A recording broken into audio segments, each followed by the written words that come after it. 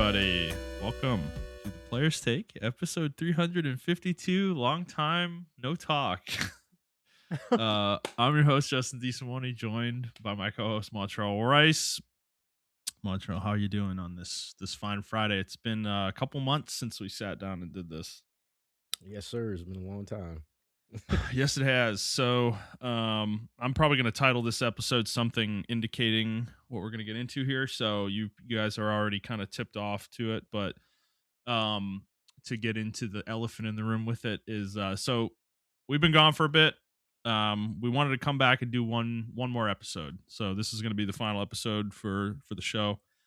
And we don't know how we're starting it now, obviously, so we don't know how long it's going to be, but we have literally 2 pages of news stories that we're going to talk about. So this may be the longest show in the history of the show. So we kind of wanted to go out with a bang and not leave you guys hanging because some of you have stuck with us really since the beginning, honestly, and we really appreciate that. And I did want to get into though a little bit of like why the show's stopping and kind of where me and Montrell are in life a little bit and stuff.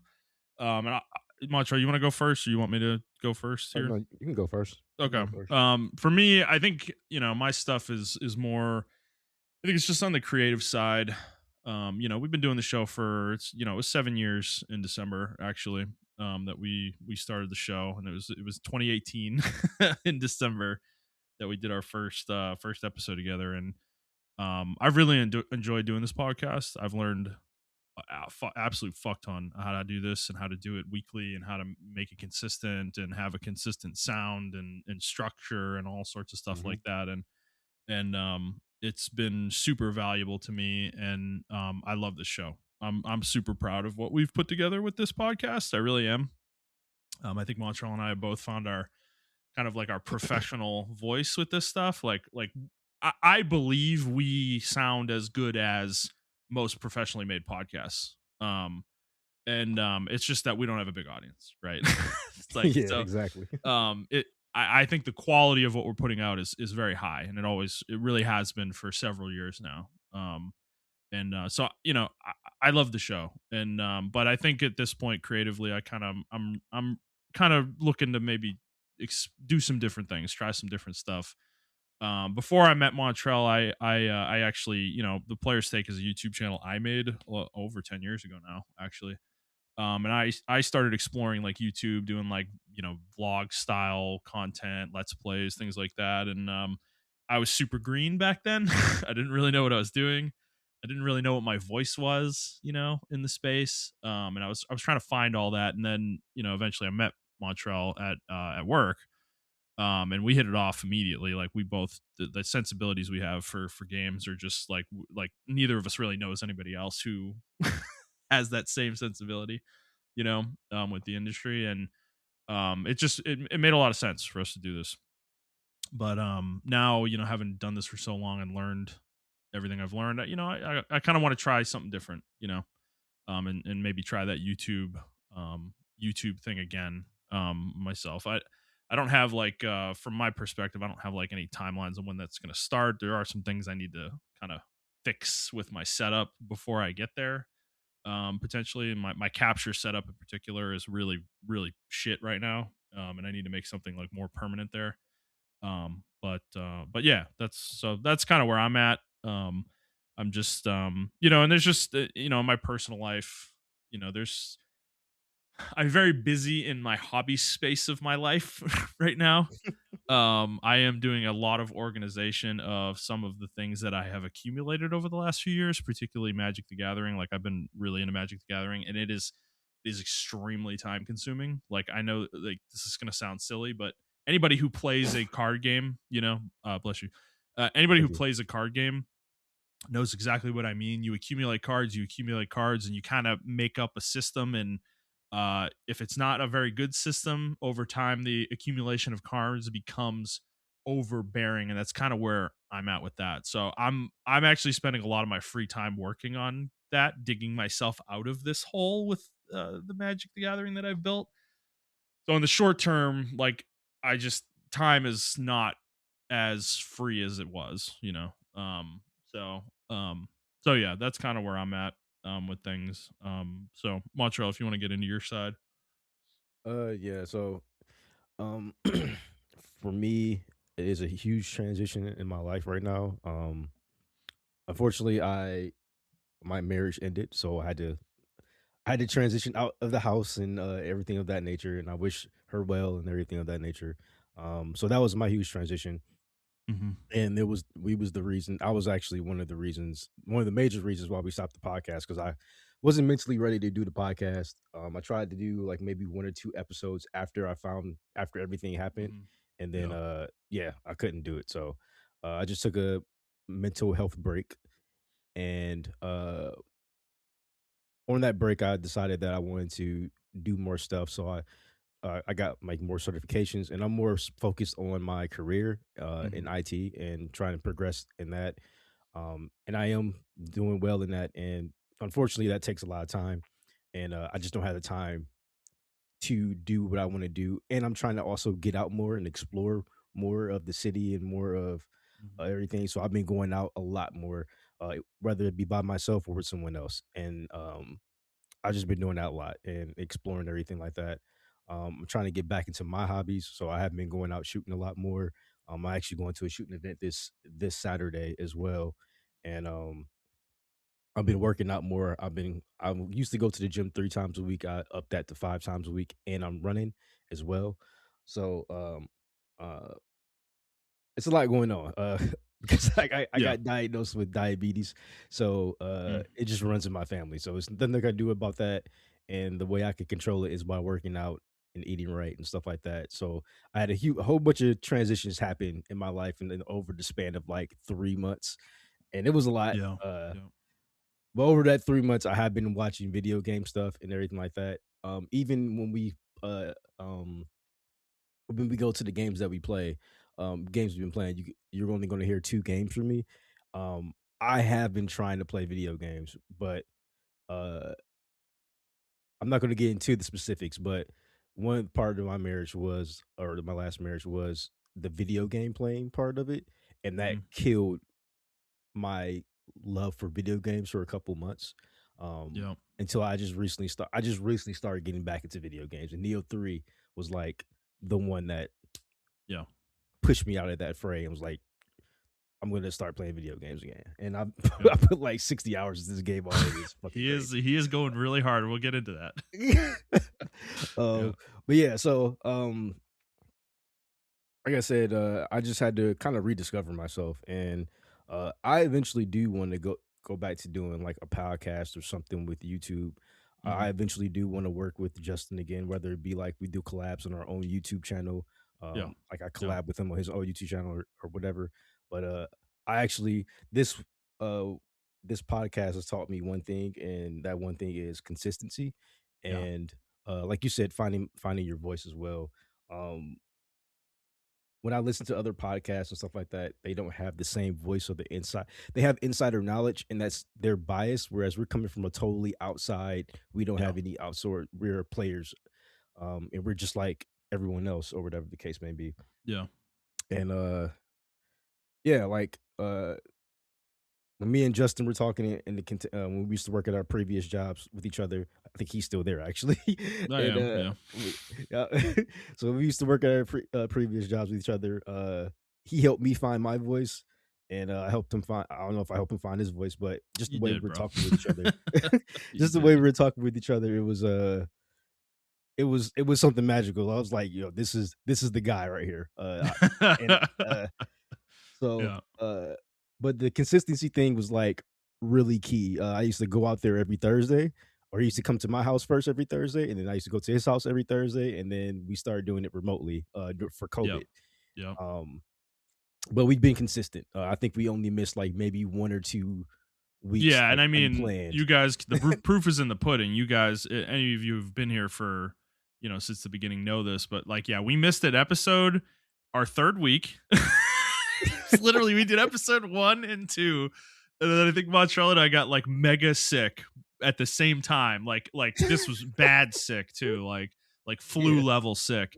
And so we ended up not doing it. And I remember because, dude, I was kind of annoyed about it. I remember because we had both of us had a conversation before we started, before we ever sat down to record anything.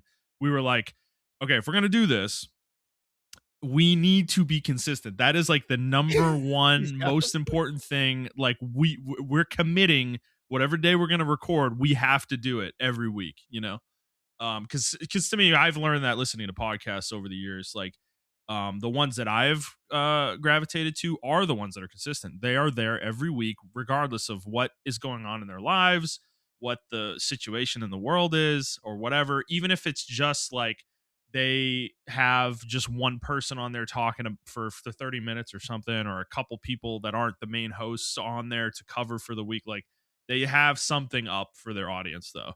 Yeah. And Montrell and I kept that up from that third week. I don't think we missed an episode, dude, until we literally, like, I think we decided to started taking off like Thanksgiving week. I think Yeah. like Yep. 2 or 3 years ago. I don't think we Mhm. missed an episode between that third episode and then. Like, I literally don't think we missed a week.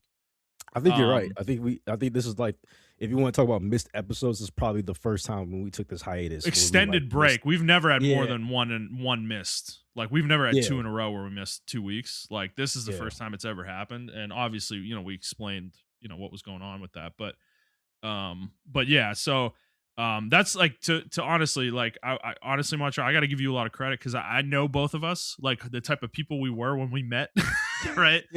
Like we were still young men in a lot of ways, and I'm proud of the commitment we made with this, man. Like I Yeah. really am. Like we stuck to it no matter what was going on in our lives, issues that we were having with personal stuff, family. Like I think my dad passed away and I missed that week, the week after that, but I think I was back the week after that. Like I didn't take an extended break for that. And Yeah, that was I really think it was important the. to me. Like I really wanted to make sure we were still doing it. It was like I didn't feel like I needed the time away. Like Yeah. frankly, it was kind of the opposite. The show helped me kind of get out of that headspace of like thinking Yeah. about that. Um, and this has always been kind of an escape for me over the years. Like when shit's not going well at work or whatever in my personal life, it's like I always felt like the show was like a safe place for me. you know Yeah. it 100%. was like Yeah. a 3 hour period where like, yeah, it's just it all falls away and we're literally in the game industry in that 3 hours. Like Yep. and yeah, and it's like I love it. And it's like from my point of view, like I'm not leaving. Like like I said, I want to still do something creative, and there's no, like, to make this clear too, there's no acrimony between me and Montreal at all. We are still great friends. Like we're hanging out off air, plenty, Imagine if we and haven't read it. That would I be the know, first no, thing she bro, I just know, said. I know. That's what I think about. That's why I'm saying this because it's like you kind of need to spell it out for people nowadays. But and yeah, to Montreal's point, like in the future, there may be something we do together again. It might not be this exact show, right? But there may be some collaboration we do in the future too. Yeah. So I mean, it's been 7 years, 7 fun years. And I'm gonna look back fondly on this. Like I will this will always be something I like carry with me. And yeah, I just do, like, honestly, Montreal, I really appreciate doing this with you. Like you were the perfect partner for this show. Yeah, Um same. I couldn't find a consistent partner, then I found you. Um, and I think you can correct me if I'm wrong. We both struggled with inconsistency or being well, consistent. that's where I was. That was what I Yeah. was gonna say. When we met, yeah, we were young men, right? Like, put that in quotes, I guess. But we were both a little immature in the way we Yeah. handled life, right? Yep. And I think this podcast helped both of us with that a little bit. Is consistency is important in your life, period. Not just like doing a show like this or something like that. Like it's like you need to be consistent at your job. You need to be consistent with your spouse. You need to be consistent with your family, with your friends. It's like those, if you if you just go AWOL for 6 months and then you just come back and it's like that's not gonna lead to good relationships in your life. So it's like, I think doing this show helped me with that too, kind of realize some of those things. Cause yeah, man, like for me, 2019 in particular was a really tough year actually, because My father passed away in the summer in June of 2019, and I had some issues at work in 2019 as well. Mhm. Um, like I, it was the first and only time this has really happened, and I will say, looking back on it, I handled it the right way, but I think my boss was he wasn't he was kind of a he was I mean, you worked for him. He was the reason Yeah, you left yeah. the fucking company. He didn't have my best interest in mind with what he was doing, but it ended up causing me to change as a person in a positive way. I'm not giving him any credit for it. That wasn't his intent. I internalized what was going on and made changes, right? But you know, that was the one time where my job has ever been threatened, you know. And I changed as a person after that. Um, but the podcast was always there, you know, and it was like it helped me get through those times, you know. And yeah, I don't know. It's been a great ride, you know. And we got one more here we're doing, and it'll be a big show, but you know, I think this will be a good send off for us with the stories we have lined up today. So Montreal, you have anything else you want to say here before we get going? Uh, no, I just, I guess, yeah, the one thing I wanted to just harp on again is like, it's really taught me consistency, Hmm. and really also just how to speak up and, Yeah. uh, Yeah. I don't know. It's just a really, it was a really fun experience. Yeah. Yeah. And yeah, 2020, 2021 was like a really weird point of my life, and I was still consistent with this show. Hmm. Um, even You when had a my lot of grandfather job transition. Yeah. That yeah, time. even when my grandfather passed, I think I took a week off and then I came back the next Yep. week, and then a Yep. couple months later, my sister passed. I took a week Mhm. off and then came Oh back. man, I remember. Um, Yeah. Jeez. yeah. Yep. So, Yeah. it just been it's but I've always been doing it, and I don't know, this one was just the final blow for me, but, I don't even look at it as a final blow, it's like, I just look at it as a transition. I'm stepping out this cocoon and doing more stuff now and everything of Yeah. that nature. Yep. Um, but I will take the consistency part and the creative effort, that I learned from this podcast, uh onto better things. And like you said, like just like the YouTube thing and everything like that, like I'm not nervous about doing stuff like that anymore. I Yeah. used to be super nervous about that stuff, but Yep. now I just don't care. Like I'll be like, I can do it. And if you don't like my voice, then or Yep. you don't like what I'm saying, then there Yep. are other channels out there for you, you know. So Right. Right. Right. So, yeah, man. And I mean, you know, in those times we covered for each other, right? Like you've done solo shows, I've done solo shows. You know, we've had people come on, like Dennison's been on a couple times. I know DJ's covered some episodes for us as well. You know, in the past as well. So, you know, everybody who's been on the show, we appreciate you as well. You're part of this too. So, um, you know, it's been a fun ride. So let's do it, Montreal, one more time here. I'm gonna go through the rigmarole, even though I know some of this isn't gonna make sense going forward, but I want to say it one more time. You know, it's literally programmed into my fucking brain saying this. So hello everybody. For those of you who haven't listened before, this is our weekly show where we talk about video games, video game news, and other topics pertaining to video games. We post at 6 a.m. Central Time on Fridays on Apple Podcasts, Spotify, Stitcher, YouTube, and your favorite podcast app of choice. If you wanted to send us questions, you could send them to theplayerstake01@gmail.com. You know, if you got anything to say though, I actually read a nice message in the email from Dat Dude from the beginning of the year when we were kind of on hiatus. Montreal, I'd actually recommend you go take a look after the episode. okay. Um, I really appreciate that message, that dude. But you know, we would appreciate to hear from you one last time. So, all right, Montreal.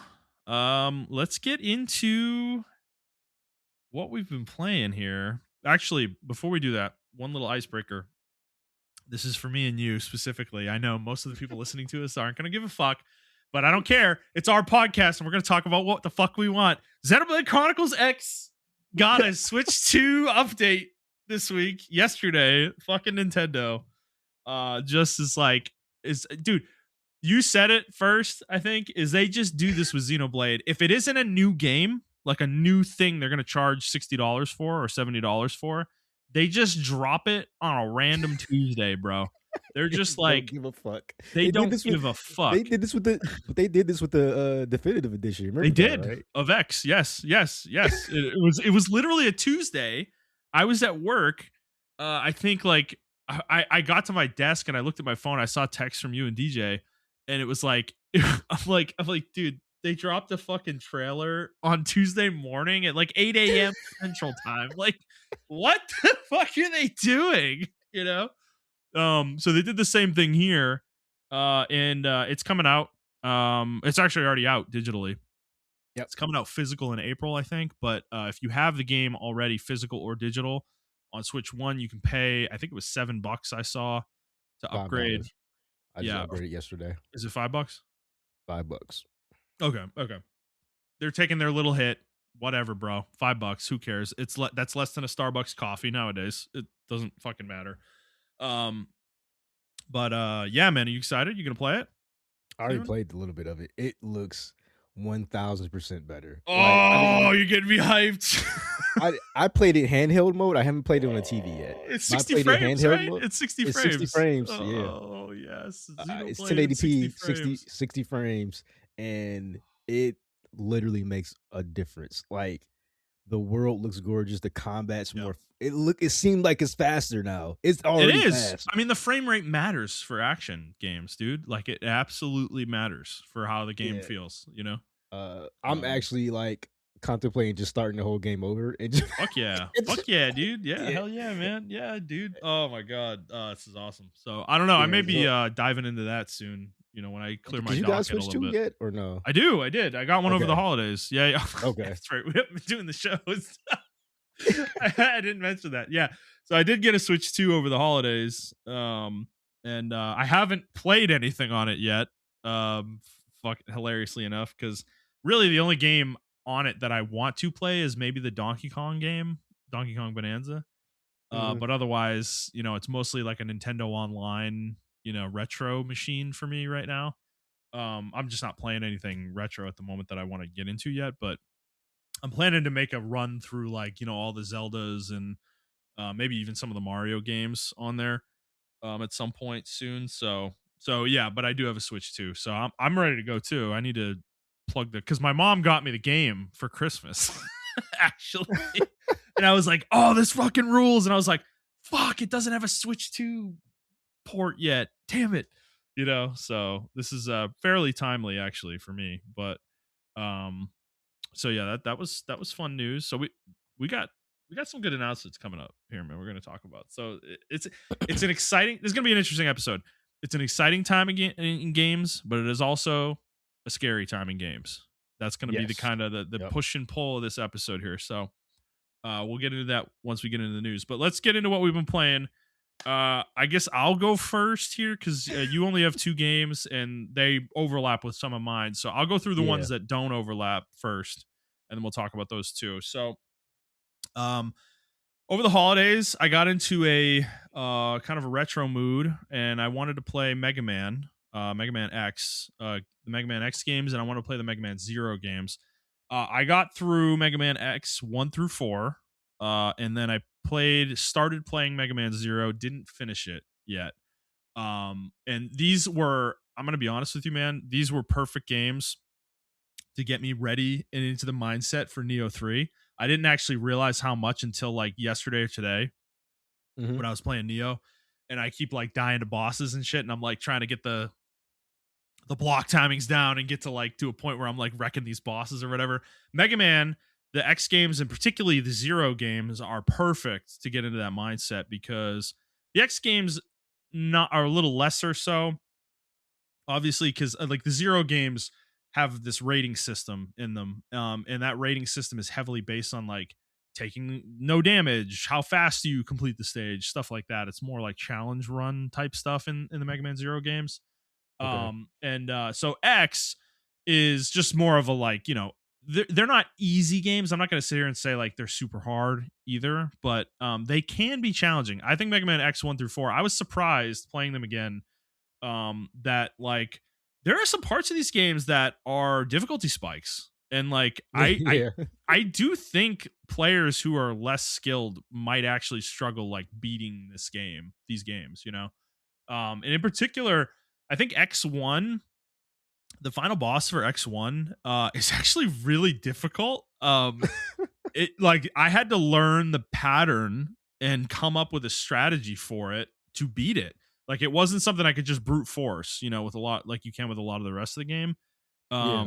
When you're fighting Sigma in his first form in particular, like he does this wall dash move, and you kind of figure out that like you can force him to do the wall dash move over and over again, basically to get him into a pattern essentially that you can take advantage of.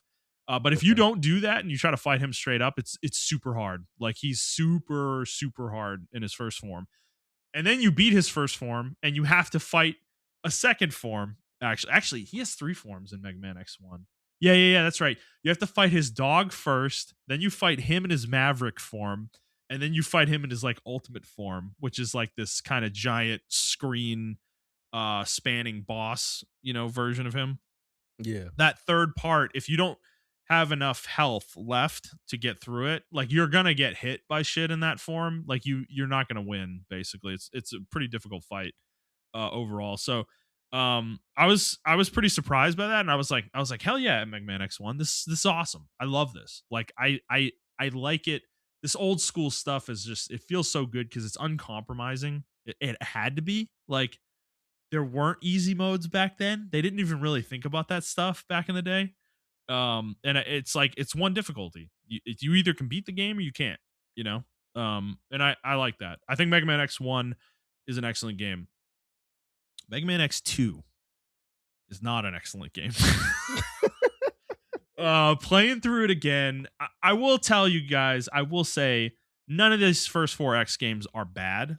They're all at least good games, right? So X2 still feels good to play.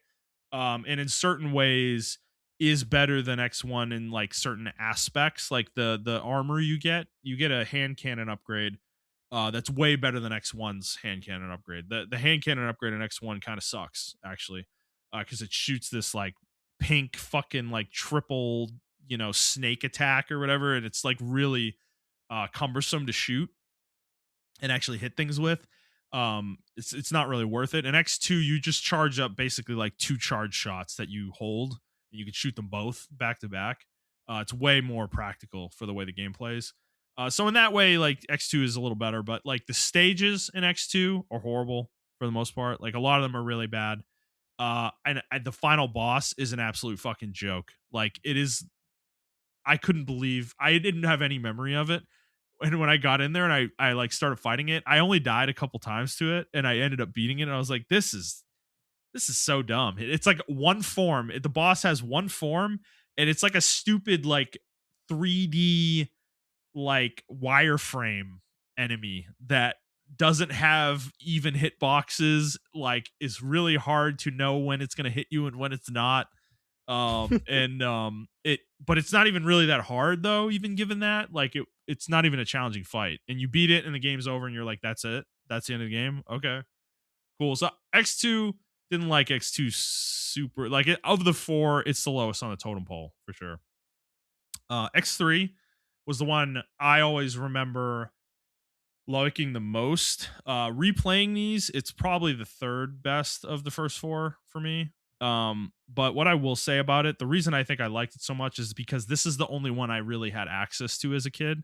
I never bought X1 or X2 as cartridges, so Okay. I only ever played them as emulator games, really. And three was the one I owned that I played a fuck ton of when I was a kid. So I have a strong memory of three as a result. But playing through it again, this game has problems too. I think like stages wise, the stages are really good. The music's really good in three for the most part. The problem with the game is that it's bloated. There's a lot of side stuff you can get, like upgrades and shit for like your mech for the mech suit thing. And then obviously there's the X armor upgrades, all the heart tanks, the E tanks, and everything that you can get in the game. But they don't really have a purpose. Like a lot of the armor upgrades are literally there so that you can get a heart tank, like a heart container or an E tank, basically. Like they're just extra steps to get those things, and they don't really serve a function later in the game, really. So they end up just bloating the game and kind of bogging it down a little bit. But overall, I think it's good. The final boss in 3 is really fun too. I think it's pretty well made overall for the most part. Um, X4 is the one on PlayStation 1. It's the first one on PlayStation.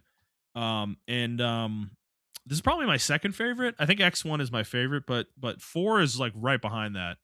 I was playing through this game and it's very simplified. Like it kind of goes back to the X1 formula where it's really just heart containers, E tanks, and that's it.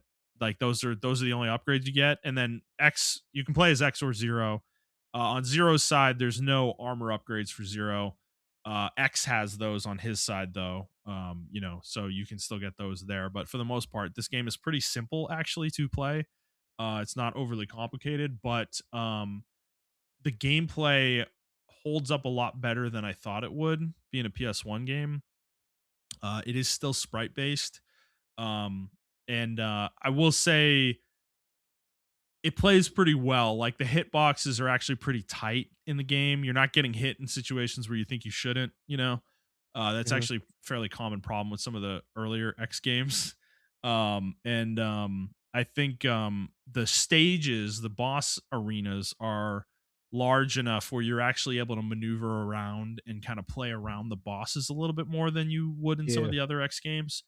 definitely Um, agree with that. yeah, and I think as such, there's more skill expression in 4 ultimately, as a result. So I think 4 is really strong. It's a really good game. There is Yeah, one 4 boss is my though, personal 4 is my yeah, personal favorite. it is okay. Is it because Yeah. you can play a Zero or Uh, it's probably biased. That was the first X game I played, and then I went back gotcha? and, Yeah, played with my cousin. He had a Super NES, and I went back yeah, and played X1 and X2 and yeah, X3. yeah, But X4, yeah, it was on PlayStation because I played Mega Man X or Mega yeah. Man 8 rather, that came on PlayStation when they ported Mm, that to PlayStation. mhm, That mhm. was, like, my 2nd Mega Man game. My first Mega Man game was Mega Man for the Game Boy, and then I didn't play Yeah, another Mega Man game until PlayStation. gotcha. And then I bought that game, and I love that game, Mega Man X. I Yeah, just love it. yeah. Yeah, so 4, I think the thing with the other X games 1 through 3 is X1 is also very fair in the boss design. The bosses are smaller in X1. As the series went on, X2 and 3, the bosses took up more of the screen, meaning they were harder to dodge. Yep. And like that became a problem for playability of the game, and it like you didn't have as much skill expression in those games, so you ended up having to brute force the game more, which is not where the Mega Man X games shine for me. To me, I like it more where there is skill expression, where you can more realistically, without being an absolute psycho, do a no hit, fight boss run or something. So 4 has that though, as well, and I think it does. Like the final boss in 4 is really strong. I think there is one boss though where you fight him as Zero, and it's absolutely miserable. Do you remember the one I'm talking about where you fight the general? You know, and he's Oh, like yeah. dude, Yeah. that fight, and he like shoots his fists at you and you have to jump on the fist and hit him in the fucking head, and he's like, dude, and Zero has no range attacks whatsoever, so it's totally miserable to hit this guy and do damage to him, and he kills you in like 5 or 6 hits. Like you can't take damage in this fight really. So it's that fight in particular, they didn't really think that one's through for Zero's side. I'm sure as X it's super easy, but that's just one little gripe. Otherwise, I think most of the bosses are super fun. And I really like this game a lot. Um, Mega Man Zero. So I haven't finished it. I played through maybe half of it, I think. And this is where Mega Man like leveled up again to me. If you're talking about skill expression, Mega Man Zero is the series of games where that is at its peak. I think the X games are really inconsistent with that, and I think the original Mega Man games, I actually haven't played really any of the original Mega Man games, but from what I've seen of them and heard people say, there actually is a lot of skill expression in the original Mega Man games. It's just not an action game. It's not as like fast paced in terms of your mobility quite as much as the X games are and the Zero games. You do get a slide, I think, in the third game or whatever, but it doesn't function the same way that the dash does in the X games. So it's a little bit different. It's obviously more, arcadey too in the way it plays because of, when it was made or whatever. But Zero is like the ultimate kind of skill expression game. Like I almost kind of liken this to like a 2D like Devil May Cry game almost, in some Mm, ways where it's about how well you play a lot of the time. You don't have to do engage with these systems, by the way, if you don't want to. If you just want to play the game and experience the story, you can totally do that. But if you get into the speed running element of the game, it can actually be very fulfilling because if once you get good at it, you are running through these stages in 2 minutes, and you are wrecking bosses and like you're taking no hits, man. Like it's like it can feel really good to get the runs down, where you're you've gotten that good at the game or whatever. And I just think the game is really tight too. The hitboxes are like pixel perfect in this game. Like if you think if you're like there's like a little tiny pixel of space between you and the boss, you're not getting hit. It's like I like that. That's how it feels to play, at least. And maybe that's not 100% true all the time, but when I'm playing it, when I jump over a boss that I think in the X games that you think you could jump over. And the X games, you'd get hit. In this game, you're not getting hit. You're jumping over the boss and you're fine. So I think these games have always been tight, and I really like them. They're Metroidvanias, in the way they're structured or whatever. So they're more open. They have a map. Like you're not playing levels. You're not picking like levels from a menu the way you would in the X games.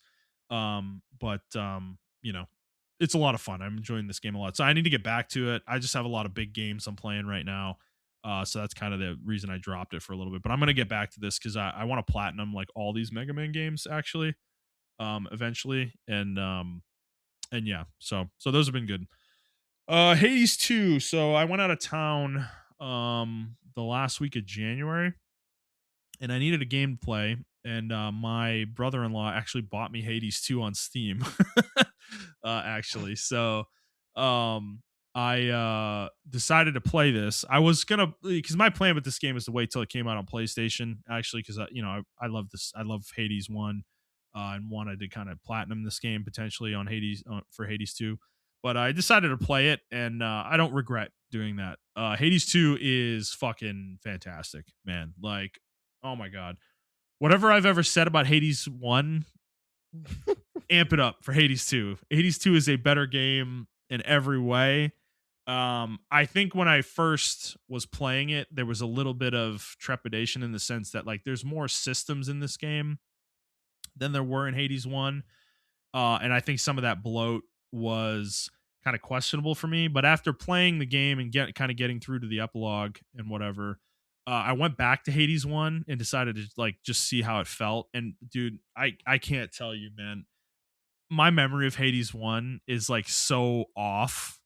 Um Hades 2 feels infinitely more smooth to play as an action game compared to Hades 1. Hades 1, when you like play it, I went back and played it. The animations like almost feel stilted because they're not like fluid animations. There's like it feels like almost frame cuts happening where like it's almost like a stop motion type animation or whatever with the way the game is it, plays. So you're not is it like no animation cancel? You can't cancel all your animations you like you can stuck in it? cancel. No, you can cancel. It's just it feels a little stilted though with the way the movement Okay. goes. Where like just to give an example, right? So Zagreus in the first game, the main weapon he has is a sword, right? So he'll swing the sword, but when he goes into the sword swinging animation, the sword swing will be like a smooth animation, but then he doesn't transition to the next sword swipe. He just goes into it. Like you Oh, just cut okay. all the frames basically between those two motions and he's just doing it. So it feels kind of weird. It almost feels like he kind of like sticks on enemies too when you're attacking. Mm. There's almost like a weird mini lock on that kind of happens. Whereas with Hades 2, it's a totally smooth action game. There's none of that at all. Like you're not sticking on enemies. He's not. It's like sorry. What is her name? Melanoe, the main character you're playing as. She's like totally fluid. So if you start attacking and an enemy's kind of close, she doesn't like. like Zagreus in the first game almost felt like he would like kind of magnetize to the enemy when you start swinging at it, and he would kind of move closer to them to hit them. Whereas in this game, she'll just stand still where you're swinging. Um, rather in this game, and so I think some of the balance is much better in this game as well. They kind of toned down some of the more OP stuff from the first game, but there's also still OP stuff in this game as well. So there were some builds I was doing where I was just absolutely fucking destroying enemies. It's just a really satisfying game to unravel. So Montrell, I know me and DJ and others have been up your ass about playing Hades 1. Um, as much as I still think that's probably a good game to play, since you haven't played either one, you're probably not gonna like have as many issues with what I'm talking about. Going backwards though, I don't think is gonna work. Like Hades 2 just feels much better to play than Hades 1 does. At least Yeah, for I me. actually So bought Hades 1, so I'm just gonna play okay. that first before I buy Gotcha. Hades 2. Okay. Yeah. There are story reasons to do that as well, because Hades 2 is a direct continuation of the first game. Okay. So you're not you are gonna miss some context if you just go straight into the second game. Gotcha. So it's certainly worth playing, I think. Like, don't get me wrong, like Hades 1 isn't like a bad game in retrospect or anything like that. I just think going from 2 to 1, they play differently. So it's like gonna be jarring. Yeah. It's like it was for me when I turned the game on. I was like, God, like Hades 2, like, dude, I got really good at the game. And like I go back to Hades 1 and like I can't dodge anything, bro. Like I'm like fucking like, how do you dodge in this game? Like I don't understand like where my windows are, like because of the way the animations work and shit. I was like, God damn it. So yeah, Hades 2 is fucking fantastic game, man. Like it's so good. I actually like honestly, I know the conversation with Supergiant was like, this is their first sequel. Why are they doing this? Hades 1 was awesome. I kind of get why they did it after playing this game and then trying to go back to the first one. I think they understood that like the game wasn't super fluid in the first game.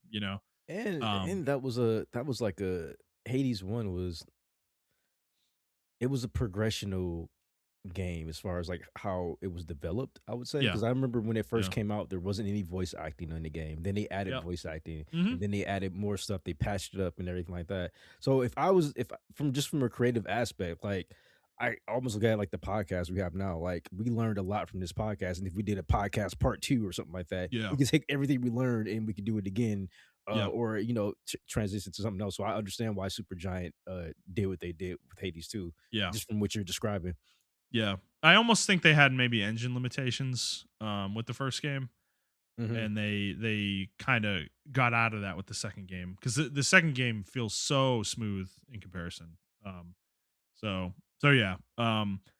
Great game, highly recommend it. It is so worth the money. Like it's just a fucking fantastic game. Great roguelike. Um Outside of Hades 2, Mega Man, I got back into Kingdom Come Deliverance 2 as well over the holidays, and I got through. Okay, so this game, man, it's just I don't.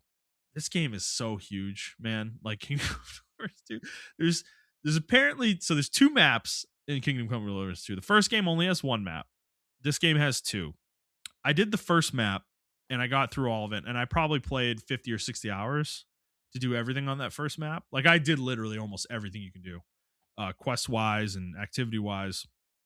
And then I advanced the story and I got to the second map. And bro, the second map is even bigger than the first one. And it has not a capital city, but a huge city in it. Kutenberg is in it. And dude, this is one of the biggest cities I've ever seen in an open world game. It is fucking massive. Do you remember Novigrad from Witcher 3?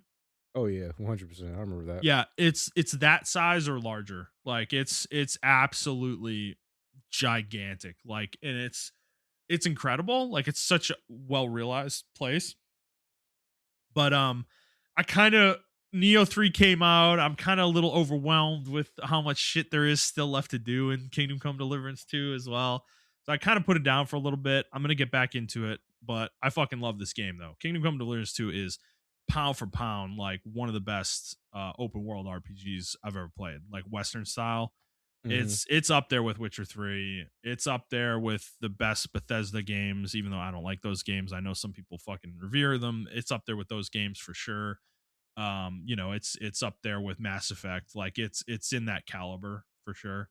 And I know there's some, obviously, the way the game plays, both of these games, Kingdom Come Deliverance 1 and 2, are a little bit too grounded for people in the way they play, Yeah. but I would really recommend you give it a shot, because if you can immerse yourself in this world, they're two of the most immersive RPGs I've ever played, where you really feel like you are living Henry's life in these games. Like, because you have to go to sleep and then you wake up and you like, okay, what am I doing today? And at a certain point in the day, you need to eat. You got to eat every day. You got to eventually you need to go take a bath because you're gonna fucking stink and people are gonna point that out as you walk by. Um you need to like figure out how to make money and stuff too. Like, it's not like the game doesn't just give you tons of money. You have to go make money at times too. And then there's activities in the game, like in the second one they added blacksmithing as a crafting activity, and you literally like take the metal, you go heat it up, and then you move it over to the anvil and you have to hit it with the hammer, but you have to hit different parts of the thing you're making with the hammer, and you can't just keep hammering the same spot or you're going to ruin the item you're trying to make. So the game is like very trying to be pretty realistic with the way it presents itself, but and I know that's not for everybody, but I really recommend giving it a try. It may win you over with just how like steeped in this historical period that it is. Like, it really is trying to make you feel like you're living in the 1400s in Europe. It's like it's just, and it does such a great job of that. That I really appreciate it for what it is, and even from a story standpoint, story is fucking fantastic. I love the story in these games. This second game is really ratcheting up the political elements of the game. So if you're into that kind of Game of Thrones stuff, that's all here, man. You're getting a lot of that here. And I think it's very fun to play, and you get put in some very interesting situations that you have to get out of. Things that the game challenges you to use mechanics that you may have been avoiding.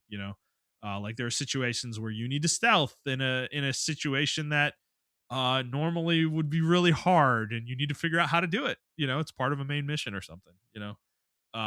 So these games are really cool. The first one actually just got a next gen update as well, Kingdom Come Deliverance 1. And so that's really cool too. So if you guys want to play them, now is honestly the perfect time to jump into the series. So all right. So the other thing, we've both been playing this. I think obviously, I mean, we're always playing this. League of Legends. New season though, since we last recorded. Season 20, what is it? Are they calling it 25 or 26? 26. Um they're doing it like year based on the years now, right? Uh Yeah, it's Remember? season 26, I believe now, Yeah. or And year 26. I don't fucking know, something crazy I like don't. that. It's technically season 17, I think. Yeah, I don't know why But they yeah, just didn't stick with that, but I don't whatever. know. Whatever, dude. Um, yeah. So I mean, dude, where you at with League? So we've all been playing. Jet and I have been grinding, and me, Mhm. you, Andy, Jet, we've all gotten to gold. We're all kind of in the gold grind at the moment with the solo duo queue. And this is the highest that I've ever been. I'm gold 3 Mhm. right now. And Me and Jet are having some pretty good success. We have a 62% win rate Ooh, right nice. now, 31 and 19. I am. I think he's 30 and 19 because I think I. No, you know what? He might be 29 and 19 because I've had one win with you and I had one win with Andy. I think I did. Gotcha. Okay. So I think Jet's 29 and 19. So he's gold 4, I think, and I'm gold 352 LP. It's the highest I've been. I'm enjoying this a lot. Uh, I'm waiting for the other shoe to drop and the game to just give us like an 18 game lose streak, or whatever, to bring us back to silver. But at the moment, I'm having a good time with this. I feel like this season is, from a balance standpoint, and I think even a gameplay standpoint, is kind of the best that League's been in a really long time. They took out a lot of the bloat from last season that we at first were kind of into, but as the season wore on, I think we us and the community kind of got to a point where we were tired of the all the objectives and everything Yeah, yeah. in the game. And that, to Riot's credit, though, they understood that, I think, and kind of took that shit all out, took all that shit out, and we got back to basics where we got Dragon, we got Void Grubs, we have Rift, and we have Baron at 20, 20 minutes. Um, Otacon's gone, the feats of strength are Thank gone. God. Oh my God. I And, actually like the feats of strength, but it was a little much. It did feel like yeah, if you didn't get it, you were gonna lose that match. And I didn't like that yeah, at I all. didn't like that element of it. It felt really snowbally. It's just a morale breaker, I think, where Yeah, in a game where people have their morale very easily broken, I don't think they needed that early in the game for that to happen yeah, every game. yeah. And then they added role quests for every role in the game, I which do like is that. I I do like love that. this actually. I think this has been something. It's funny. I think they implemented this. I really think they implemented this not for the reasons we're going to talk about, why we like it. I think they did it so that they could kill the lane swapping in pro, specifically Okay. because it absolutely kills lane swapping. You can't swap until your role quest is done, because most of the points you get for your role quests are in your lane. You get constant passive uptick of your role quests while you're in lane. And if you're not in lane, it doesn't, that passive isn't there. So the only way to tick it up is by killing minions, hitting towers, which does not give you very many points, frankly. So you kind of have to stay in your lane until you finish your role quest this season, and that is that I think that's one of the primary reasons they did this. They didn't really mention that; they mentioned it a little bit, but it wasn't a big thing that they made a big deal about in the patch notes. But that to me, that's the reason they did it. But how are you feeling about everything with League right now? No, I feel like it's in a really good spot. I've had some qualms with it, but it's mainly been me and not the actual game itself. Yeah, Um, yeah, so yeah, I think it's in a good spot. I do think the climbing is a lot better. I know they did some tweaks to climbing and stuff of that nature. I really like the new band system they have in place right now. I really like the new report system they have in place. yeah, I think uh is I definitely at the beginning of the season it was like not good or yeah, it was still coming into fruition. yeah, But now that we're kind of like in the middle of the season now, or like the first quarter, into the first quarter of the season, it definitely weeded out a lot of people, and the quality of the games have gotten a lot better. yeah, I will say, they still need to do something about the smurfing, and yeah. it's not affecting us. The smurfing, it's when you get out of bronze and silver, you Yeah. are essentially out of Smurfville, and then you're placed in there with gold people, and these gold people are absolute idiots, and you're like, They're like "What?" it's the worst. It's the worst. All the worst players in the game are in gold. That's what it feels like, dude. Yeah, Like yeah. it's crazy. Uh, so I think that's my only gripe.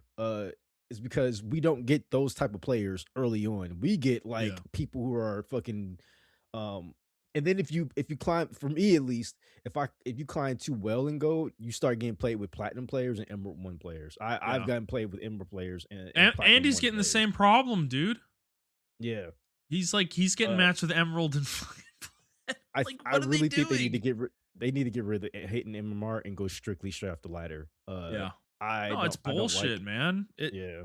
Like we've talked about this, right? We talked about this one privately when we're on Discord and we're all playing.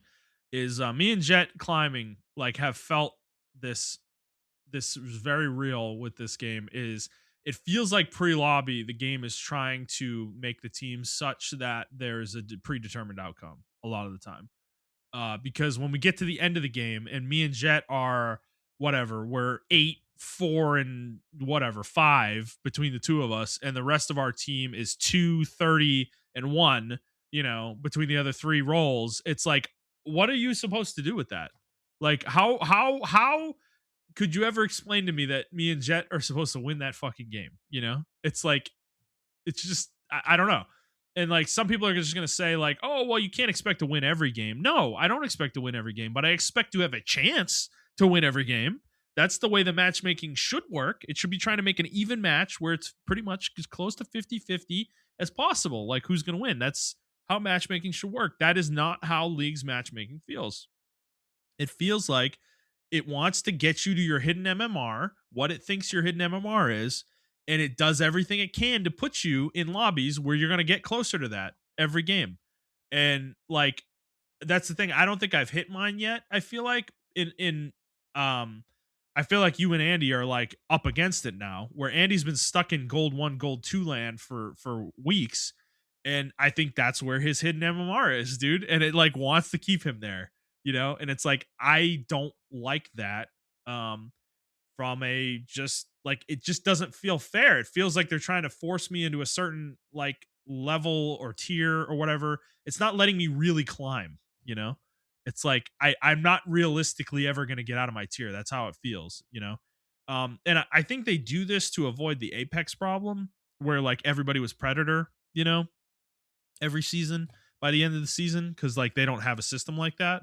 But there's got to be another way to fix this because like the way it feels now just doesn't feel fair, from a gameplay standpoint and like a climbing standpoint. Like I don't know, it's just because like I think we can hang in plat lobbies, but the game won't put us there because it doesn't think we're plat. That's how it feels to me. So I don't know. I don't know Yeah, if you feel any yeah, differently. yeah. I mean, I do believe because like I said, I've been watching for some reason. Like Instagram has been like showing me like new players who have been playing League of Legends. Yeah. And I Yep. watch a lot of black creators, so a lot of black creators are getting into League of Legends and stuff like that because they're coming over from like Marvel Rivals and Overwatch and stuff like that. Yeah. And a lot of people have been saying the same thing, where it's like from norms to ranked, you have to be locked in. Yeah. Like you have to be locked in. This game is not for the. This is the ultimate, like in my opinion. Besides Yeah. Dota and League are where all these other games structure their kind of their system from. Yeah. I mean, you can go all the way back to like StarCraft and stuff like that too, but Yeah. StarCraft and Warcraft. But I feel like League and Dota really structured that 5v5, ladder climbing mentality Yeah. that everyone else kind of follows. And when they get to this game, a lot of people are just intrigued and like kind of scared and but also addicted to how competitive it is. They all say the same thing we say, that they hate the game, but I can't stop playing the game because it's so competitive. And when you win a Yeah. game, you feel like you're on top of the world. When you lose a game, you feel like you've lost everything. Yeah. Um that being said, they also said that when you hit gold, it feels like the game is forcing you at 50%. And that's how I feel as well. I feel like the game uh is just forcing you at 50%. They Yeah. want you to win one game, want you to lose one game. I don't like that system, and I'm tired of like games having that type of system. I understand it's a free to play game. Their whole mantra is to get you addicted and to play the game over and over again. That doesn't force me to buy stuff though, right? Or whoever's listening to this, like that doesn't force people to buy more skins in your game. That just forces you to hate the game. Like Yeah. I'm pretty Yeah. sure there are people who I know people who have played these games and never bought a single skin. So Yeah. like, and they have like thousands of hours into the game or whatever. Yeah. So like, Right.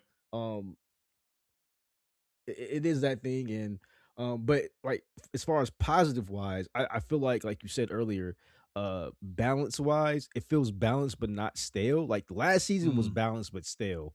Mhm. For some reason, this they added more items, and that was the thing that we needed. I want them to add even more items to the game that don't I really break agree. the game. Yeah. Um, I don't want more characters. I want more items, to be honest with you. I want more creativity within the roles that we can play. Yep. I do. I know this is like I say creativity. I actually do like that they locked down the game. The game Yep. itself, the way it's structured, it's not structured like Dota, to where you can have that freedom and flexibility with your builds and roaming around and everything like that. Yeah. They made this 3 lane tier game in jungle. They have to follow that, and the first 15 minutes of the game, I'm sorry guys, it just doesn't allow for your creativity. I don't need a Singe Darius jungle running around, three junglers running around and shit like that. Like I like that they locked that shit out, even though it Yeah. didn't happen to me, it happened to one of our friends. But that shit's not fun when you're going against four people who have like smite and they're just smiting your enemies or your Yeah. partner's jungles, you know. Right. So like I Yeah. liked how they locked it down, but also allowed for flexibility post 20 minutes. That's when the real league shines and your creativity shines because they realize how important the early game is. Yeah. I also like how they killed, like you said, the lane swapping and competitive and everything like that. I wish there was a way for us to get away from competitive. Yeah. If that makes any sense. Like, Stop balancing the game around pros. yeah, yeah. Like, for instance, like obviously Varus is one champion that's recently as it was one champion that's severely nerfed or buffed by pros because of pros I'll rather. talk about him in a Um, second. Yeah. Yeah. yeah. Yeah. But the first champion I noticed it with, and me and Brad were talking about this a long time ago, was Akali. Akali, when she got reworked, she was fucking terrible. For new players, or not for new players, but for low elo players, absolute ass. But Yeah. pros used her, and then once you, as a low elo player, learn how to use Akali like me and Brad did, she had crazy combos that you can do because they had not only did they have the her kit, but we had like items that had actives available to Yeah. them, Yeah. and they took all that away, like because Akali was so powerful in pro play or whatever, and I just don't Hmm. think that was fair to the rest of the community. Hmm. So I mean, I will say though, I think they've gotten better around that aspect of like separating the nerfs and the buffs for whichever tends to come around. Yeah. Obviously there are always champions that will be more stronger than others. I think right now, uh seeing Tyler one play Brand, I think he is like one of the most powerful champions low key in the game. Yeah. Him and fucking Pantheon, they can play almost every role in the game. Every role. Uh I will yeah. say Tyler one is making it feel that way because dude, Yeah. he's bro. I gotta give it to him, man. Watching him play Brand, like, bro, he is so good at Brand. It's He fucking nuts. is. It's fucking nuts, bro. I'm like, dude, watching him like play him as an APC, like, I'm like, this is not easy what he is doing with this character in this lane. Like he's because he's completely immobile. Obviously, he does a fuck ton of damage, but dude, as Brand, you have to use your abilities on the wave to get CS. So you're kind of open to potential situations where your cooldowns are down and you can get dove, Yeah. pretty hard. And he just balances it really well. And he like, dude, he gets so much CS with Brand's auto attack, which for a mage I feel like is like, man, that's fucking crazy. Like I feel like it's way harder than doing it as an ADC, Yeah. because it does like 60 damage at level 1 or something, or 50. It's pathetic. Like, but Like he's he doing it, I think man. He does it. Like, I, th- I think one thing he's like super great at is like spacing with Brand. Like yes. his Oh my spacing and his god. patience with Brand Yep. when he's in team fights. I watch him. Sometimes he's just standing there like waiting for the perfect opportunity, or Well, that's sometimes what he's I've learned from watching him as an Mhm. ADC is like you can apply this to other ADC characters because Brand is actually a good corollary as a mage to what an ADC is dealing with because he has no movement, right? Mm. So you kind of have to do similar stuff. When I'm playing Varus, for instance, you have to pick your spot, man. And people sometimes like I hate low elo because they don't understand the role, right? I can't just walk up as an ADC, man. It's like, and this is Yep. something I have learned to be a lot more patient recently and kind of wait for the opening to come, let the fight go for a little bit before you go in there, because dude, they can just turn on you, dive you, and kill you in two seconds, Yep.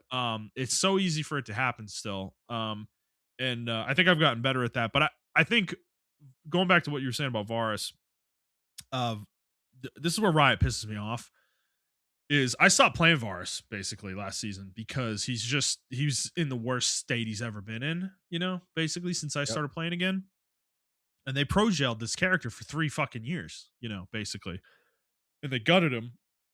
And then they buffed him early this season for some reason. I don't know why. They just decided to take it upon themselves to like bring this character out of pro gel.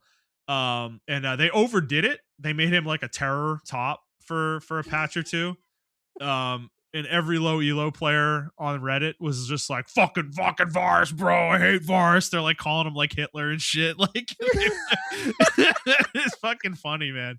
They just don't know how to play against it, because they're fucking noobs. But they nerfed him last patch though, and they brought his top win rate down without killing his bot lane. Actually, they Mm, succeeded in what okay. they wanted to do, and I was skeptical based on the changes they were making, but it has proven out in the gameplay. I think he's still playable bottom. Like I can play him Yeah. this season, and that feels good because I love Varus. I like playing Varus. He's the character I started playing the game with, and I don't want to have to lose him out of the repertoire, because he's just so shit, but he's not there anymore. He has the power to punch people in lane, punch people down, and he actually still scales decently. He's not as big of a scaler as like Vayne or whatever, or Kaiser or something, but he's still strong late game. He can still be very strong late game. So I think he's in an okay place. I like where his builds are. The new items, the Dusk and Dawn, the new AP item, actually is Mhm. fucking perfect for him. So he's got enough options now where there's multiple different build paths that you can go down with him that all work. So I like that. I kind of wish they would bring Ezreal up a little bit more. He still feels a little weak, I would say, overall. But yeah, and I mean I've mostly been maining Jin though. Jin has been my main. I probably played like 70% of my games on Jin in ranked this season, maybe even more. Um, so I've gotten to the point with Jin. I think Jin is like obviously he's my main. I'm so comfortable with him. I'm we're winning games that should be losses based on the matchup, you know, and we're winning those lanes a lot of the time. And I just know how to space with Jin so much better than I used to. And you know, I know when I can win and when I can't. It's like, and if you can't win, you just run away, dude. Like it's like you got Storm Razor this season. Nobody can fucking catch you, bro. You just shoot him and run away. you know. So, I think the game's in a good spot. I like some of the items they brought back. I like the new items. I like the state of the map. I think the matchmaking stuff is its own thing that's been going on for a long time anyways. It's not like a this season thing, really. So yeah, I'm enjoying League. I'm having fun with it. And yeah, and I think a lot of the stuff like, how Brad and I have talked about like some things from Dota it could take. I've really started to accept what League is, and I think the game is what it is, and I think it's good at what it does. I don't think they need to do anything drastic to it at this point. I think the drastic things they have done actually have ended up being negative, like last season's changes. Um, so at this point, I kind of like where the game is, and if they're gonna add stuff, it needs to be things that will not like break up the equilibrium of the game now. And I think the other thing I didn't mention was the role quest with ADCs. I feel really good about gold now.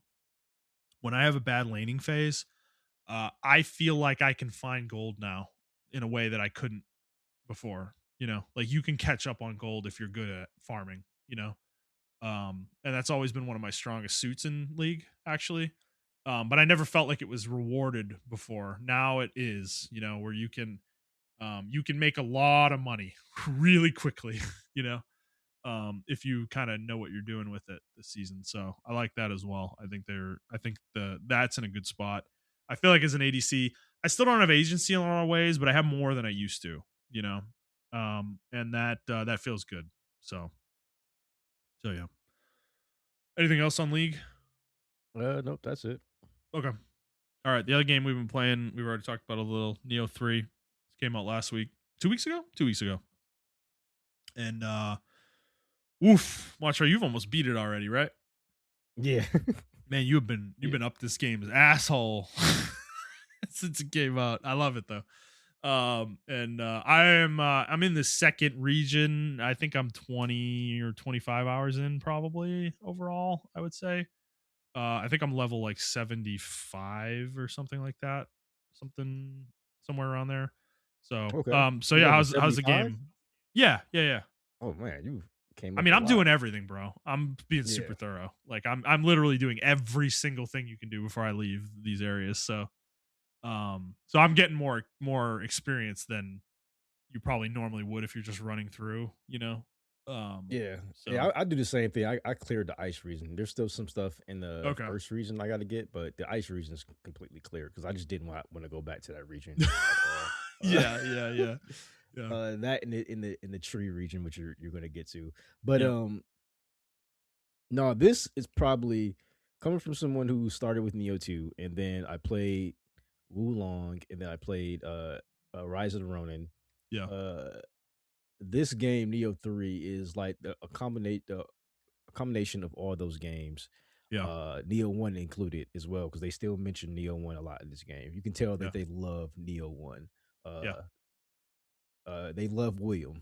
They keep mentioning William. Yeah. I'm kind Yeah. of Okay. characters that always talk about William. Um, so yeah. But anyway, I think this game is just phenomenal. It is super fucking addicting. Um, Yeah. the combat is satisfying, the loot is satisfying, the systems they have in place. Once you learned everything, once you learn your flow, your battle flow, and everything like that, it's like the perfect marriage between Devil May Cry, Ninja Gaiden, and like Dark Souls and like Mhm. Sekiro. Yeah. I don't know how they did it, but they fucking did it. And it's when did Neo 1 come out? Like 2018, 2017. 2017? It's 2017. been 9 years and they perfected. I think Neo 3 is like their I don't know where you go from here, to be honest To with you. add Like, I more know. systems. I was Yeah. thinking the same thing, bro. The only thing I could see is maybe fleshing out ninja a little bit more. Like there's probably Yeah, some things they yeah. could do there, but the samurai side, I don't know. Samurai side is perfect, It's dude. perfect. Yeah, I I don't love know. playing samurai. Ninja reminds me of a little bit of Wulong, but without the parry. That's Yeah. what Ninja reminds me of. Yeah. Yeah. But they put the parry side on the samurai side, and I use both of them equally. There are Yeah. certain Me people too. where you can only use ninja, and there are certain times you can only use samurai. But it's equal opportunity over here for me. And uh the bosses are just phenomenal. This is probably most fun I had with bosses since like Yep. Sekiro, bro. Like it's really Bro. fun. Dude, Um, they really went into their bag with this game, I think. yeah, I feel like. I've only encountered two bosses that I absolutely fucking hate, and I think they deserve to die. But Yeah. like, Yeah. besides that, once you learn how to break the game, it's skill within breaking the game. So once you Yeah. learn how to do it and you like break a boss and you can combo them from like 0 to 100, Yeah. it's so fucking satisfying because you can't Yeah. do that. Like if you don't know how to use the systems in place, you can't do that. If you don't know how to use the right skills and all the other stuff like that, and combo everything correctly, Yeah. um, it's like because like I consider you like a RPG guy. You're not really an action game guy, and then I'm an action game guy. I play RPGs as well, and you play action games as well. I think that's It's like fair though. I think that's fair. yeah, RPGs is like my wheelhouse. Like I just yeah, naturally know them, and you're like that with action games. I know action yeah, games, like I know the game, but it's like I wouldn't say it's my peak game that I'm exact familiar with. Game genre, I exactly. And guess. Yeah, that's how I feel yeah, with RPGs. Like I know them like really yeah, well. Like action games really well, but yeah, that's not your peak. Your peak is like yeah, RPGs, and I yeah. feel like this game is like the marriage. This is the perfect baby for for us. Like this game does everything well. I've been And the trying to tell only people this since Neo 1 came out. Dude, this is a Souls like action RPG with fucking like Ninja Gaiden combat. What the fuck more could you possibly want, dude? Like, it is just like the perfect marriage of all these things put together. It's so fucking good. Like, I don't know. it, I don't know. just to Like, give y'all a reference, dude, the game is so good. I still have no idea what the story is. I'm just playing the game. Like, I will say the story in this one is pretty out there, honestly, but yeah, it is. it's an excuse to change the environments up a little, I think, Yeah, yeah. basically. But But yeah, yeah, it's such a great game. That's how good the game is itself. Like as a core game, like I'm just like yeah, this game is just fucking good, dude. Like yeah. Oh I yeah. don't know. No, so I was a little first playing it, I was kind of a little like on the open world stuff. And I will say I still am to some degree. I don't think I don't think that stuff is like a direct improvement over 1 and 2. I think the levels 1 and 2 did, for main missions and stuff are just like so fucking excellent and tight. Like there it wasn't Mhm. really necessary to make the game open zone or open world or whatever you want to call it. But it does work. It's not like it's bad. Like I think it Yeah. works here, but I've kind of come around on the game though. I was kind of feeling like early on I was like, I think I still like excuse me, sorry. Neo 2 better than 3, but I think I'm changing my mind as I'm getting deeper into this game here. Is dude, the I started playing, I'm in the second zone and I started playing like exclusively ninja for a little bit to kind of like learn how to fight with it effectively. Because that was something I hadn't quite gotten to yet with the game. And man, I'm starting to learn how to like flank around enemies and get the backstab damage like reliably now. Yep. And God, it's so fucking broken, bro. Like I'm like, dude, this ninja form is crazy, actually. Like I'm fucking wrecking some of these enemies when you get behind them and you break their key bar, the yokai enemies, and they're Yep. just like fully staggerable. Like they can't do anything. They just die. Like it's fucking nuts. And they can't turn around, so you're just continuing to backstab them and shit. And like the ninja key in the ninja form goes a lot further than it does in the samurai form. Like your attacks just don't use as much, generally speaking. So you're able to get a lot more, like a lot longer combos. I feel like in Yeah. ninja form, and you can do a lot of damage really fucking fast in ninja form, and I think it's really strong. So yeah, I don't know. I mean, we've talked about Neo. Like, if you guys listen to us talk about Neo 2 back in the day, like, you already know how we feel about this series, but I just don't. I understand the reasons why people don't like it or bounce off of it. It is an overwhelming series. Like, there's a lot going on, there's all the items, there's the skill trees, there's the finding the kodamas, and you got to do the kodama blessings, and there's the titles, and there's the fucking enhancing your equipment later in the game, and there's a lot going, and you got to learn the combo system, and there's two different forms now where you have 7 or 8 different weapons in each form, and there's fucking ranged weapons, and then there's ninjutsu, and there's fucking onmyo magic, and there's so much in the game. I understand that it's overwhelming. It's one of those things though. I get a little frustrated that people don't give it a little bit more time to kind of settle with them, because once you break through that barrier, you start to really understand the game. It is so rewarding playing this game. Like it's just like, and I'm hitting that point where, dude, the boss at the end of the first zone, Shingen's, yokai form, where he's got like the 6 arms or 4 arms or whatever, and he's the like in that weird pseudo tiger form or whatever. Yeah. That fight is fucking awesome. I loved fighting that fight. I probably died like somewhere between 10 to 15 times before I took him down. But learning the deflect window, like when to deflect his combos and shit, was so fucking satisfying, man. Like, and I just like that one. And then there was the other guy, the dude who was like the barnacle guy with the giant axe, who was doing like the illusion attacks or whatever. Yeah. I That love fight that was really fight. fucking cool. That fight was so fucking cool to me. That fight's super fucking cool, and learning his patterns and stuff was really fucking satisfying as well. And I just think I don't know. I think they're at their peak with this series. This is their just fucking peak game. Like they for whatever reason, Neo is like their baby. It's their magnum opus as video game developers. And I don't know. Team Ninja's just, they're so good, man. Like it's a little, it's kind of almost sucks a little. Like I kind of wish their other games were this good. It's like, but they're Yeah. not. It just is what it is. Like I Neo's think just its Wulong own is up thing. there. I think You do? Wulong is up there. Yeah, Wulong is Okay. really good. I Yeah. don't like Rise of the Ronin that much. I had to drop that, but Wulong is definitely up there for me. Yeah.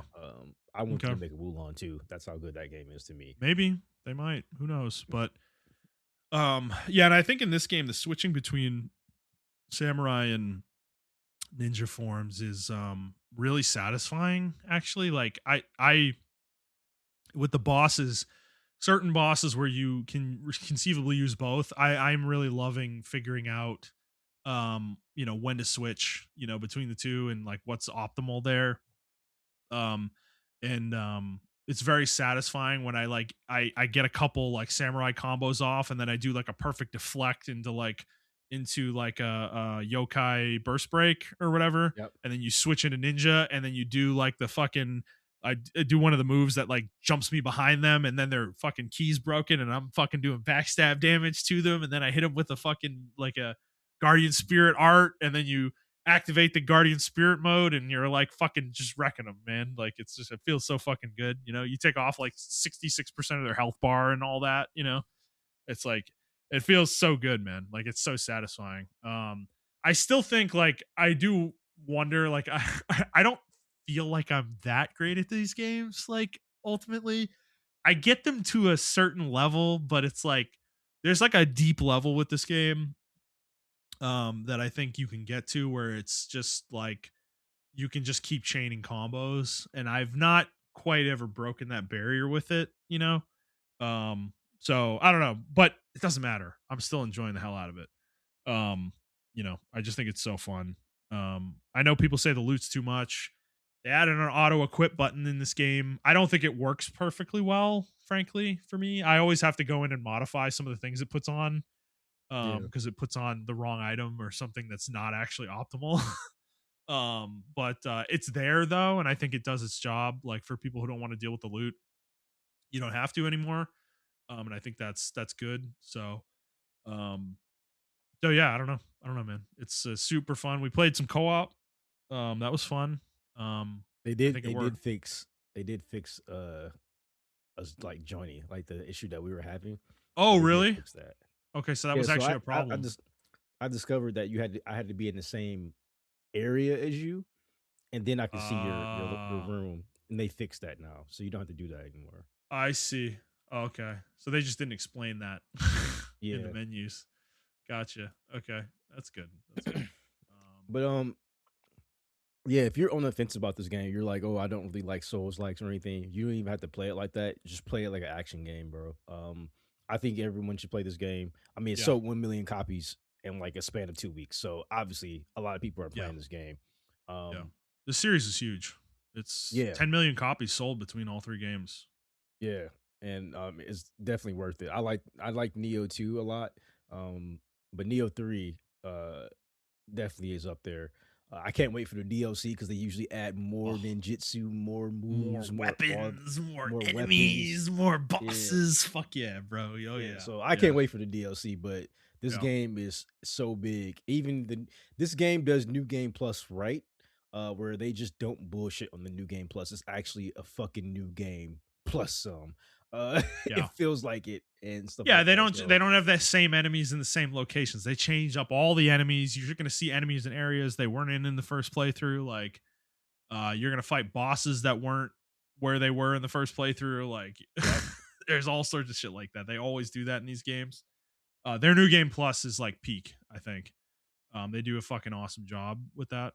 And Um, they get that from that's in their DNA. They get that from Ninja Gaiden. Ninja yeah, Gaiden's New Game Plus was always, or the harder difficulties yeah, were yeah, always like significantly different than like the normal difficulty or whatever. yeah, So yeah, that's just in their DNA.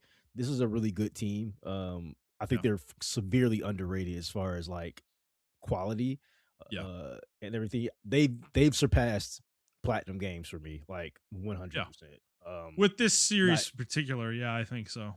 I would agree. yeah.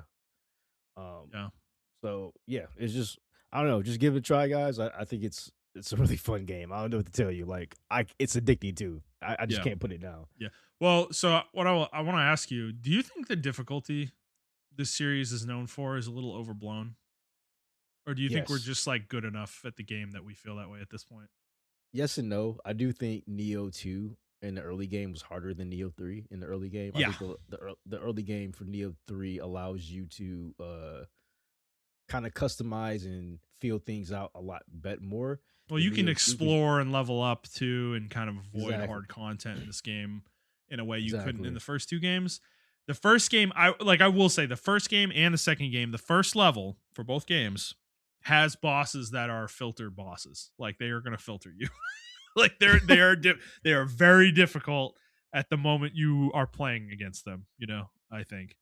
I think the second game is easier than the first. The first game's boss. Oh yeah, you didn't play the first game, dude. You I got to didn't play play the the first first game. game, dude. The first boss, the first boss, the first level in the first game is huge. Actually, you go through this giant village and like that's like all ruined and shit, and you get to this point where you get to the docks and you have to go on a ship.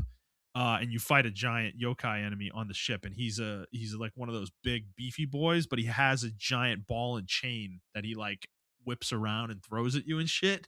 And it's super hard for your first boss ever in a Neo game. I almost wonder if it was a bit of a mistake maybe for them because they I know for a fact they filtered tons of people with that boss in the first game, which is I think is a big reason the series isn't bigger actually. Because like people were like, "Oh my god, this game's so fucking hard, bro." But then like you beat that boss and like you don't fight a boss that difficult for I don't know half the game probably. It's like so and I think in this game, I think the thing I feel with these games, and maybe this is a negative for some people, is when you're running around the world, I think most of the time, you're not gonna die for humongous stretches of time. Like you're gonna go hours without dying, and then you're gonna hit a boss that kills you 15 times, until you beat it. Like that's kind of the way these games are now, at least for me. That's how it feels. Like most of the normal enemies in these games, I don't really have any trouble with. Like they're not super threatening unless you get yourself in a sticky situation where you aggro like five guys at once, or something stupid like that. But Mhm. if you play it measured and you're taking one guy at a time, it's really difficult to get killed. I feel like if you are competent at the game, you know.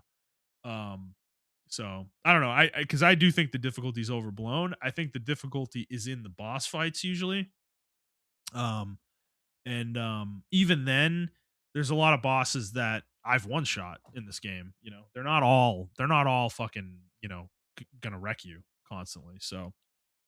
Um, so I don't know. I think if you're worried about difficulty, give the game a shot, man. It's not actually that hard in this one at the beginning. I think this one's much more manageable. I think the only thing that'll give people trouble is the boss of that first little level you do before you get into the first open world zone. Um, I don't think he's that hard really, but the problem is you have like no tools at your disposal at that point in the game, Um so you're very limited in how you are able to fight him. And that's really the main reason it's difficult. It's not because the boss itself is actually that hard. Yeah. So but once you get past him and you're in the open world, I mean, I feel like you kind of cruise for a while actually after that point in the game. So yeah. I agree. I definitely agree with you. Um, it it is one of those games where you just have to feel stuff out. I will say the game does get a lot difficult in the fourth region I'm in. Oh, can't Um, wait. uh, there are enemies. There are like roaming enemies that are like that can beat your ass, like regular enemies in the field and stuff like that. Yeah. They hit a lot harder. I'm the same level as them or a little bit higher, and they still hit a lot harder. Yeah. So, unless you're like doing like a complete like stamina strength build where you can wear heavy armor, uh, Mm. it's definitely going to be you're definitely gonna have to learn how to deflect and you should be by the time you get to there how to dodge and deflect and stuff like that. Yeah, deflecting is super strong, actually. Um, that's actually a new mechanic in this game. Neo 1 and 2 didn't have deflect as a thing. Blocking has always been pretty strong in Neo, actually, surprisingly. I think the game, if you play a certain way, kind of makes you feel like it's not. Like you can dodge really well in these games. Like dodging is very powerful as well and always has been. So I've always been kind of a more of a dodge play style person, but when I was playing Neo 2, I kind of learned that like blocking is actually very much viable um in these games. But with the deflect now, it's super strong, dude. If you deflect a whole boss's combo, you're basically getting a free combo on them essentially. Yeah, Because you lose no key, they lose key. You get to do they do their at the end of the combo. There's kind of a window where you get to attack usually, and then you do your combo, so you're doing even more key damage to them. And if they're low enough on key, you might even be able to break their key. at that point, and then you're in the clear for a lot of damage at that point, basically. So that's kind of the push and pull with this game a little bit. It's actually like a little more Sekiro like, in that way, which is interesting. It's so funny to see them continue to layer mechanics on these games. Like I don't know how they keep fitting more things on the controller. It's like, bro, there's only so many buttons, but they make it work. They make it work. Um, yeah, no, it's a great game. Definitely recommend it. Give it a try if you've never played it. If you're into Souls likes, like man, you are doing yourself a disservice not playing the series. Like I really think you are. So yeah. Um, okay. Anything else on Neo 3? Nope, that's it for me. All right, Montreal, let's move on to the news. I think we've been going for like a fucking hour and a half, bro. We're just now getting to the news, so let's go. All right, so we had a state of play last week from Sony, and this was a big one. There were a lot of games shown, so we'll go through them here. We may skip some that neither of us are really super interested in, but they started out with Kenna Scars of Cosmora, which is going to be the sequel to Kenna Bridge of Spirits, or Kana, whatever they say, whatever they call it. This game looked a little bit more refined than the first one. Definitely looks like the characters aged up a little bit too, the main character, which is cool. What'd you think of this one, Montreal?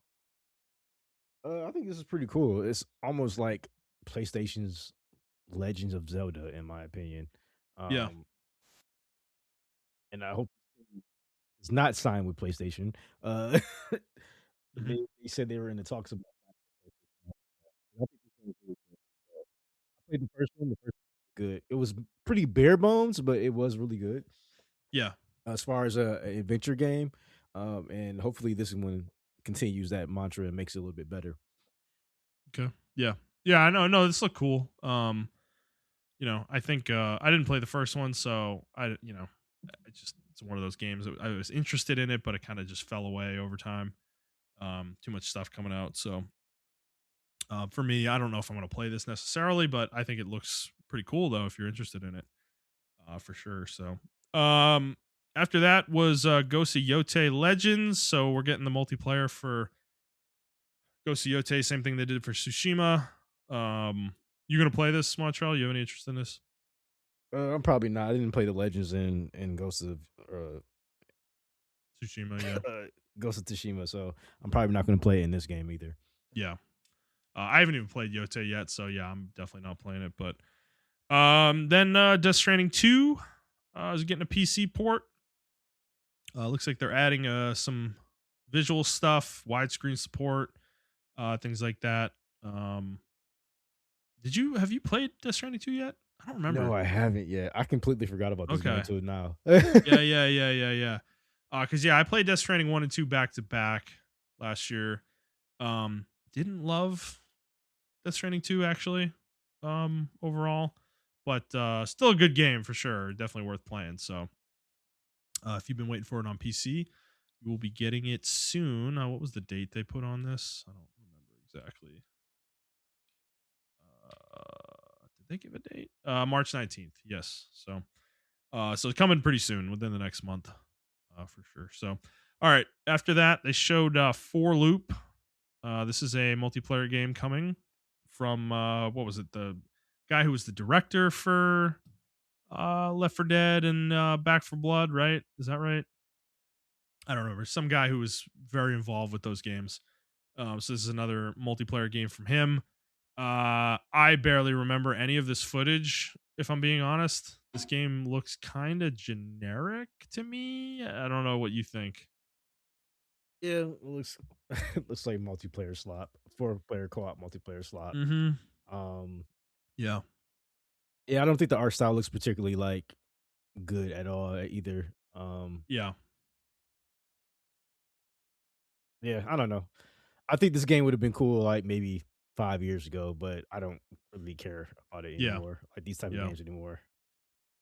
Yeah. I agree. I don't know. I've never really been into these kind of games, to be honest, in the first place. These are just not my type of games. So after that, Capcom showed off Pragmata. This game's coming soon this year, I believe. And what do you think, Montrell? This game I feel like looks better every time we see it. Yeah, the demo is really cool. The demo's out if you guys wanna Yeah. play the demo. Yep. It's a puzzle action game, like, I don't know how to describe it, it's really cool, though. I think they do a Yeah. really good job at, implementing that. I will Yep. say, I like both the characters. Uh, Hmm. just on the side note, they had to shut down Reddit for this thing because people were Oh posting no. Oh were no. posting Rule 34, the little girl already, dude. I knew What this was the gonna happen when I saw the fuck, character. dude? What I is knew this was gonna wrong with people, bro? Like, good God. Our so society is so like broken. I yeah, feel it like. is. But besides that, I think the game looks really fucking cool, man. I can't wait to play Yeah. this game. Okay. Yeah, I think I might check this one out too, to be honest with you. It looks interesting. Next was another look at Resident Evil Requiem. Comes out a week from recording here, February 27th. Monch, are you super excited for this? Yeah, I went media black on this. So Gotcha. I You actually didn't even skipped watch this. this. Okay. Yeah, I didn't even watch it. Yeah. Gotcha. Gotcha. Yeah. I Yeah. can't wait Yeah. for it to come out though. So Okay. Yeah, I'm not. I've never played a Resident Evil game, so not super interested personally. But maybe someday I'll try the series out. After that was what was this? Legacy of Kane Legacy of Kain, Defiance yeah. remastered? Like what it's so obscure, man. I just like I don't know. It's such an obscure series to bring back. It's so interesting. Like some of these games they choose to do this with. I think they're trying Um to revive this series, dude. But a lot of yeah, people like Legacy of Kain. A yeah, lot of yeah. people love it. Yeah, I So know it's really renowned. Like it's like a almost like yeah. a cult classic, right? Yep. Yep. Yep. Oh, So so I hope they make something new with it. I yeah. think that's why they're doing it. So Yep. So it's coming March 3rd. So that's pretty soon. That's actually 2 weeks out. Then, okay, the next game. This is probably the most exciting announcement of this whole thing for me personally. I know none of you fucking care. Nobody but me cares about this. Literally, I can't believe this is happening again. Okay, you guys saw this with the first one from a few years ago, which was Brigandine Legend of Runercia. We're getting another Brigandine game, boys, and it's Brigandine Abyss, and this one is like really anime. Okay, the last one, Runercia, had a very stylized graphic style. mhm. This game is definitely much more typical, colorful anime style, which to me, I'm actually excited about. I, you know, frankly kind of prefer that to what they did with Runercia. I don't hate Runercia's art style, but I don't think it really works super well either. But yeah, man, we're getting another Brigandine game from Happynet, and I can't believe it. I'm fucking. I must have made a unconscious pact with a demon or something to make this happen because of all the series that they could have brought back from PS1, Brigandine would have been one of the last ones I would have ever picked. And they're clearly trying to make this a thing again, you know? So, I think there are a lot more people out there yeah, that love RPG, strategy like RPGs. SRPGs in particular Yeah. than we think. Yeah. Maybe they don't gross well, but they gross enough to where they're like, wow, this is a really good Well, I audience that think we can I capitalize think they're on. cheap to make, dude. Like I don't think they're that expensive to make. And yeah, they're Mm, not selling 20 million copies, but they're making a healthy profit, you know? Like I think that's what it is. They're almost like safe is kind of what it feels like, which is yeah. hilarious cuz 10 years ago we were in the complete opposite place with this genre, bro. Nobody made strategy RPGs. I was a man in the desert begging for water with strategy RPGs 10 or 15 years ago. You know, nobody made them. Nobody wanted to make them. Nobody would touch them. And now they're coming every fucking month. I feel like there's a new one coming out, bro. It's crazy. Like, I'm eating good, man. I'm super happy. And I love it. I mean, we didn't get to see a lot with this, and I'm not gonna sit here and fucking mega deep dive this trailer. Like, I don't care that much. I'm just gonna wait for the game come out. But I mean, from what the gameplay I'm seeing, I mean, it looks like Brigandine, dude, and I'm stoked. You know, I'm ready. I'm happy with that. I'm just happy I'm getting it. So no release date. It's coming this year though. which is huge. So I am definitely playing this day one, no question there. So I'm super excited about that. Um, Actually, yeah, Montreal. I know you're not like super into strategy RPGs. You have any interest in these games though, Brigandine? I do. I just need a time, dude. Like that's They that's are very time consuming. That is absolutely true. Cause yeah, I mean, like they're great. Like, so just to set the stage for people who don't know what Brigandine is, it's a basically like a grand campaign strategy RPG. So you like control one of like five or six nations on a continent, and basically the goal of the game is to take over the whole continent essentially as the nation you're playing mm, as. So you have to like attack castles, and then the enemies will attack your castles, and like you're basically trying to take over territory. But you do that by doing a strategy RPG battle, on a hex based grid, basically with your squads, and that's like the whole gameplay loop basically. But it's super addicting. It's so rewarding. The leveling up your characters and getting your creatures high level and stuff is like feels so fucking good in these games, man. Because your characters just get so stupidly powerful, like it just becomes like so fun to try to use them and wreck the game with them. So no, it's a fun series. I'm looking forward to it. Next game, Dead or Alive is coming back, man. Dead or Alive 6, last round. This is from Team Ninja as well. Um, we got the jiggle physics and everything, bro. yes, gaming's back, bro. What are you talking Gaming about? is back, bro. Yes. Hell yeah, man. There we go. I saw when this was announced, someone was like, "I don't really know too much about Dead or Alive. Is it a bootleg Tekken?" I got so fucking mad Yeah. because it's not a bootleg Tekken. Tekken is actually a bootleg version of Virtual Fighter, Yeah. and fucking Dead or Alive is a more polished version of Virtual Fighter. Yeah. Virtual Fighter or Dead or Alive combat system is actually very fucking good to where you don't have to like Tekken, you have to memorize certain inputs to juggle the character. Mm-hmm. Dead or Alive is like a more traditional like combat combo focused game, but this defense is where it's at as well. It has really good defensive options to where you can parry low, mid, and Mm-hmm. high attacks. So people just can't spam attacks to you. Mm. Um Okay. yeah, and it's very environmental. We can throw people off buildings, and then like one Dead or Alive. You can throw someone off a building, or like you're fighting on the overpass. I'm sorry, and then if you throw them off the building, like a truck would go by and they explode, and like the explosions would go off while your guys are jumping on to the next level. It's a very cinematic fighting game, and I love it. Yeah. Um, Yeah. but yeah, I think people want a game like this. I think we're really tired of like the very over competitive games. Like you can be competitive in this game, but Yeah. they need to go. I think fighting games in general need to go back to basics to where like the casuals can get into it, but not make it easy for the casuals. If that makes any sense. And Dead or Yeah. Alive, in my opinion, is that good balance between the two. Yeah. Well, yeah, it makes sense. I mean, this is Team Ninja, dude. They're very technical, right? Their Yeah, game, yeah, they make very technical games. All their games are like this, pretty much.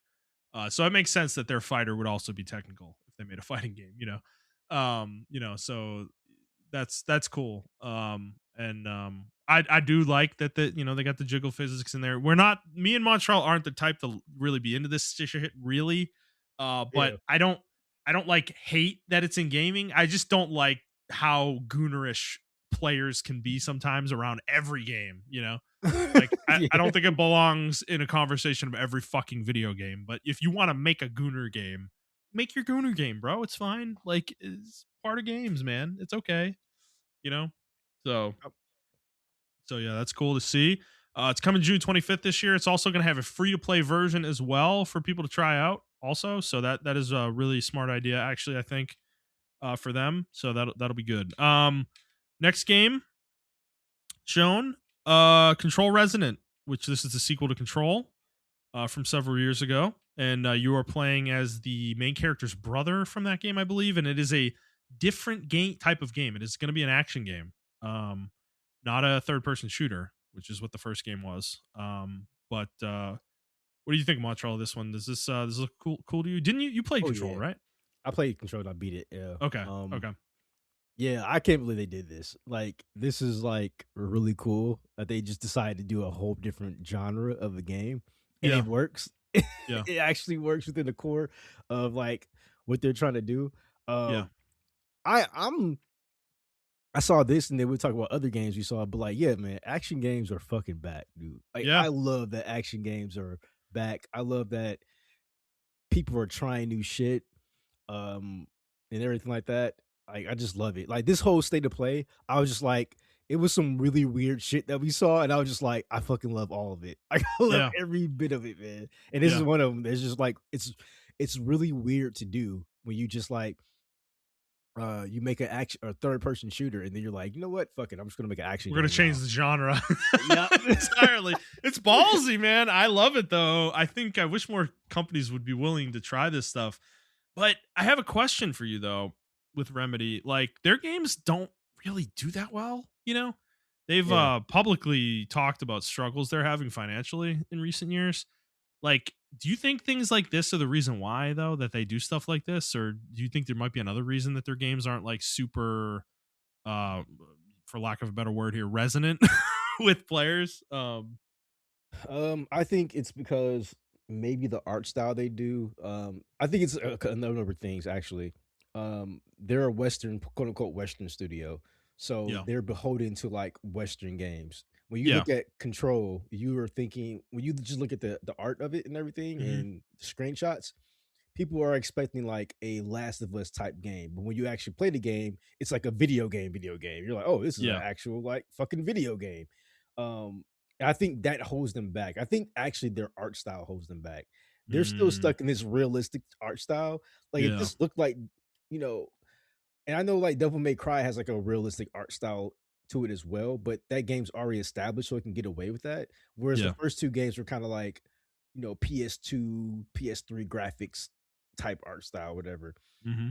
I think Remedy, uh, they need to like get away from the realistic aspect of they need to go more stylistic with their art, in my Yeah. opinion, and just put themselves out there. Uh, in my opinion. Okay. I need to try Control. I think I would like it, honestly. Um, I need to play it at some point. Next game was from probably Monsters, Crimson Moon. This looked like Doom as like a medieval fantasy game. It's kind of what it seemed like. They had like the heavy metal music playing. I think this was that game. And a lot of ugly monsters, a lot of blood and gore and shit. Um, coming this year. Did you see anything you were interested in here? Oh yeah, it looks pretty cool. It looks like Doom mixed with Dark Souls or whatever. Yeah, yeah. Uh That's almost feels like the aesthetic they're going for. Yeah, yeah, I like it though. It's again, it's one of those games where I'm just like, this is a video game. It looks like a, you know what it reminds me of? It reminds me hmm, of like a PS3 game. I don't know yeah, why, but I was like, this is a game I would have saw on a PS3 and be like, yo, this looks fucking yeah. dope as fuck. Definitely You that know? like middle double A kind of Yeah, game. yeah. Yeah, that like it's like a solid 7. You know, it's Yeah. like yeah. I get that. Yeah, for sure. Well, and you remember PS3 and Xbox 360. That generation was like the last bastion of like couch co-op. Yep. And that feels like what this game would have been back then too. Like it would have had the couch Exactly. co-op, and everything. Like, yeah, no, I could see that for sure. Next game, from Game Freak, Beast of Reincarnation, Montrell. Woo, this This is game, another dude. one. Looks better every time we see it. I am actually like fucking really kind of stoked for this game. Actually, I think I saw people call it Sekiro slop, and I'm like, "Yup," and I'm there. I'm with this. we're in, I'm baby. eating. We're in. Unleash Game Freak. Let them free from the Pokemon bullshit. The Pokemon dungeons. Unleash them. Yeah, this game I looks can't fucking believe this is. fantastic. Yeah, I can't believe this is the same studio that made Pokemon, dude. Like, This is where all the money's what the going. what the fuck was Nintendo doing with this company, dude? Dude, no, they just have a scam that they have figured out. Them and Nintendo. Like I am like watching all the trailers for this game and seeing it as it feels like it's getting better every time we see it and whatever. Like I'm convinced that it's just like Pokemon's just a giant scam at this point. Like, they're literally pumping no money into Pokemon and they're pooping those games out and they're just total like shit, and people are buying them by the tens of millions, and they're just like, all right, cool, bro. We're going to make what we really want to make, with the Beast of Reincarnation here and put all the money into that. And the next Pokemon game is going to have a $20 million budget and it's going to sell fucking 20 million copies,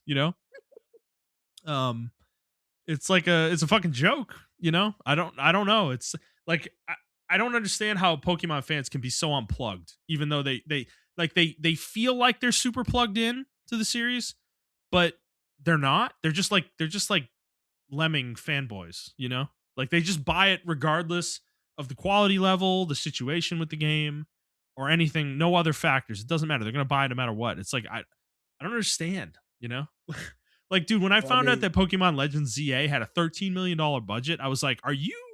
I was interested in that game. I have lost all my interest in that game. I have no desire to play it. I'm good. We're well, good. We're good on Pokemon, bro. yeah, and now they're dropping, Leaf Green and Fire Red for Hmm. $20, and it's just like, dude, Yeah, they why won't is put why that in is the classics catalog. Yeah. Yeah, they're just milking them, bro. They're just milking the Pokemon fans for everything they're fucking worth, Um, so, and you know what? DJ said in the chat, he's happy to be milked, man. Like he just he's okay with it, bro. He's like, milk me, please. And it's like, okay. I mean, if that's how you feel, sure, man. Like, go for it. Whatever floats your boat. You guys can be happy with your Pokemon slop. It's okay. You know.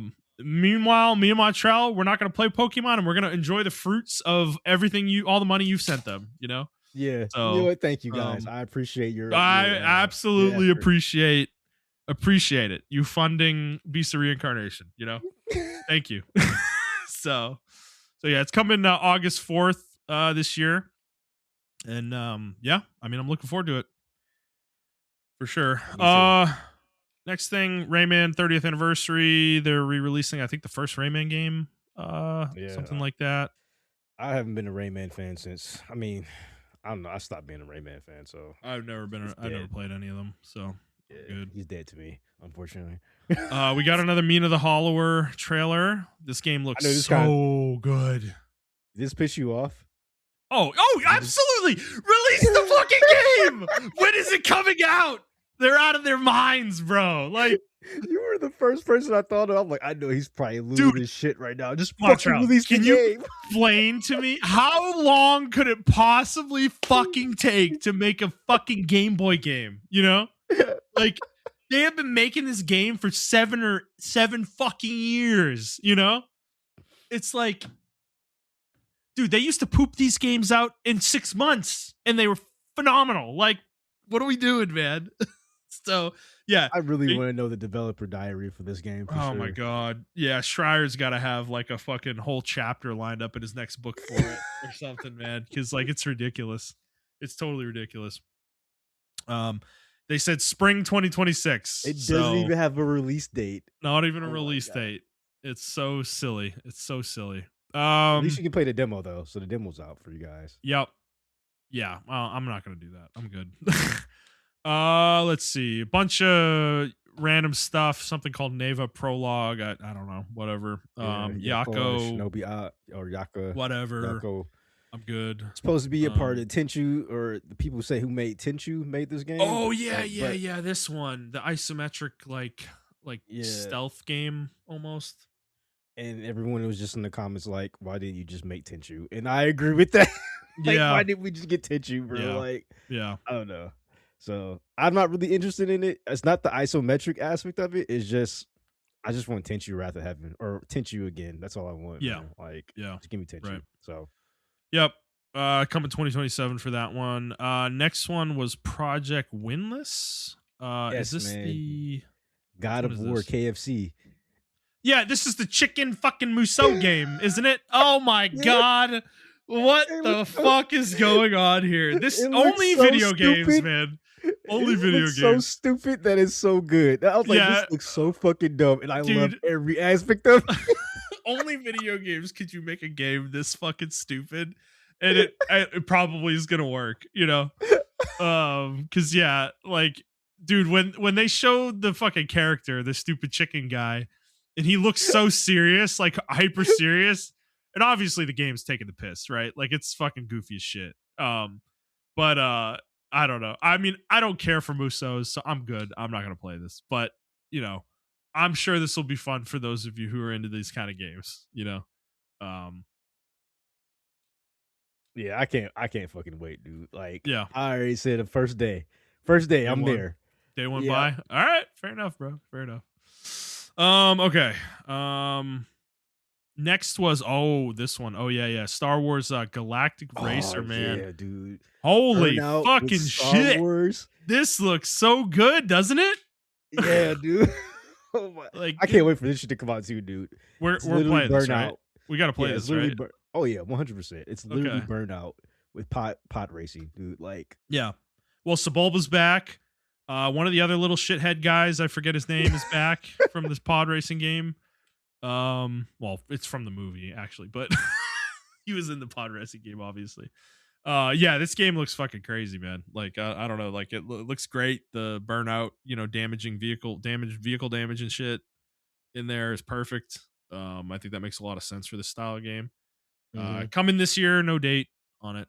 So, but anybody who played the N64 pod racing game, I think that game is being made for you. So, so yeah.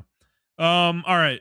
Moving on. We had another trailer for 007 First Light, which actually got delayed before this was Ah, shown, but it's coming May 27th. I think it was originally supposed to be April. Um, okay. Yeah, this but game looks really good, dude. I mean, I don't know how many times they can show it anymore, but yeah. I'm definitely gonna buy it because I I mean, like James Bond games. So yeah, it looks like an Uncharted game, honestly, dude. yeah, Which I'm all here for, bro. I miss Uncharted. We need more games like that again. you know. So I'm all here for it. I love 007. I kind of grew up on 007. My dad fucking loved 007. He would always have yeah, Spike TV on. my Um, dad did love 007 as well. yeah, yeah, yeah. No, were you a Spike TV household when He you were just had growing all up? he had all the movies on DVD. Oh, okay, okay. Every all the way from Sean Connery to Pierce Bronson and then like the Daniel Craig. hmm Yeah, we did So too. But um, yeah, Spike TV though, like they lived off rerunning James Bond movies for forever, so they would always have them on all the time. But yeah, no, this game looks really good, and I'm really excited about it. So this will be a good one as well. And then after that, what was next? Metal Gear Solid. We went into the Konami portion of the direct, which I was not expecting, if I'm being totally honest. But Metal Gear Solid Master Collection Volume 2. It's gonna have Metal Gear Solid 4 and Peace Walker. So we're finally fucking getting it. Metal Gear Solid 4 is finally gonna be playable on something that isn't a PS3. Like, I can't we can believe it finally took literally 20 years almost. put the PS3 to rest now. Mm-hmm. It's done. We can finally lay it to rest There's because no now other we have games Metal Gear. worth playing on it. But yeah, man, MGS4. I mean, how do you feel about MGS4? It's actually a pretty divisive game. Yeah, I'm on the negative aspect of it. It's a Okay. good game, don't get me wrong. I just think it's way too cinematic. It's less gameplay and Mm-hmm. it's more like closing the chapter of Metal it's closing Metal Gear Mm-hmm. out, and I understand, which is why I think Metal Gear 5 took the opposite way. It went all Yeah. gameplay and like less cinematic or whatever. Yeah. So, Yeah, um it's okay, so I'm the opposite. I'm in the positive corner. MGS4 is peak Kojima. Everything that didn't work for me in Death Stranding 2 worked for me in Metal Gear Solid 4 back in the day. Um it's a highly cinematic game. It goes to really goofy places. It is completely insane at certain points, and I'm here for every minute of it. I fucking love MGS4. It's so good, man. The gameplay in the game is really good too. Like it's just I think it's a great entry in the series. Honestly, to the point that um when 5 came out and literally had almost no cinematic storytelling in it, beyond the first hour, Mhm. I was like, I hate this game. I don't want to play this game. This isn't Metal Gear, bro. I'm not here to play 100-hour gameplay game. Like, I'm here for 15 hours of pure fucking, Kojima cinematic fucking acid fueled insanity, Yeah. So I never really got over that with 5. I need to play it at some point still, It is a but hard thing to get over, especially if you're playing everything in chronological order. It yeah, is one of the harder things to get over. yeah, right. So, but yeah, we're getting it. It's coming. Did they give a release date for it? Let's see. Yeah, August, I believe, August 28th or something like that. August. Okay, that's sick. Yeah, Peace Walker. I actually never played Peace Walker. Um, It's more mission based because it is a yeah, it's kind PSP of like game. MGS5, isn't it? It's like a precursor, like the gameplay wise. Yeah, yeah, 100%. Yeah. Okay. Yeah, August 27th. So look forward to that. And then next in the Konami segment was something called Darwin's Paradox. This is a platformer of some sort. Yeah, You're if you guys playing ever like play a Oddworld, it reminds me of Oddworld. yes, but you're playing an octopus. Yeah, and yeah, a lot of people are comparing it to Oddworld. Um, Not my kind of game, but certainly looks cute and interesting for Yep. sure. And then this was probably the hypest moment in the whole show, I would Yeah, say. this is for you. For you, it definitely was. Well, dude, okay, you know what's funny about that? I'm probably the biggest Castlevania fan that has never played Castlevania, really. like like I've never played and beaten a single Castlevania game. I've played Symphony of the Night for maybe 2 hours. And then did I beat any of the other ones? I don't think I've ever even played any of the other ones. So I like love Castlevania from like an aesthetic theme setting standpoint. I think it's fucking phenomenal, like from that point of view. But I've never actually really played the games, you know. Oh my So god. it's like I was really hyped for this though, because like obviously I know Castlevania fans like, dude, they haven't had a game in 13 years. Where the series was left, it was in a really bad place with the Lords of Shadow 2 Mhm. or whatever. So this was super hype, and obviously, who's making it? Motion Twin, which is a studio that made Dead Cells. Um, this is like a perfect partnership, dude. Like, this is the perfect studio to pick for this. The aesthetic looks fucking great. The music sounds amazing. The fucking animations look fucking incredible. Like they got it. It looks like they got it down. Like what people are looking for. And I am absolutely going to play this game. As much as I've not I am played it, too. other Yeah. Castlevania games, I am into Metroidvanias though. And this game looks so fucking good. Like this, like Prince of Persia Lost Crown was excellent, a couple years Mhm. ago. And this game looks better than that. So um I think this is gonna be a really good game. I'm really excited for this. Yeah, I definitely agree. And it's coming this year as well. So um I think the other thing with this is that this is the 40th anniversary for Castlevania this year. And Wow, then 40 years? Holy shit. yes, they said this is the first of many products that will be releasing this year for the anniversary. So there may be another game in development potentially, um, which would be really cool. Um, I don't know if they're going to go the 3D route again. They could be doing more of a 2D, more old school like Castlevania 1 or 2 or 3 style game Mhm. where it's more just like level based, like super short. It's like a 2-hour game to beat front to back. They could be doing that. Products also could indicate maybe merchandise or other things, television shows or something, something else along those lines. So there could be some things transmedia as well that they decide to do. But yeah, Castlevania Belmont's Curse looks fucking fantastic. Next game they showed was Silent Hill Townfall, another Silent Hill game, new one as well. This is going to be a first person game, which I don't like. So I don't know. Were the old Silent Hills first person or were they third person? No, Is this they're more third person like Resident Evil. okay? So this is new. This is going to be new for Yeah. Silent Yeah, Hill. Okay, this is gonna be new. Yep. interesting. Any interest in this? I know you like Resident Evil. I don't know how you are with Silent Hill though. I'm hit or miss with Silent Hill. I might give it a shot. Okay, gotcha. I think this is coming this year as well. Um, yeah, It is. It 2026. is. I Yep. will say that's another thing about this. I'm gonna say call it direct. The state of play. A lot of these games are coming out this year. It's almost like they heard the feedback from players. Like we Yeah. don't like when you release shit or you're saying, "Oh, coming in 2030, Yeah. fucking Kingdom Hearts 5." You're like, dude, like I'm gonna be dead by that Yeah. time it happens. Like, Well, yeah. And then Montrell and I come on the podcast and we're screaming at all the losers on Twitter who are like, "Oh my God, Kingdom Hearts 4 is going to come when I'm a fucking decade older than I am right now." It's like, what are you excited about? Oh God, they're making another Kingdom Hearts game. What a surprise! Like idiots, man. I don't know.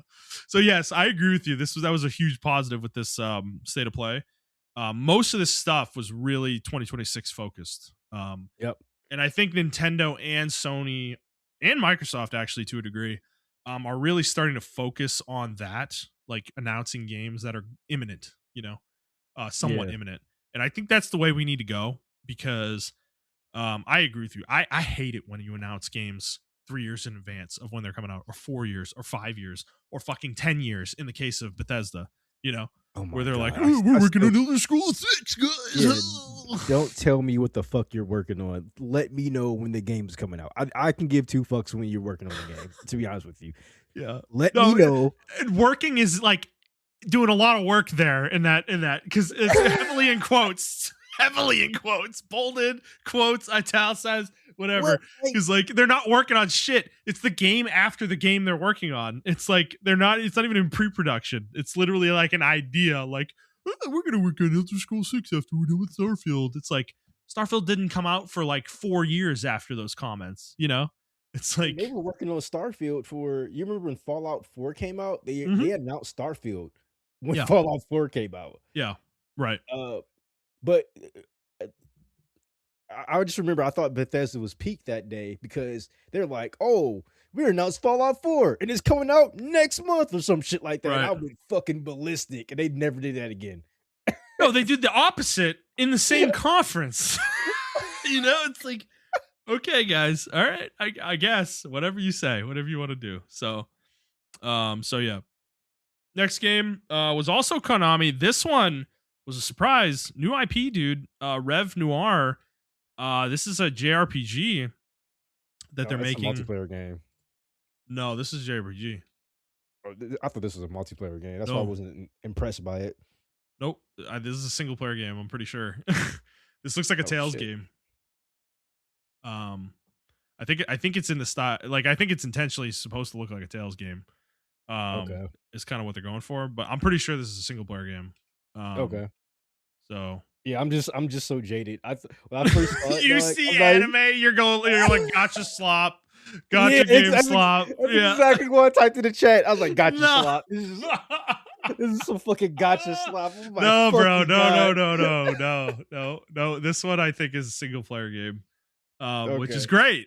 Cause yeah, it Well, looks good.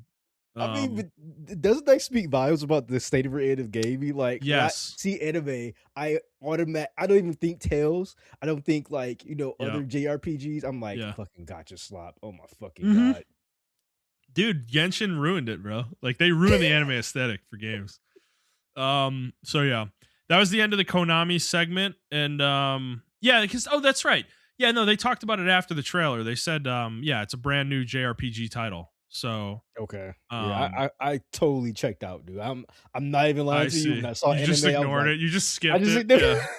I got you. I got you. Yeah, yeah, yeah, yeah. So no, this is JRPG. They confirmed that. So So yeah, I'm actually kind of excited about this. I'm interested to see what they're gonna do here. I mean, dude, I mean, this is the end of Konami's segment. Like, dude, they came roaring back here, man. Right? Like, Yeah, the pachinko machines dried up. They need some money, bro.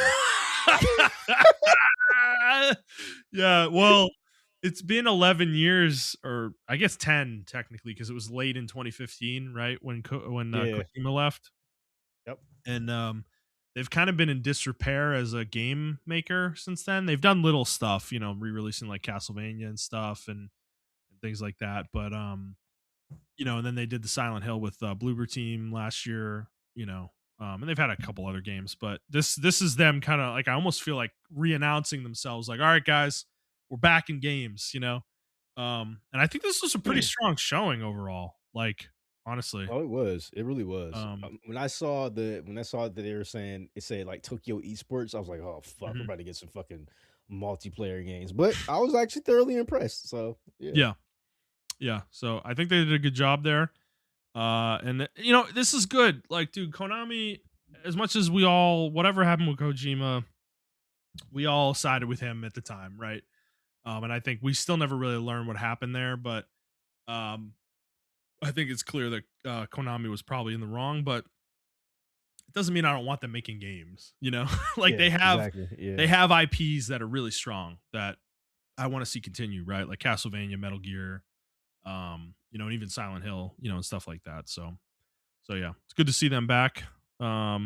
Next game, John Wick game. What'd you think of this? Uh I need to see more of it. I like the Okay, concept of it though. I've been said, why haven't we had a John Wick game or something in the style of a John Wick game yeah, for a long time? But yeah, I do need to see more of it. yeah. I don't think we got actual gameplay, did we? Oh, They we got a showed like little. We got a little at yeah, the they show a end. little bit Okay. at the end. Yeah, at the end they showed a Yeah, little bit yeah, of yeah. it. God, the fucking violence though. Jesus Christ. Dude. Oh, okay. They didn't give us I don't think they gave us a date or anything either. So I mean it certainly could be good, right? So yeah. All right. After that, we got our obligatory marathon segment now that the game's close. Um, Obligatory marathon session. I mean, the You game's sound coming like out in me two when I was weeks. you sound like me when I was tweeting. I'm like, oh, oh, well, here's the direct, guys. It's 30 minutes of fucking marathon explaining that I don't fucking care about. Yeah. Knew they were gonna do that, bro. I knew they were Yeah. gonna do 30 minutes of that, but they didn't. So, But yeah, March 5th. What do you think? You've any change in your opinion in this game? I feel oh like man, I'm still I'm sorry, you're out dude. on it. Like, yeah, Bungie is kind of like done. I can't take them seriously as a developer Interesting. anymore. Because I think the consensus is a lot more positive on this game now after Arc Raiders. Um, I think people have come around on the idea of this game a little bit more. So I think it's gonna be. I don't think it's gonna be huge or anything. But I think it's gonna do well enough to justify itself at least. Um, Well, I'm just not into like extraction shooters like that. yeah. Okay. Gotcha. Yeah, I mean, I'd give it a I shot, but if I it was may free to try it. play, I may try it. Yeah. I don't know.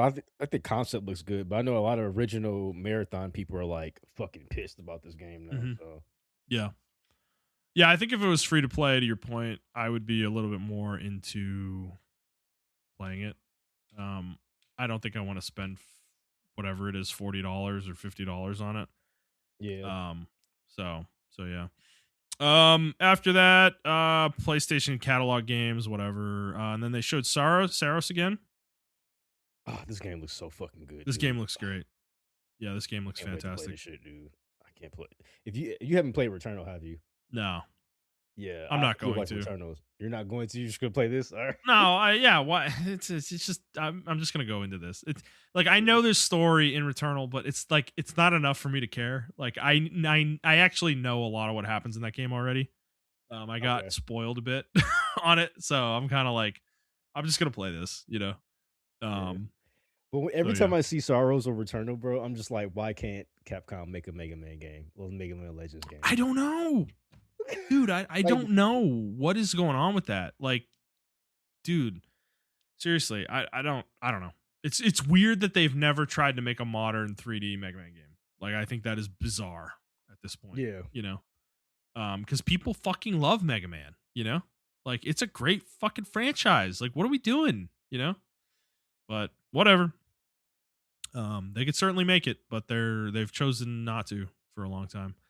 Um, After that was Marvel Tokon Fighting Souls. This game looks great. Got some new character reveals. Storm, someone named Magic or something. Yeah, Magic. And then some two other characters, Wolverine, I believe, and then I don't remember what the last one was. Oh, the Danger, the training robot Yeah, from training. X-Men. It, yeah, she's just a. I think she's just a made up character. I don't believe that's an actual real character. I may be wrong, but I I think thought she that's was a like the made up. training robot Well, for there's a room called that X Men training called the Danger Room, yeah, and I think they just turned her from the into a Danger Room character. into an actual character. Yeah, Okay, yeah, gotcha. Okay. Well, yeah, I mean this looks like this fighting game looks great though. Looks yeah. fantastic. Um and I don't know. I always wonder like what it's gonna take for me to like try a fighting game again. You know, and I don't know if this is the game, but we'll see when it comes out. I guess it depends on how much like Try it. single player content it has. You know, Yeah, yeah. because I'm not gonna get into the competitive scene. You know, with it. Ah, Um, okay. I don't think so, man. Like I'd play against you and any of our other friends who wanted to play, but I'm not gonna like be online like grinding ranked. You know, um, more than likely with this kind of game. So yeah, August 6th on that though. So it's coming soon. All right, then we had two more things, both from Santa Monica. First one, they announced God of War trilogy remake, the original trilogy. So how do you They're feel doing a about that? full remake. Ooh, I have complicated feelings about this, dude. Um, First of all, I just want a port of the first three games, like all in one package. Hmm. I do not know why they didn't have that ready here, and why that's not just out right now. You know, because I was listening to David Jaffe talking about this from earlier this week, and he's very much like not super into what they've done with God of War. He liked 2018, but he thinks everything since then has been like pretty bad for the franchise. And I think Ragnarok I think is still a good game, but I kind of agree with him in a lot of ways. I think that game is kind of a big like nothing burger ultimately. And doesn't do a lot with Kratos in that game. I think they kind of shaved away the things that made him interesting in 2018 by the end of the second game. And I'm afraid of Santa Monica changing too much about these games. Because Jaffe seems to think like all the like the sex, the over the top violence, he thinks that's out. He doesn't think that's going to be in the game. He thinks they're going to change the perspective to third person perspective to be more like the modern games, which is for me like a huge negative. Um, I don't really want that. Like these are action games, bro. You know, like I don't need them to turn this into a narrative focused pseudo action game, you know? Um so I don't know. I like when they announced it, I was kind of hyped a little bit cuz like they brought out TC Carson who's the original voice actor for Kratos. So at least they're bringing him back, right? They're not making Christopher Judge do the voice, which you know, that would have pissed me off frankly. Because I think TC Carson actually did like for what Kratos was, like he did a fucking great job with that character. And As much as it was a meme back in the day, like it was a meme because of how good of a job he did with the voice, you know. So I don't know. It's complicated. Like I don't really want like I want to play the original games as they were, you know, as the action games they were. I don't think the new system that they have with the newer games, the new action system is like it's too heavy. you know, the way they make those games. The original games are not heavy. Like Kratos is very agile in those games. He's fast. He can move around quickly, you know.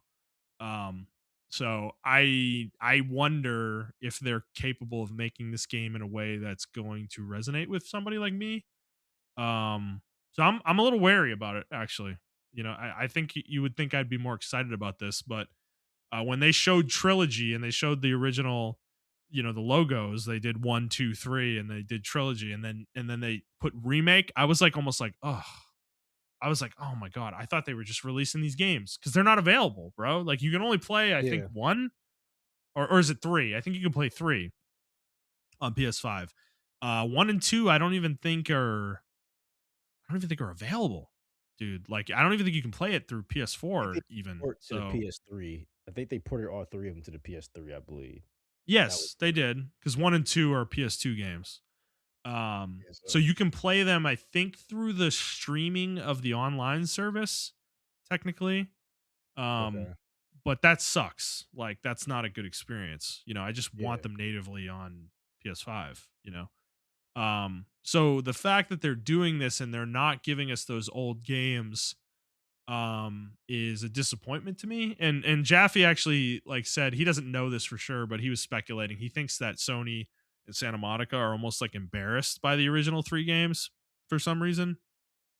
And I actually kind of agree with him because if they weren't, I would think they would be ready. Like these games should have been ported years ago to PS4 and PS5, you know? I don't know how you release a sequel to that trilogy on PS4 and you don't have the first two games even available on the platform, you know, for people to play so that they're like up to date with the story elements of the game that you're referencing, you know? Yeah. Um, and that kind of indicates to me that I think Jaffe's right. I think there are people internally at these companies at Santa Monica and PlayStation that they have something against that original trilogy for some reason. Yeah, Um, I think it's the more not suitable for work parts of the game. yeah, I think it's how angry and violent the game was. yeah, yeah, But uh like I said, like you said, I agree with you 100%. I think they're just trying to like, wash it away and redo it. And I think they are going to take all those like the sex yeah, scenes out and some of the scenes where he's like brutally murdering people and stuff like that. yeah. But I think we need that stuff because we need to. And this is where like so. I wrote a post where I was like, I hate when people have conversations about censorship in video games, Hmm. because 90% of the time when we talk about censorship in video games, it's always about some underage character wearing a skimpy outfit. That's literally Yeah, what it is. They're yeah, mad about that. Like, because when Xenoblade was announced, right? yep, yep. People were in the comments like, "Is it going to be censored too, or are you gonna?" No, they like, "I don't support censored games." And you know what they're talking about? They're talking about the fucking care. I forgot her name already. What was her name? The 13-year-old that rose with you, In which that's in your one? party in Xenoblade Chronicles X. Oh, X. Fuck, I don't remember, dude. There's so many Yeah, party we members in X. Well, the first 2 you get, the little uh, girl, the 13-year-old is girl, and then you got, Alma, uh, and then Alma. I don't remember, dude. I don't know. I don't remember her name. I really Yeah. don't. Well Yeah. you remember in the original, right, in Wii U version, you can unlock, like, a bikini outfit for them, right? For everybody, Mm. Mhm. and she had a Mhm. skimpy bikini outfit, and she's, like, fucking 13. Mhm. So, like, in the newer ones, they, like, gave her an actual bathing suit, you know what I'm Yeah. saying? And people were upset about that. So, Yeah. um People like you guys have ruined this, okay? Because like if you guys weren't so fucking weird about this, it wouldn't have been a problem and nothing these things wouldn't have changed, right? They'd have the Exactly. weird bathing suit for the underage character, which like young people wear that, okay? Like it's not an abnormal thing in society, okay? This isn't like something that games are making up, right? But the players are so fucking weird about it because they like lust after these characters in these outfits that game companies have needed to take action to take that shit out. And I agree Yeah. with the decisions. I would do the same Yep. thing if I were running these games, you know? Yeah. Um, But see now, and this is the negative aspect of that though, right? yes, right, Where we need the right. storytelling, we need all that debauchery that is in in God of War to tell the story of Kratos. It's an art form. Like Right. now they may have put it in like, oh, this is cool, like some dude bro shit. But it's also like it is who care it does tailor who Kratos is because without that version of Kratos, it wouldn't make 2018 God of War so good. The regret You he see it has would make no sense. Like, exactly. if he wasn't a Exactly. piece of shit who mercilessly fucking murdered all these fucking people and gods and every like, and whatever, man. Like, and the thing is, this is tied up in the next announcement of the what is it, Sons of Sparta, Metroidvania, the 2D game that they shadow dropped. Yeah. Is Jaffe was talking about this too. He's played the game obviously, and he's like he fucking hates it because apparently like Kratos in the game is he's a teenager. He's literally 14, and his brother is 11, and they're like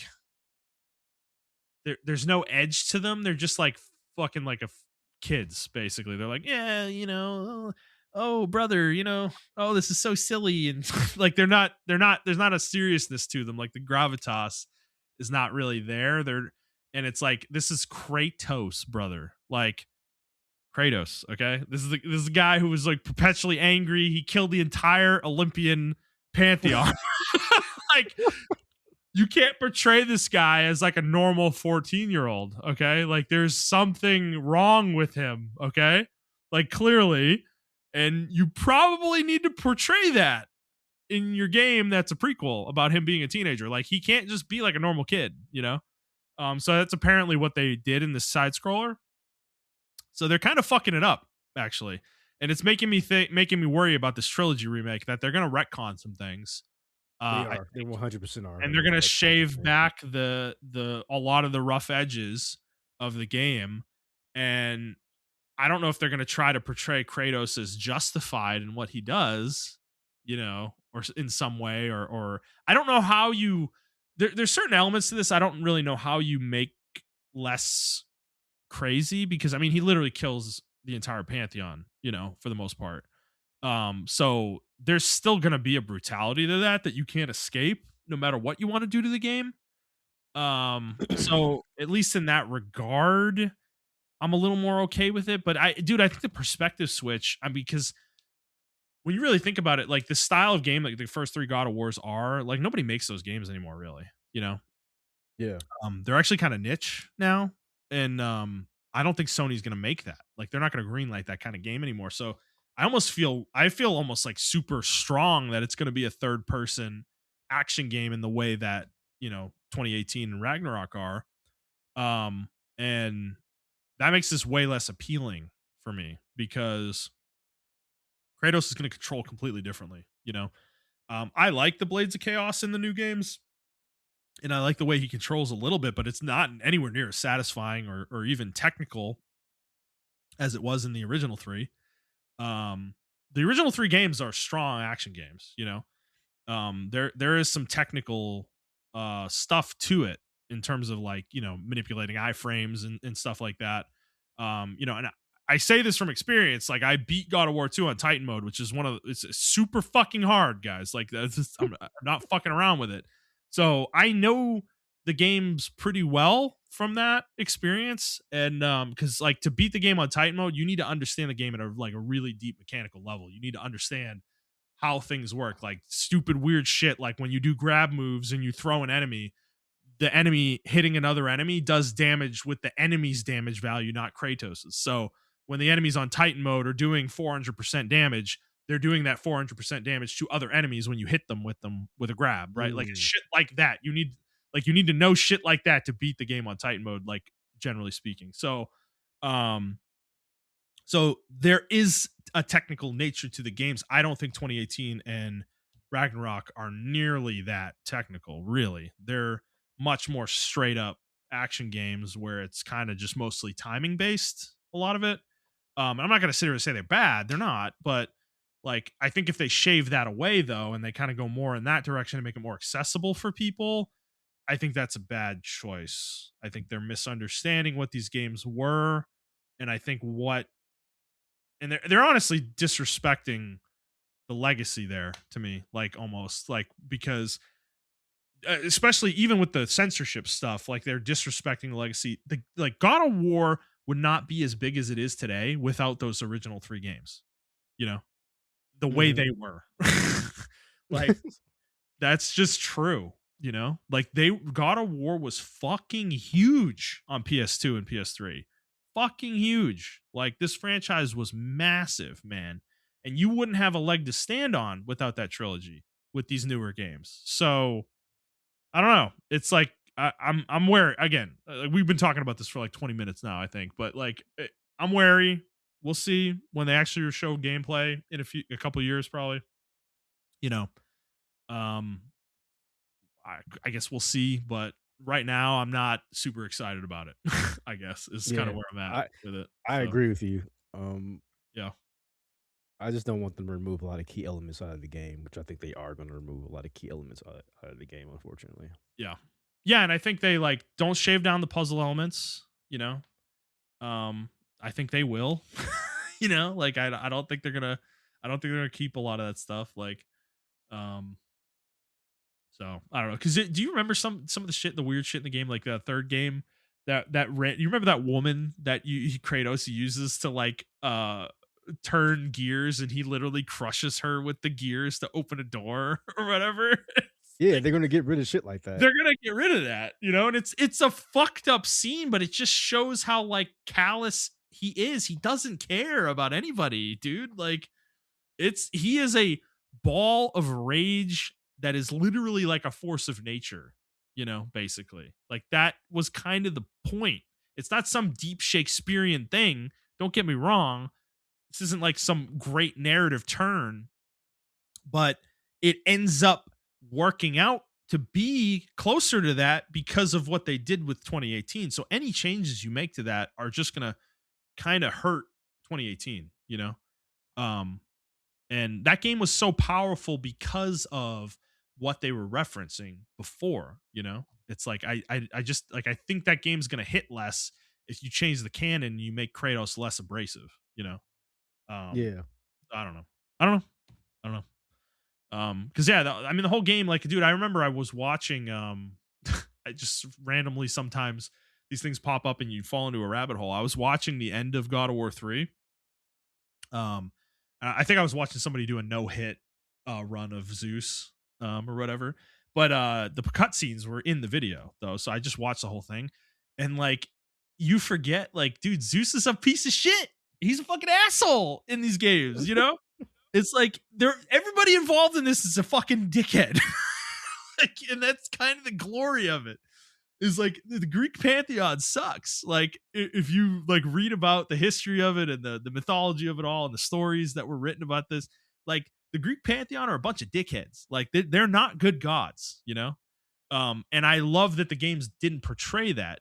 But like at the same time, Kratos is so insane that he's not even really justified in what he's doing, though. He like kills the entirety of Greece for revenge.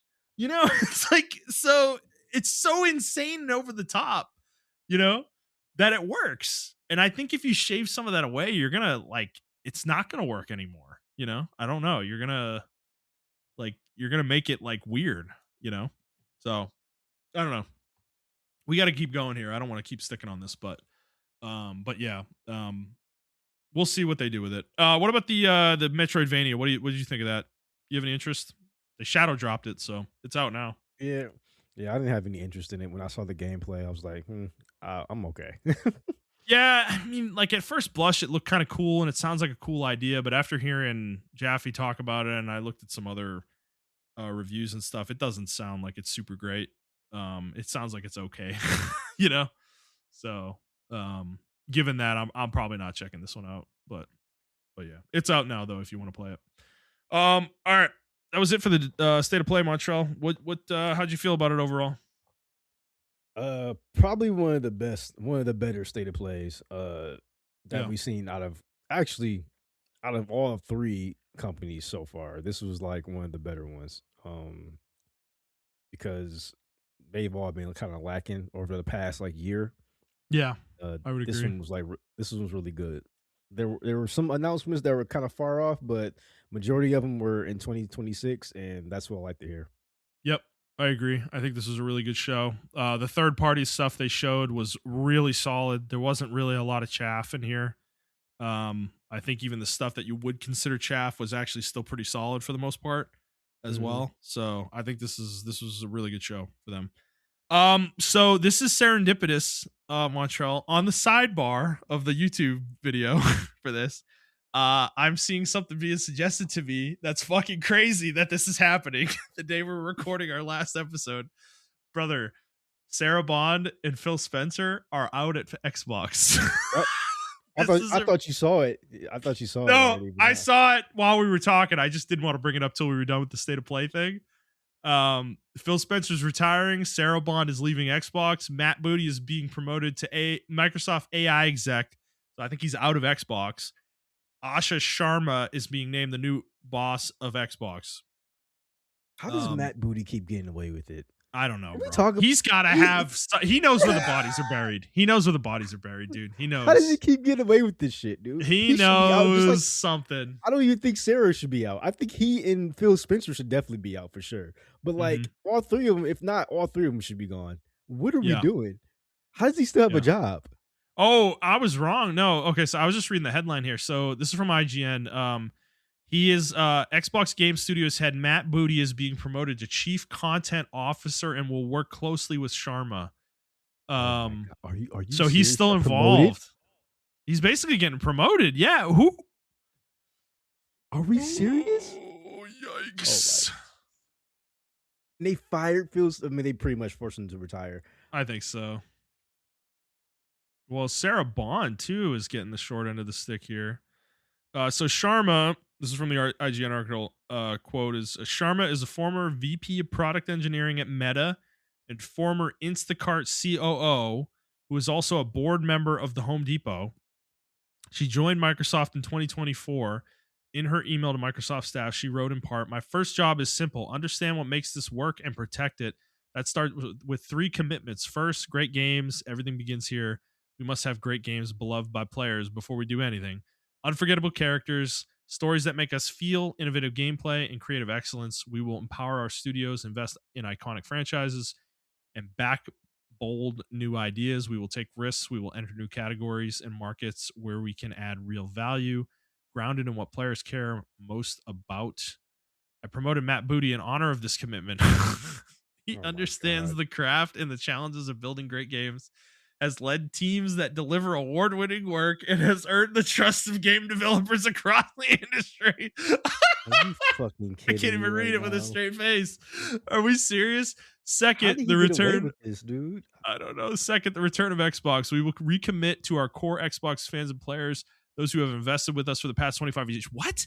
And to the developers who build the expansive universes and experiences that are embraced by players across the world. We will celebrate our roots with a renewed commitment to Xbox, starting with console, which has shaped who we are. It connects us to the players and the fans who invest in Xbox and the developers who build ambitious experiences for it. Gaming now lives across devices, not within the limits of any single piece of hardware. As we expand across PC, mobile, and cloud, Xbox should feel seamless, instant, and worthy of the communities we serve. We will break down barriers so developers can build once and reach players everywhere without compromise. Third, future of play. We are witnessing the reinvention of play to meet the moment. We will invent new business models and new ways to play by leaning into what we are already have: iconic teams, characters, and worlds that people love. But we will not treat those worlds as static IP to milk and monetize. We will build a shared platform and tools that empower developers and players to create and share their own stories. As monetization and AI evolve and influence this future, we will not chase short term efficiency or flood our ecosystem with soulless AI slop. Games are and always will be art, crafted by humans and created with the most innovative technology provided by us. End quote. I'm not going to read Booty's section. I don't really care. What do you think, Montreal? Is this the right move for Xbox? It sounds good. It sounds She has good, no but experience in games. Zero. mm, Uh, VP of product and engineering at Meta? Sure. Okay. Maybe had some games, something, but I mean, like, she's never made a game, it sounds like.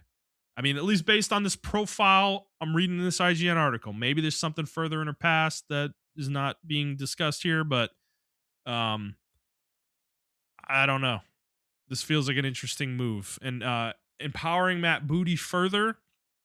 Was Phil Was Phil the problem the whole time? Has Matt Booty been held back? Is that the reality? That's coming to light here. I don't think so, but sure, yeah, he's earned the trust of game developers across the industry for sure, definitely. And Maybe then it's the something we don't know. I don't know. I mean, sure, right? Certainly. But then that's probably what they would say. But then, yeah, her second part about this, the return of Xbox, are they recommitting to hardware here? I, I don't know.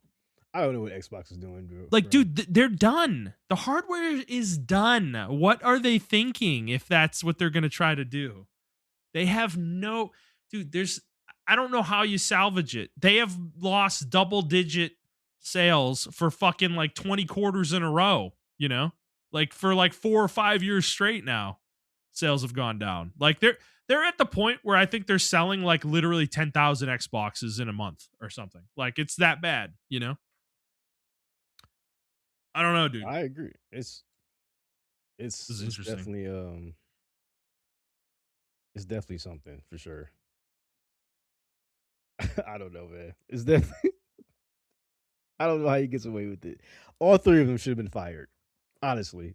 I think For how Bond they is probably the one that's the least culpable.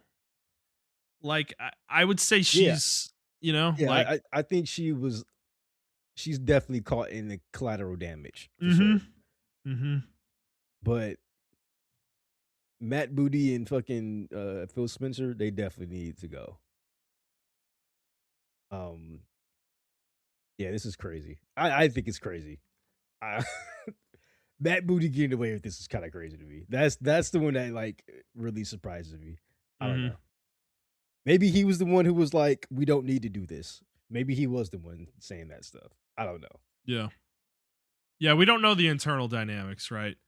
I think we Yeah, obviously we're making assumptions based on some of the things these people have said, but I mean, dude, there are things in the public record for Booty though that are just horrible. Like that the shit he said last time they did layoffs, or whatever. Like I don't know. It's kind of hard to defend that guy, man. Like I don't know. I don't know. I'm not sure what Microsoft's doing with Xbox, dude. I don't know. I don't know what their plan is here. There's a lot of press releases though. A lot from you can see there's some comments from Microsoft CEO Satya Nadella here as well. Matt Booty sent out something as well. So if you want to go read them, I would recommend it. This is I would feel like this should be a seismic shift um, for Xbox, but I'm actually based on this, I'm feeling like it's going to be more of the same.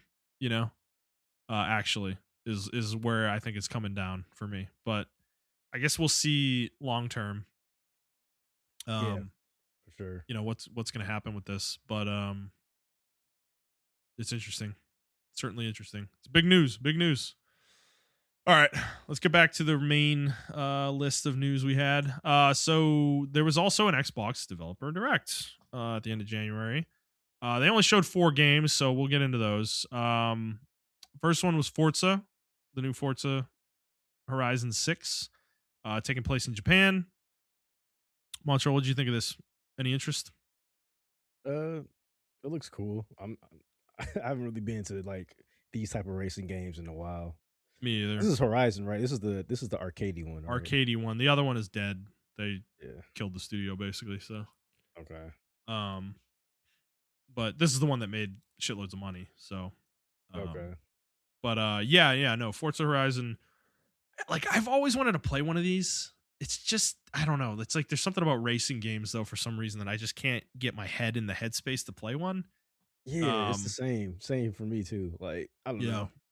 Well, they're like these like big productions now, where there's like so much around the game when you're playing. Like it's just like they're trying to inject story in here and shit, and it's like I just want like Need for Speed Underground. Just boot the game up.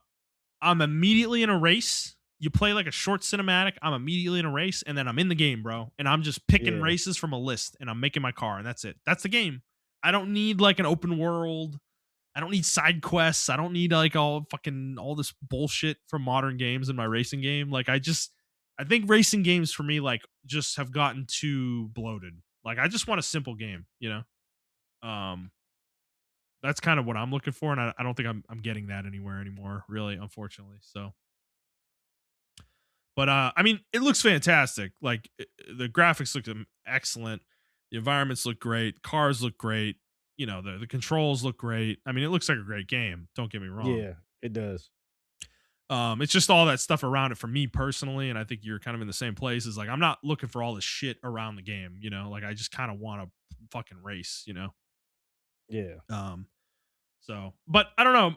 I might be being unfair, you know? It's like I haven't really played one of these games in recent years. Like I'm kind of talking more from like 10 or 15 years ago. This is the last time I really played a racing game. Um so so I don't know. I may give this a shot, possibly. We'll see. I still have like 3 months of Xbox Game Pass Ultimate. So if this is on the PC version, like maybe I'll check it out there with that at some point. Then they showed Beast of Reincarnation as well. Was the second game. So we've already talked about that. Um, then they showed Double Fine's next game, which is what the hell was it called, dude? I don't remember the name of it, but it's a game. Oh, Kiln is what it's called. It is a pottery. You make pottery, and you use that pottery in a competitive multiplayer game that is asymmetric. I This one was weird for me. I don't know. What did you think about this, Montrell? I don't really know where to go with it. I mean, I don't know, man. I mean, I think it's cool, that It's they're trying something creative, new. Yeah, it's certainly. creative for sure. Yeah. Yeah. You know what? I will say this. If this was on Nintendo, people will fucking love it. Eating Yeah. this slop up. They're like, "Oh my god, Mm, look at this. This is so cool." But since it's on yeah. Xbox, I think people are not gonna give it a chance. Yeah. Well, I mean, there's not much to it's gonna be on it's gonna be on Switch though, I think they announced. So Okay. Okay. yeah, it's Definitely looks like more of a Switch focused game or Switch-esque game. actually hold on. Xbox Series XS, Xbox on PC, Xbox Cloud, PS5, Steam. They didn't announce it for Switch. Are you serious? Like this is the perfect Switch 2 game. Like this is where this game could actually find an audience, you know? Yeah. So I don't know. It's a bummer because like it's a super creative idea. I think it actually looks kind of cool in a lot of ways, but like who's this for though? Like, you know, in the modern industry, I don't know, man. I don't think it's gonna find an audience, unfortunately, you know? Yeah, I think I Um think I think the problem is well, I actually wait until after this direct, but I'm gonna write my thoughts down okay. about this. But yeah, we can keep going. All right, let's go to Fable. This is the last game shown. This is really the big one. Um yeah, this game they finally showed it. You can create your own character so that, you know, that woman character that everybody fucking hates, you know, isn't the main character. You don't have to play as her, you know. I told Montrell and DJ this: if I was a streamer, I would make her and play the whole game as her just to piss everybody off. Um, but I think the game looks good though. Like, I think overall, it's definitely looks like it performance still needs to be like tuned a bit, Yeah. but combat wise and stuff and like some of the goofiness from Fable is all it seems like they got the tone right in a lot of ways. You know, and I think they're playing it a little safe actually. Like I think they're really just trying to emulate Fable as it was is really what they're trying to do in a Yeah. lot of ways. And I don't think that's a bad thing though necessarily. To bring this franchise back after so long. Um you really don't want to go overboard with that with like trying new things necessarily. Yeah. Um so I don't know. I think it looks good. The whole like NPC interaction system where people's kind of opinion of you changes based on things you do and stuff. I think that's really cool and interesting. I like that you can buy everything in the game basically. Like I love that actually as like a concept. It's hilarious. Like you can buy like the whole fucking town by the time you're done. Um, make people work for you and shit. So it's definitely interesting. I think it looks it showed enough to make me feel confident that the game will at least be pretty good. Yeah, I Um, just don't want it to get canceled. Like that's it. Like I'm excited for the game, and I I don't want it think to we're get canceled. past that. I think we're past that. I don't know. I think we're past that. I will say it's supposed to be coming in fall this year. I'm not quite buying that right now. Yeah, um, because of GTA, and Xbox actually has a pretty crowded fall with Halo. They have Gears E Day, I think, as well, all coming in the same window. It kind of doesn't make a lot of sense to have all these games like grouped together in like the August to October time period. So I could see Fable getting pushed maybe to next year, which I might need anyways if we're being honest, you know. yeah. Um, so so yeah, I don't know. I was pretty positive coming out of this though. You know, Um, it was a really solid developer direct from them.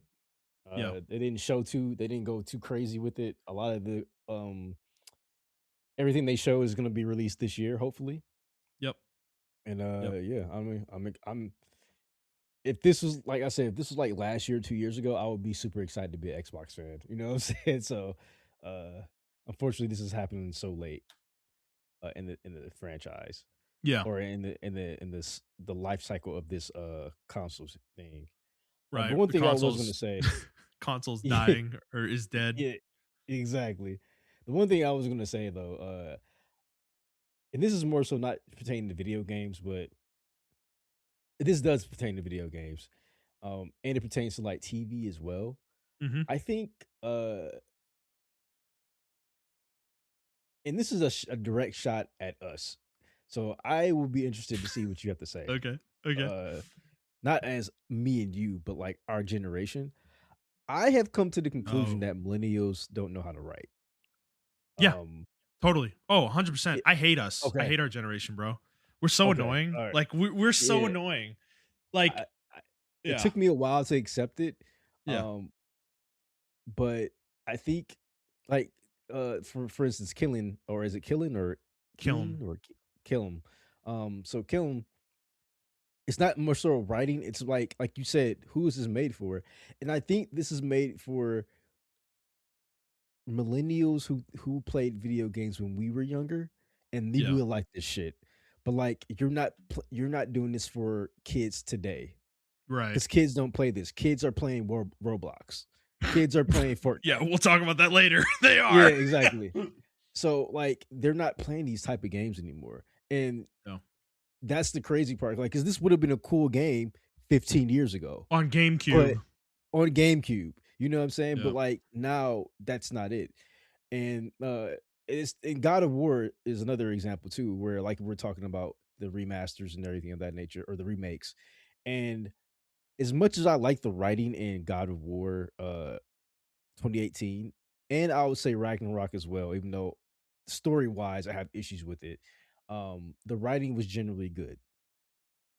Yeah. Uh, but Uh, I don't know what it is about millennials and writing where we have Mhm. this quirkiness to it that everything needs to be quirky or everything needs to be super serious or everything needs to be super. I hate using this fucking term, but like I'll just say politically correct. Everything needs to be politically correct or whatever. Mhm. Whereas like I watch shows like for instance like Frasier, and then I watched like TNG, Yeah. Star Trek TNG and everything like that. Mhm. And the writing was like, and Yeah. even games like Mass Effect, right? The first 3 Mass Effects, those are written by, like, Gen X and boomers. Yep. Like, there were maybe some millennials in there, but, like, we were just entering the workforce, right? And then you get a millennial game, which is Andromeda, and it's written like The Office. And you're like, Ugh. "Why is Jim in the game?" Like, I don't Yeah. wanna play as Jim. You know what I'm saying? Right. So, like, I don't need uh Jim in my fucking sci-fi, fire squad, Like exactly. Um we're yeah. Well, we're gonna get it. This is it's apt that you're talking about this because our next story we're kind of gonna get into this a little bit more too. Yeah, Okay. Yeah, yeah, so, like, um I don't really need that type of stuff. I think we need to start writing the way we actually talk in real life compared to the way we want to talk in real life. Like Yeah. we don't talk politically correct in real life. You know what I'm Yeah, saying? they Like when I'm talking to you on a we're trying to write to an ideal. Like that's what exactly. people have gotten obsessed with. Yeah. No, I know. No, for real. For Yeah, sure. when we're in Discord, we're like not politically correct at all Not with at each other. all. So And I think most people are like that. And I don't know why we pretend otherwise. It's so annoying that we end up doing that publicly. Like, yeah. you know. Um So, I think that's my biggest issue with, and then that carries on to gaming because you remember I was saying those tweets to you where it's like, if like Luigi's Mansion came out today, hey Luigi, oh my use god. your use your vacuum cleaner, Fucking your kill me, dude. poltergeist No, because it's 3000. so true. It's so true. Like where Mario, like the one with Mario 64 with him beating Bowser, and he's like flying, and he's like, man, I wonder if Bowser just needed a hug. Would that have Yeah. solved all his problems? And then none of this would have happened. Oh, He's poor Bowser. It's like what the, when he was fighting the Starfalls in the fucking Ocarina of Time, and yeah, it's like yeah. we're just like you, Link. We regret killing you. He's like they were just like me. War is bad. Oh my god, kill me, bro. It's so awful. Like it's true though. It's so true. Like I think this is what I mean with the framework around games cuz like thinking about like Modern Horizons 6 or whatever. I'm sure the game has it has like an hour of just like talking at you, Mhm. before you get into playing the fucking game. And I'm like, games used to be just like again, Need for Speed Underground. Dude, you literally you say start new game, there's like a 2 minute cinematic, and boom, you're in the first fucking race, bro. Like Well, they're not well, fucking even like around. Like you just play the game, man. Like, well, even like it's Mega like, Man, it was an old skit. It was an old skit like way back in the day from oh, I Ego forgot his name. Raptor. Yeah, you Ego Raptor, yeah. yeah, He's you like Mega remember? Man, Mega Mega Man, Mega Man. Oh, to jump up the wall, you hit X when you're sliding down the wall. Like, fucking, no, bro. You just figure it out. Press the buttons and figure it out. Don't be a fucking idiot. Like, Yeah, it's so just so like, that's the third part yeah. of my conversation with Mm-hmm. millennial developers, right? I think we just need to let people play the game. And I know we said that Yeah. before, and I know they showed examples of people who are like they don't play the game correctly. Like with God of War, for instance, 2018, they use this guy called DSP, or I Yeah. think his name's they use him as a framework to like gamers are like kind of stupid and you gotta help them out. And it's like, yeah, but you can also you train them to be that. Like Yeah. I don't think You people can understand design the like game where they learn as they it, it, play. You don't talk at them and tell them what to do. You force them to learn it based on situations they're in. yeah, It's like and I think also the developers themselves have to take accountability that they've trained players to be this way over the last they 10 have years. the yellow paint and all that shit, right, dude? Yeah, Like, exactly. So, yeah, I don't know. I would like to see how Gen Z come to the fray when they start coming into positions of leadership, how they would because they actually absolutely hate us. Like Gen Z hates like the way we they talk, the way should, we dude. write, They should, everything. dude. There's a reason they're conservative, okay? Like they are reacting to us, and let's get into it real quick because like this is related to the Gorilla game, I think. Yeah. So they announced before the state of play a couple weeks ago, Horizon Hunters Gathering. This is the next game Gorilla's working on. So Horizon 3, like Jason Schreier basically confirmed that Horizon 3 is not coming anytime soon. Like it's probably 3-4 years out minimum. This is the game that the most of the studio is working on. It is a multiplayer roguelike game, co-op. And it's stylized. It's a cartoony game. Mhm. People are comparing it to Fortnite. It doesn't really look like Fortnite. It Um, doesn't. but one of the characters in the game is like this fat woman, like who's literally just fat. And this gets into what we've been talking about though, is this is I know a millennial got this character into the game because we are obsessed with like representation and making sure everybody feels included and we're not hurting anybody's feelings, and it's like nobody wants to play that character, bro. you know like I don't want to be a fat character in this game that looks like that with the fucking peg leg or whatever the fuck is going on here. Like, what are we doing? Like, this is like I don't want to get too political here, but this is like the final destination for all the identity politics stuff that was going on several years ago. This is kind of Mhm. like the final form of that. We're just like to the point that like we're so obsessed with representation that we're putting unappealing characters into our media because we want to have representation for those people. And it's like, bro, I'm fat. I don't want to play a fat character in a game unless they're cool, like Roadhog or something from Overwatch, bro. Yeah, Like, exactly. Yeah. like this character doesn't look cool. There's nothing cool about this character. Like, why are they in the Well, game? Like, Well, that's actually a really good example of representation. yeah. Overwatch is a really good example of representation Yes. that does it Yes. correctly. Like all Yes. those majority of those characters in Overwatch look fucking cool. You know what I'm Yes. saying? Like Right. There black, can be yellow. good Yeah, character design, artistic direction with the exactly. representation. You're not shoving it in people's faces. It's like, Yeah. like I think the idea that you like do this stuff, like Concord is another example of where Oh this my is done god, poorly. Concord. Concord Yeah. was so fucking Where bad. like I don't understand how this gets by the goalie with these companies, man. Like you're spending millions and millions and millions of dollars and nobody has the balls to step up and say these characters look like shit. They're completely unappealing. Nobody wants to play shit that looks like this. And it's like, but I want to represent so and so. Okay. This is how you do representation. You can't just put representation into something with nothing else backing it up. There's no like that level of shallowness is the reason why people react poorly to this stuff. They need to be a fleshed out character. 100%. That is what I'm Yeah. saying. Like I you can't just just want throw it in there. Like I want a good black character. I will yes. love that, but I You don't don't just want. want a black character just cuz. Yeah, Like it's like exactly.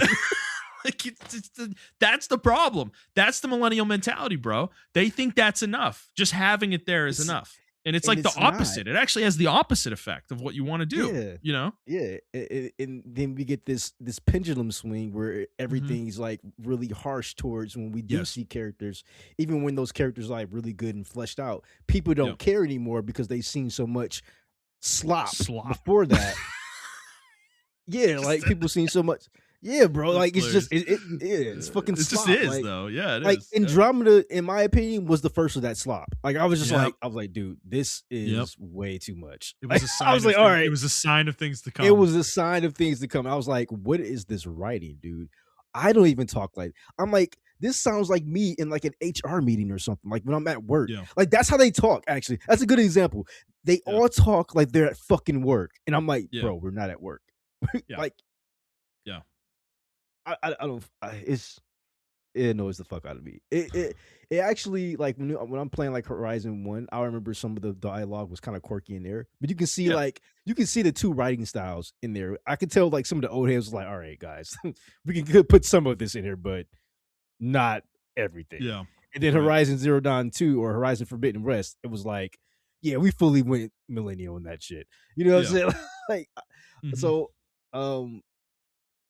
I don't know. I understand that I use shows like The Office, and even like the Marvel movies as an example because Yeah. although like the first original Marvel movies are written by like Gen X and like maybe the first couple of seasons of The Office is written by Gen X as well, Yeah. like we grew up on that and they didn't understand the nuance of that style of writing. The Office wasn't like us talking like that. The Office was Right. like, you know, a parody of how people act in real life. And I Yes. think Right. It's not supposed to be real. It wasn't like a real like exactly. it wasn't supposed to be like a real version of like it's a parody of what happens in an office. Like that's the point. Exactly.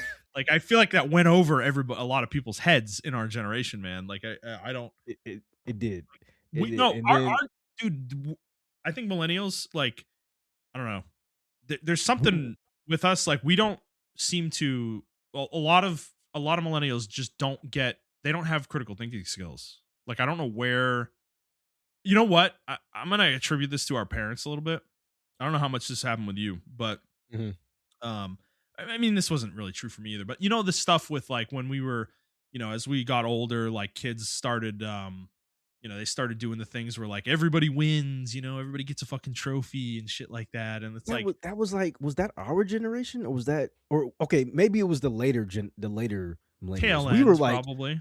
yeah, We were we the were like ones we were the ones implementing those things though, I think is what I'm getting at here.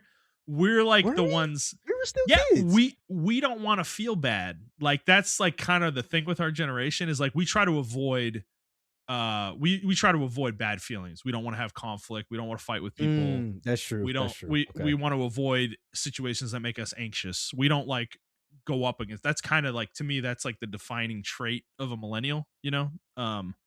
And that results in people making systems like everybody gets a trophy. We're not going to teach people how to do math the right way. We're going to teach them how to do a way that makes them not feel stupid, but it's the wrong way to Mm, do math. So they don't know how to do math because we decided to teach them, we don't want them to feel stupid when they're a fucking kid. So like we trying to reduce friction in the world. That's the way we kind of do things as millennials. And I mean, I'll say this as somebody myself too. Like, I have this flaw as well. Like, I'm a man. I manage people, and like, I still do the conflict avoidance and stuff a lot of the time. And that sometimes as a manager, that's not good. Like, yeah. you need to confront people. You need to have like, you need to address things. You can't just ignore them until they fester, right?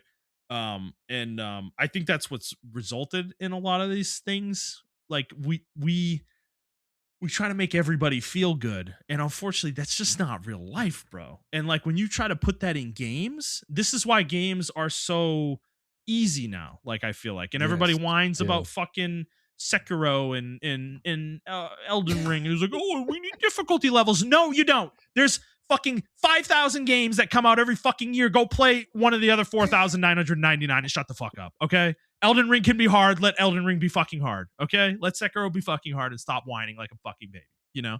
It's like that's, but those are millennials talking, bro. Like they're those are that's a millennial thought to me. Like that, Well, that it's a kind of thought joke. process.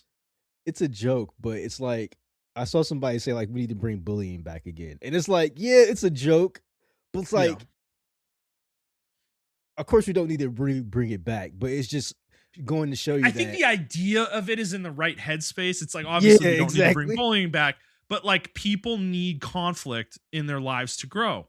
Okay? Yes, You can't they need that to, like you said, to grow, to you need overcome, and it, challenges, you need yeah, friction, you need things to be hard sometimes. Like things can't always be easy. If things are always easy, you never grow and you're just stagnant. Like it's exactly. like I and our 100% agree. generation didn't really learn that because like I think our parents coddled us a lot of the time, because it was so hard for them that they like wanted to give us a life that was better than theirs. And that's a nice Mhm. sentiment, but like you have to temper that. And this is something I've learned like eventually when I become a parent is like you have to temper that with like discipline and like actual challenge. Like you can't Well, always just let your kids skate by on like easy mode, because yeah, then you end and up you end up just creating people who are lazy, who don't want to do anything. It's exactly. like, yeah. And So, I think for like the way I was raised, my father really didn't do that. He was like, yeah. I'm going to teach you how to do this, but then you have to do it on your own. Like Yeah. he would show me how to use the tools, and then I'll have to use the tools to make my own or whatever. So that's Yeah. why like I really don't connect with like some millennials, and then I connect with other millennials. Like I connect with Jet because Jet has like the same mentality I have or whatever. Yeah. It's like, and I connect with you because we all have the same mentality. It's just like I connect with people who are hard workers who will just face stuff head on. But in the same vein, like you said, I also hate I also hate conflict. So Yeah. it's like because Yeah. I'm a Well, and millennial, that so that that that goes back to our conversation at the beginning, right? Like when we started this podcast, I don't think we were quite those people yet, right? I think yeah, over the last 7 years, both of us have kind of grown more into that, now. yeah, And that is a result of kind of the way we grew up a little bit. And like I had to learn those things on my own, and it's like I don't think everybody's having that same experience though. A lot of people are just falling back on the way they have been their whole life. They don't want to learn what they need to learn. They don't want to have to figure out how to build their fucking whatever, build something in there for their house, like they don't want to deal with that friction, you know? And it's like, and I think that's been true in games and in media is game developers have been trying to reduce friction for gamers, and they've reduced it to the point that it is the expectation now that there is no friction in games, you know? Yeah, and And when I there think is, we complain about it, you know? So I think we'll be known as a generation of cringe. Like we yeah, are very cringe, and yeah, it's yeah. annoying. You know, We're not going to be yeah, looked back at fondly in the history books. I don't think. yeah. Um, I think we'll be known as a generation like economic wise, we were screwed over. Like yeah, obviously, certainly true. um, from past generations, but like culturally, we were cringe. Like we were okay. We were the last generation to go outside and everything like that. Yeah, right. But then once we were the first generation to be termly online. Yeah, right. So we got a lot. I'm giving us some slack here, right? So we had a lot of first time stuff, but Yeah, at the same yeah, time, it's yep. just cringe. At the end But of the day, it's I like would almost blame us for Trump being in power, like 100. twice. percent Like Yeah, it's 100%. millennials' fault that he was elected because of the Yeah, way we ended up shaping the public discourse over the last we like 10 or didn't want 15 years. Yeah, we didn't want we to talk to push each other. people. Yeah, right. We kind of like push people who don't um like the people who aren't racist, we push them to align almost with the racist side of the political spectrum because Just to we annoy like us. alienated them. We Yeah, alienated the way they because we left so little room for them to be who they are. You know, we made it like you know, like you're enemy number one if you don't 100% agree with my view on representation, you know, and it's like that isn't healthy conversation. There are differences in opinion, man. Like yeah. I people, think about that I one don't know. story that we had a long time ago. Hmm. Um where that guy he got accused of sexual harassment in like the workplace of a video Yeah, game or a yeah. magazine, and it turns out he was just socially awkward. Oh, it's the IGN guy. Yeah, yeah, yeah, Yeah, yeah, yeah, he was yeah, just socially awkward, yeah. and they were like, "Oh my god, you're a fucking creep." He's And like, he, dude, "Bro, he got kicked out of the industry for it. He doesn't yeah." work in games anymore. He's done. He's been gone, bro. You know. But I'm thinking So about somebody like that, right? Like that yeah, could have easily converted him into like this person who just like doesn't like women or whatever the case may be yeah. Like because he he's like just a fucking he's like a MAGA guy now, you know, or whatever. And it's like he was like a liberal before anything happened. You know, it's like that's what I yeah, mean. Like the things we say and do to people does end up affecting their mental like where they're aligned, you know, politically sometimes. Like it has an effect, absolutely. And yeah, I think the discourse pushed a lot of people towards a conservative mindset, you know, where they might not have normally been there, you know, but you go at somebody who's like a normal person who's not racist, not sexist, totally believes in equal rights for everybody, but they're like they say like one thing that's like, you know, somewhat maybe adjacent to a viewpoint that is of that, you know, ilk, and you're like you just like, oh, you're a fucking bigot, you know, and it's like,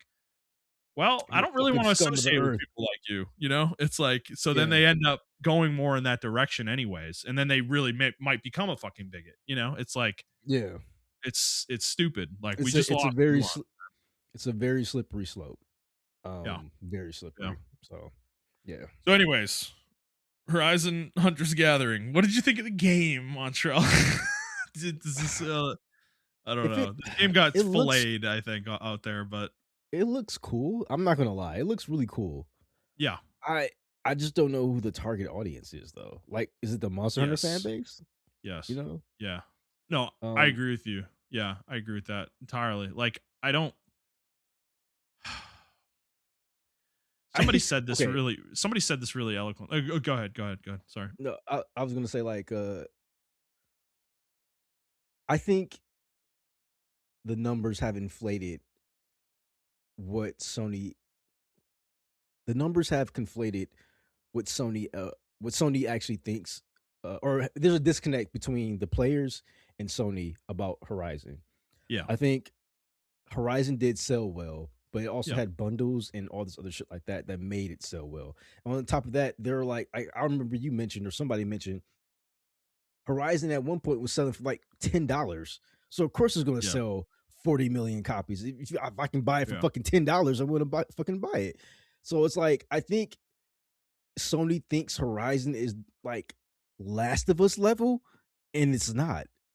Yeah. Like, and then Like obviously, if financially speaking, it's actually much stronger than The Last of Us, I think, overall yeah, as a franchise. But yeah, I think from like a a prestige cultural, point of view, yeah, it's they think it's like up there with the last, and it's not even close, dude. Like I don't think anybody like I don't think there's a lot of people who look at Horizon and are like, this is, you know, one of the most incredible franchises ever made. You know, I don't know. Like we've joked about it. It's the Avatar of video games. Like nobody likes the yeah. game online, but That's everybody buys it. You know, it's that's like a good point. That is a yeah. really good point. It is the Avatar of Um, gaming. but with this game specifically, I have a feeling it's going to have a really tough road actually, because I don't know how these decisions are getting made at Sony over the last several years, because somebody said this, I think it was I was listening to a podcast Mr. Matty Plays was on, and Mhm. he said this, and I think this is a really succinct way of putting this, why this is like what the fuck is going on here and why people are reacting the way they are to this game is you made two games, Horizon Zero Dawn and Horizon Forbidden West, that are single player open world action RPGs, right? And they sold like fucking gangbusters, both of them. People fucking are playing this series, and there's a lot of people that love this series. And then you decide that you're gonna put the second game ends on a fucking cliffhanger, you know, basically leading into an obvious third game. And you are going to not give them the third game right away. Like, you're not going to make that the first thing you make after the second game. You're going to give them a fucking co-op roguelike multiplayer game that isn't a single player game. It's not an open world game. It's not a fucking RPG. And like, why would you make that decision? You're making the exact opposite game of the people who made Horizon a big franchise of what they fucking want. You know, like, what are you doing? I don't understand this. Like, and then you're also making another one of these games with NCSoft that isn't going to be on PlayStation. Like, what are you doing? And that one looks Who is 20 making these times better than this decisions? one. Yeah. And I totally agree with the sentiment here. Is like, I just think the decision making makes no sense. People who played Horizon Zero Dawn and Forbidden West want Horizon 3. They don't want this game. That's why there is a negative reaction to it. They don't want this fucking game, you know? Somebody does, Well, but Gorilla shouldn't be making it. That's the problem. You know? Why is Gorilla making this game? I don't understand that part of it. That's the part that boggles my mind. You know, you are wrapping up the one studio that's going to make the fucking trilogy end cap to this decade long trilogy you have of games. You're going to wrap them up with another game that is in the same universe that is completely different from the first two games. Like, why? I don't know. no, I agree. I just that's why okay, I'm just gonna fucking say it. Like I know Yeah. it's probably later on in the thing. Yeah. Well, no, it's actually ties into the next one. But I Yeah. Herman Hulse has to go, bro. I'm sorry. He I'm does. sorry. Dude, He he he he does. has to It's go. This crazy. this is 100% all of him because Yeah. like you said earlier this year, earlier last year, or late last year when we were Yeah. talking about this, this is his baby, Yeah. and this is the problem I have when you make people the heads of like a whole bunch of studios that were in one Yeah. studio. They're gonna clearly Yeah. have a bias. Sometime it is okay to maybe get someone from outside the company or maybe get someone third party or maybe even an executive from the top who doesn't really have a stake in everything, who doesn't have a stake in one company or Yeah. one studio. Yeah. Um, I personally believe when Yoshida left and when fucking Sean Layton left, that was peak fucking PlayStation. Yeah. Now I don't know what the fuck is going on, dude. Like, They've wasted an entire generation. We're not going to get we're going to get one Naughty Dog game this generation maybe. We're getting one Gorilla game maybe. Well, obviously we already got it, but we're not getting the second one we're getting is going to be a multiplayer co-op game. you know. the Um Bend didn't release a game. Media Molecule didn't release a game. Bluepoint, we're gonna talk about. You bought them, didn't release a fucking game. Um, I mean, like we're just fucking them all up here. Santa Monica, one game. Um, it's just Well, the that's the management problem, here dude. is totally fucked up. You know. That's the problem, dude. The problem is, I think I finally figured it out. After all these years, Hmm. um, and I'm slow to the party. Everybody else realized it. The problem I have with gaming, especially particularly for Xbox and Sony, they Yeah. used to be the trendsetters. Now they're Yeah. chasing the trends. Yes. Right. Xbox had Halo. You were setting a precedence, bro. Yeah. Like you set that precedence for what a first person shooter should be. You weren't chasing the trend. People were chasing you. People literally named them games Project Halo Killer. You know what I'm saying? Sony, you were the pinnacle of like single player cinematic games. You had Drake. I mean, you had Uncharted. You had fucking Last of Us. You had fucking Killzone. You had fucking Resistance, Fall of Man. Like you had all these games that were trend setting games, Mm-hmm. and then you became the chaser because you're trying to chase Fortnite, because you're trying to Yeah. chase Roblox, because you're trying Yeah. to chase all these different the Honkai Star Rail trends. You're trying Yep. to chase these trends Yep. that are not you. Like Yep. and I feel like both Xbox and Sony have gotten away from what made them them. Like Yeah. you get totally separate experiences on each. Like they had a lot of third party content that was like cross play on both of them, but I remember like at one point when I just had an Xbox 360 and I went over to DJ house and he just had a fucking PS3 and the environment as far as like the ecosystem was totally Mm-hmm. different. I was like, wow, this is a really cool like environment over here. And then he'll come over to my house and play Xbox 360 and it was a totally different eco environment when I'm like scrolling through the menus and everything. Everything just felt different. You Yeah. know, like Right. now everything feels the same as far as Xbox and PlayStation. The only difference I get now is fucking Nintendo, you know, or Yeah. Steam or whatever the case may be. So it's like, uh, I say that to say like this Hunter's Gathering, it's a rogue like it's a flow parade co-op. It's Yeah. what are you doing different, bro? Where is the trend that you're? That's why Horizon was so cool at the beginning, or when Horizon Yeah. was Yeah. revealed, everybody was like, dude, what the fuck? You're like hunting giant fucking Dude, dinosaur it looks robots. Like sick. It looks it so looked good. fucking sick. Yeah, dude, like it looks so fucking cool. And Yeah. then it, and even Forbidden West, like it was still like it still had that Mm-hmm. mysterious element to it. And Yeah. now it's just like, what are we doing? Like now everyone wants to be Monster Hunter? Where's the Cartoony Monster Hunter roguelike game that I don't know. Yeah, I don't know. I don't. Well, I think I'm just I don't know. It's one of those things like Sony wants to make more like publicly traded companies. They want to make more money, right?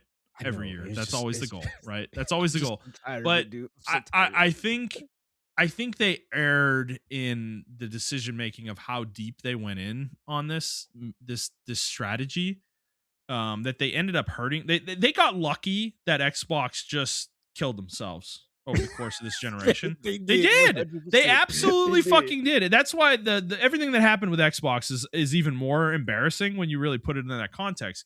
Because PlayStation did nothing this generation to justify the difference, in No, sales. nothing. They've done absolutely nothing to justify that. They've done the opposite of justify it. They've pissed people off. Like I said, they tied up all their studios and making live service multiplayer games like that didn't come out, a lot of them, and fucking didn't make those single player games that made them huge on PlayStation 4, like made the PlayStation 4 fucking huge. Like they didn't. So I do question their long term here because like I don't think that Herman has no business being in the position he's in, man. He's still making decisions, you know? There's as much as they demoted him, they're still letting him make decisions though, you know? And I I mean, can't Concord wasn't. understand. I think Concord should have been. That should How have did been he it for not get them. fired after that, bro?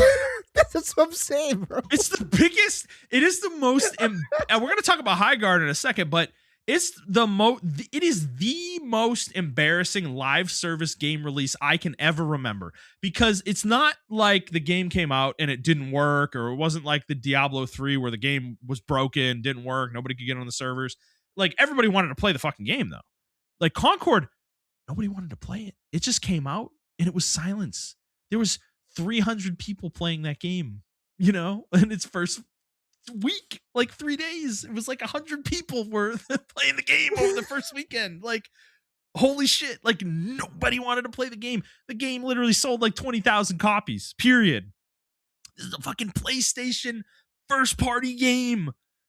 And it sold out. It's one of the most embarrassing things we're ever going to see in video games, Like, with a company with Sony's weight in the industry to release a game like that, With I no don't understand competition, how by the Harmon way. survives that.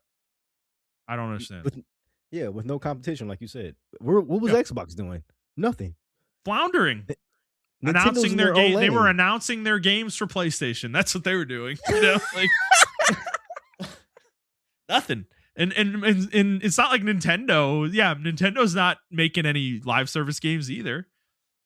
It's like, so I don't know. I mean, they're competing obviously with the existing shit, but they just, yeah, I don't know, dude. Like, so yeah, this game, Hunter's Gathering, like, I think it's gonna struggle to find an audience, and ultimately makes you wonder, like, they're gonna shut the game down probably. Like, I don't want to like predict that it's gonna fail, but I have a hard time seeing this game be a big one. Especially with what they showed. Um, these games need to have loops that are repeatable to the point of where you won't get sick of them, right? And that's true for any video game, but a live service game has to do that at such a higher degree than any other single player game ever does, right? A single player game needs to keep your attention for 20 hours, 30 hours, 40 hours, maybe upwards of 100 if it's like a huge open world RPG, right? Live service games need to keep your attention for hundreds of hours, thousands of hours, you know? And that gameplay loop, I think this is the thing these companies do not get. And I think this is what Sony doesn't get. This is what a lot of these games just do not understand. And I don't know why they keep getting money invested into them.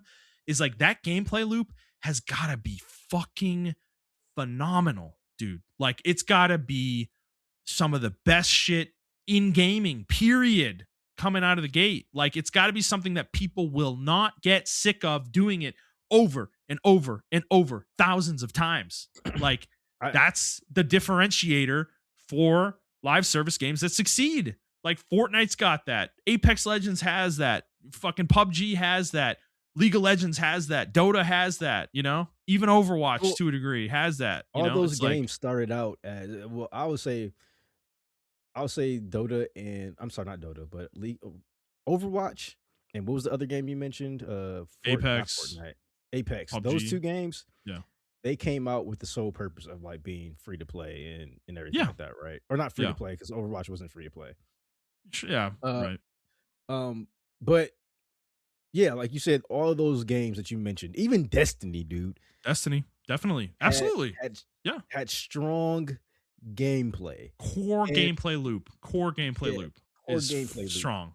Yeah. Even Monster Hunter, right? Yep. I think what makes Monster Hunter so great is Yeah.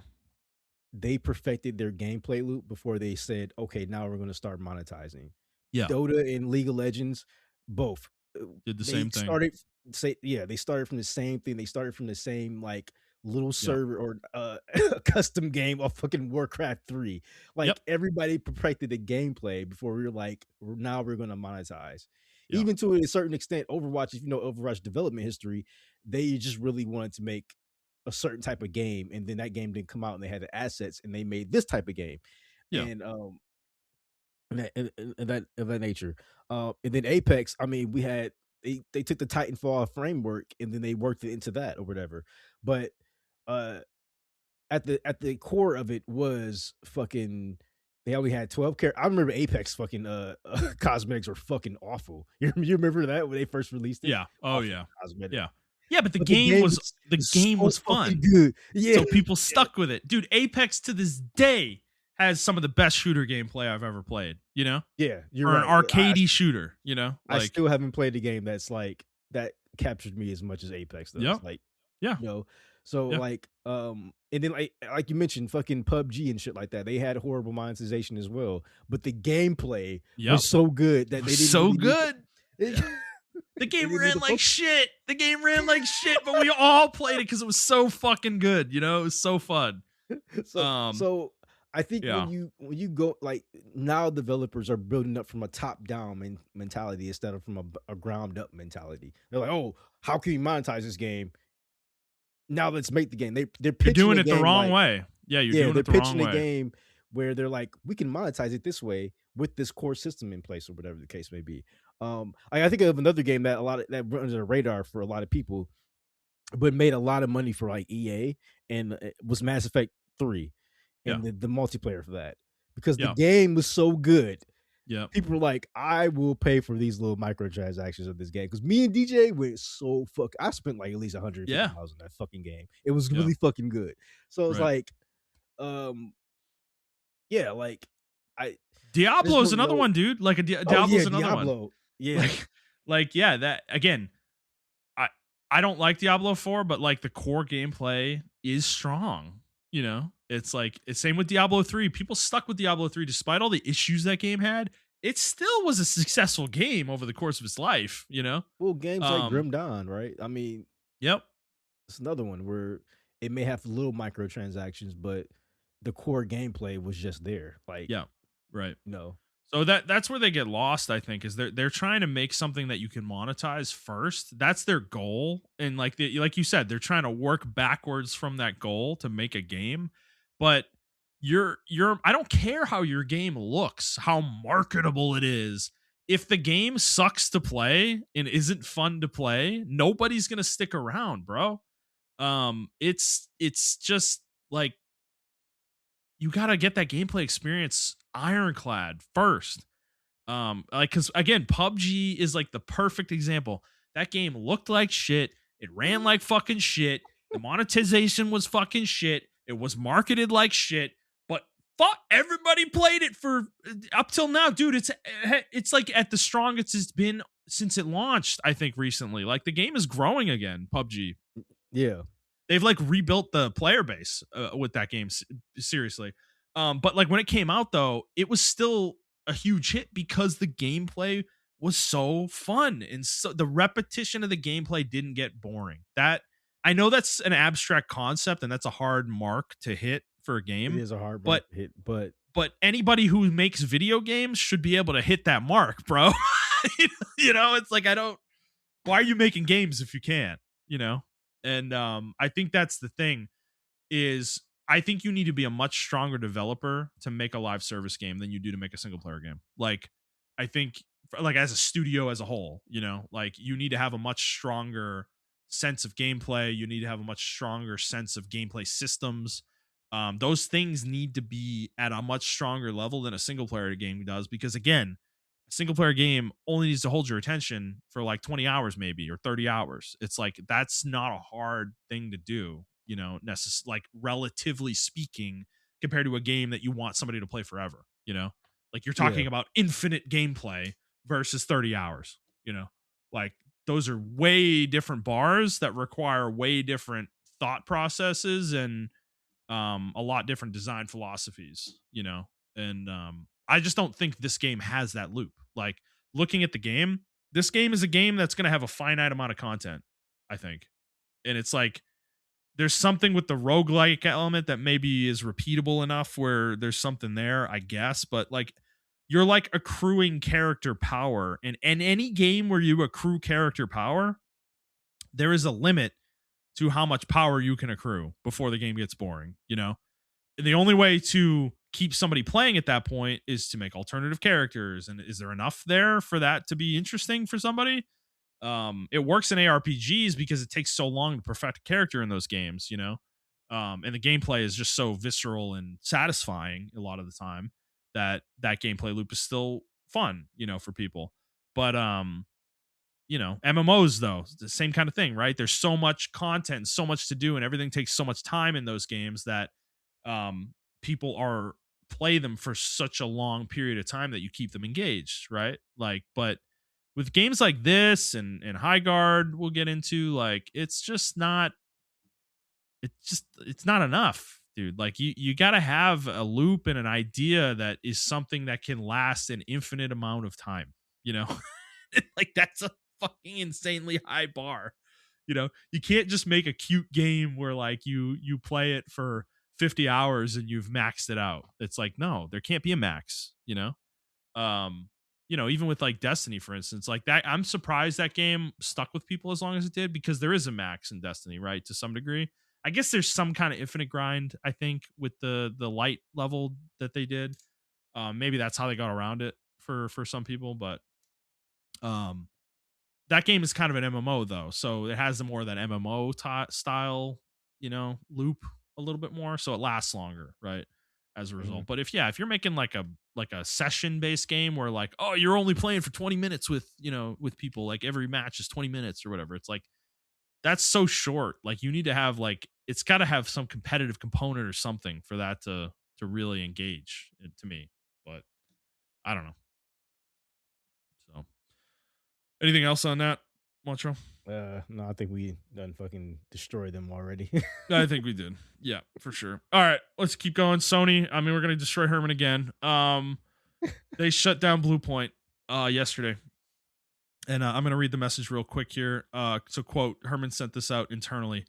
Um, I wanted to share an update from the studio business. As I mentioned in the December Town Hall 2025, had some strong highlights within PlayStation Studios.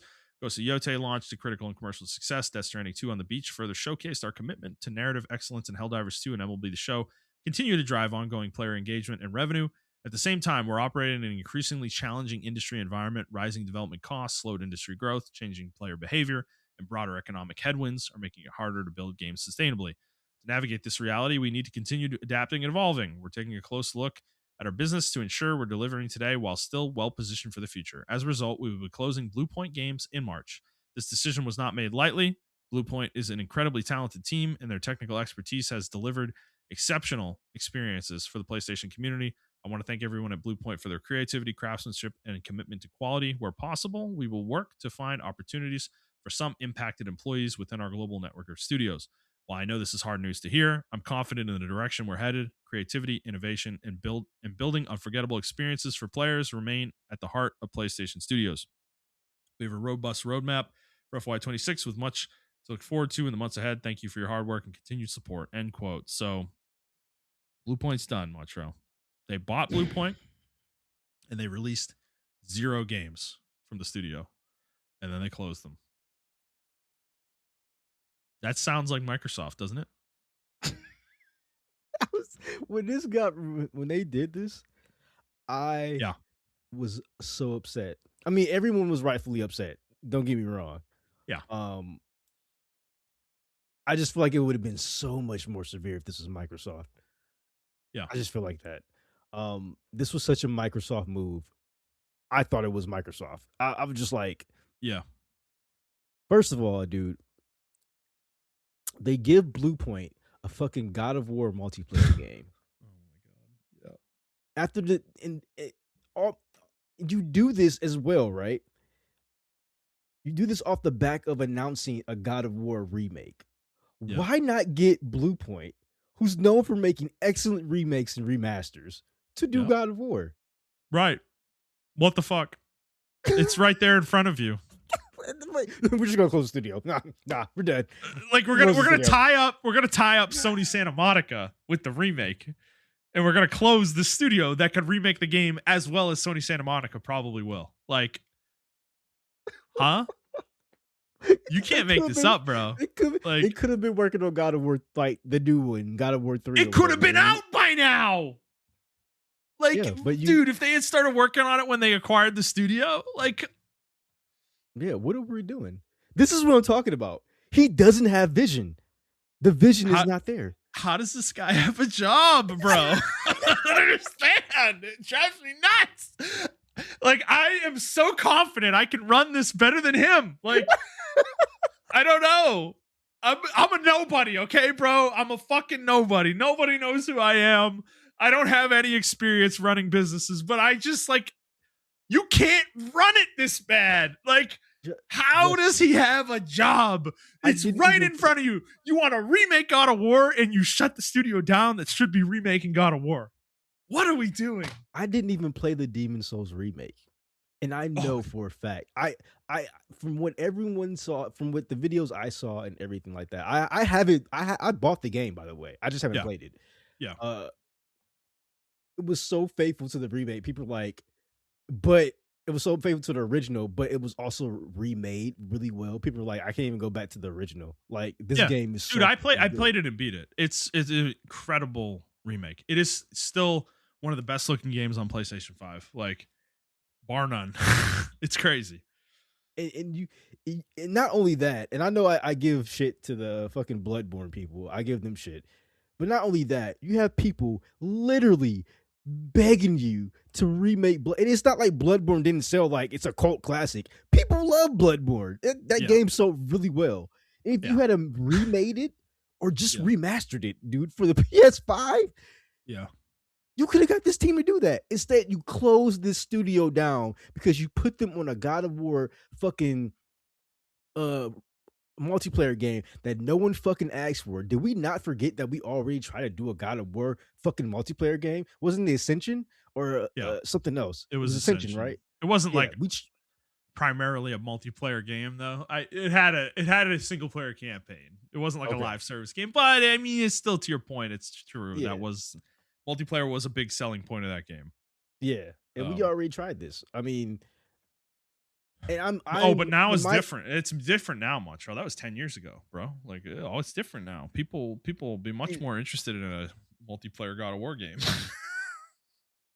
this is probably how my mom felt when like a lot of 90s stuff in the I was like, "Oh, this is really cool." And she was like, "I already seen this. Like they just remade this movie." And I'm like, "Wait, Yeah, this is an old movie?" And she's like, "Yeah, I already seen this movie." yeah, Like yeah, and they did it in the 90s. So this is probably how she felt. Cuz I feel but like I feel crazy when shit is just coming out for video yeah. games. I'm like, "Dude, we already tried this." Like we tried this 15 years ago. And people are Yeah, like, it "No, didn't they work didn't." then. It didn't work then. Well, dude, you're gonna do this, and you have Bend and Media Molecule still open, which I mean, I guess is an open question. You know, it's possible that they get closed in the coming months as well. But if they don't, this makes no sense at all. How could you shut this team down? This is a phenomenal studio. What the fuck are we doing? Why did you All that acquire talent them? is gone. Like it's Yeah, just you gone. just I don't, dude. This is no this one. Like, when you guys This sent one pissed this yesterday, this Yeah, pissed this me pissed me off. off. I This was pissed pissed off at me work. off. Like, I can't believe this. This is a huge indictment of Sony, man. Like, I don't know, dude. It's bad. It's so bad. It's so bad. There's no way to spin this in a positive way. And like Herman's fucking little email here. Um, I'm sure the internal studios at Sony, you know, all the first party teams are like, what the fuck is going on? You know? Um, they've seen Bluepoint's work. They've probably worked with Bluepoint, you know? I'm sure Bluepoint has helped other studios with their games, you know? They're one of those kind of teams, you know? And it's like, are you kidding me? Like, are you kidding me? And I'm sure everybody at Bend and Media Molecule are sweating fucking bullets right now, you know? Cause I don't know. It's rough, dude. It's rough. Like this is just it's just bad. It's just bad. There's no. I don't even know what else to say. I think that's it for me. But like, you got anything else on this one? It's just I don't know. I- yeah, I had a lot more shit to say, but I've never been so disappointed in a fucking. I've never been Yeah, so disappointed in Sony, and I've never been so upset with the studio getting closed down that never even had a chance to prove themselves, like under the Sony umbrella. yeah, And it was mainly because leadership gave them a fucking sinking ship. yeah, dude. Because no It's one just like asked for a a God of War. What is up with trying to make these single player experiences multiplayer? We already did this in the early 2010s. Remember, yeah. we did this already. Well, It didn't work. PS3, you remember? Yeah, an Xbox 360. Like that was the generation where like every game had obligatory multiplayer in it. Remember? Yeah, exactly. We already We went tried through this. this era, guys. Like, That's I why don't people are know. so fucking crazy when people were like, "Oh, this game has multiplayer." And I'm like, "Why?" Like these developers are trying to do this. I'm like, I know you went through the same phase of video games I did, and I know you know it didn't work. So why the fuck are we trying it again? Yeah, right. I don't Yeah, know. that's all I gotta say. I'm Yeah. done. Let's go talk about the next one that we're going to yell about here because Riot is doing something similar here. Riot lays off 2XKO developers less than 3 weeks after release. Here's their fucking statement. Let's see. Full statement here. Here we go. Let me pull this up real quick. Sorry guys. I need to open the link to the blog. All right, quote. Hey, everyone. We want to take a moment to share an important update on 2XKO. This is a difficult update to share, but we want to be clear about what's changing and why. What's changing and why? After a lot of discussion and reflection, we were reducing the size of the 2XKO team. I want you to know that decision wasn't made lightly. As we expanded from PC to console, we saw consistent trends in how players were engaging with 2XKO. The game has resonated with a passionate core audience, but overall momentum hasn't reached the level needed to support a team of this size long term. With a smaller, focused team, we're going to dig in and make key improvements to the game, including some of the things we've already heard you asking for. We'll share some of our plans soon. Our plans for the 2026 competitive series are unchanged. We remain committed to partnering with tournament organizers. Blah, blah, blah. Ultimately, the decision reflects a shift in how we operate. This isn't a judgment on individual riders or a signal that the journey is over. We're reshaping the team to give 2XKO a more sustainable path forward. Yeah, and that end quote. That's pretty much all we need to know here. So yeah, they laid off a huge amount of the 2XKO team.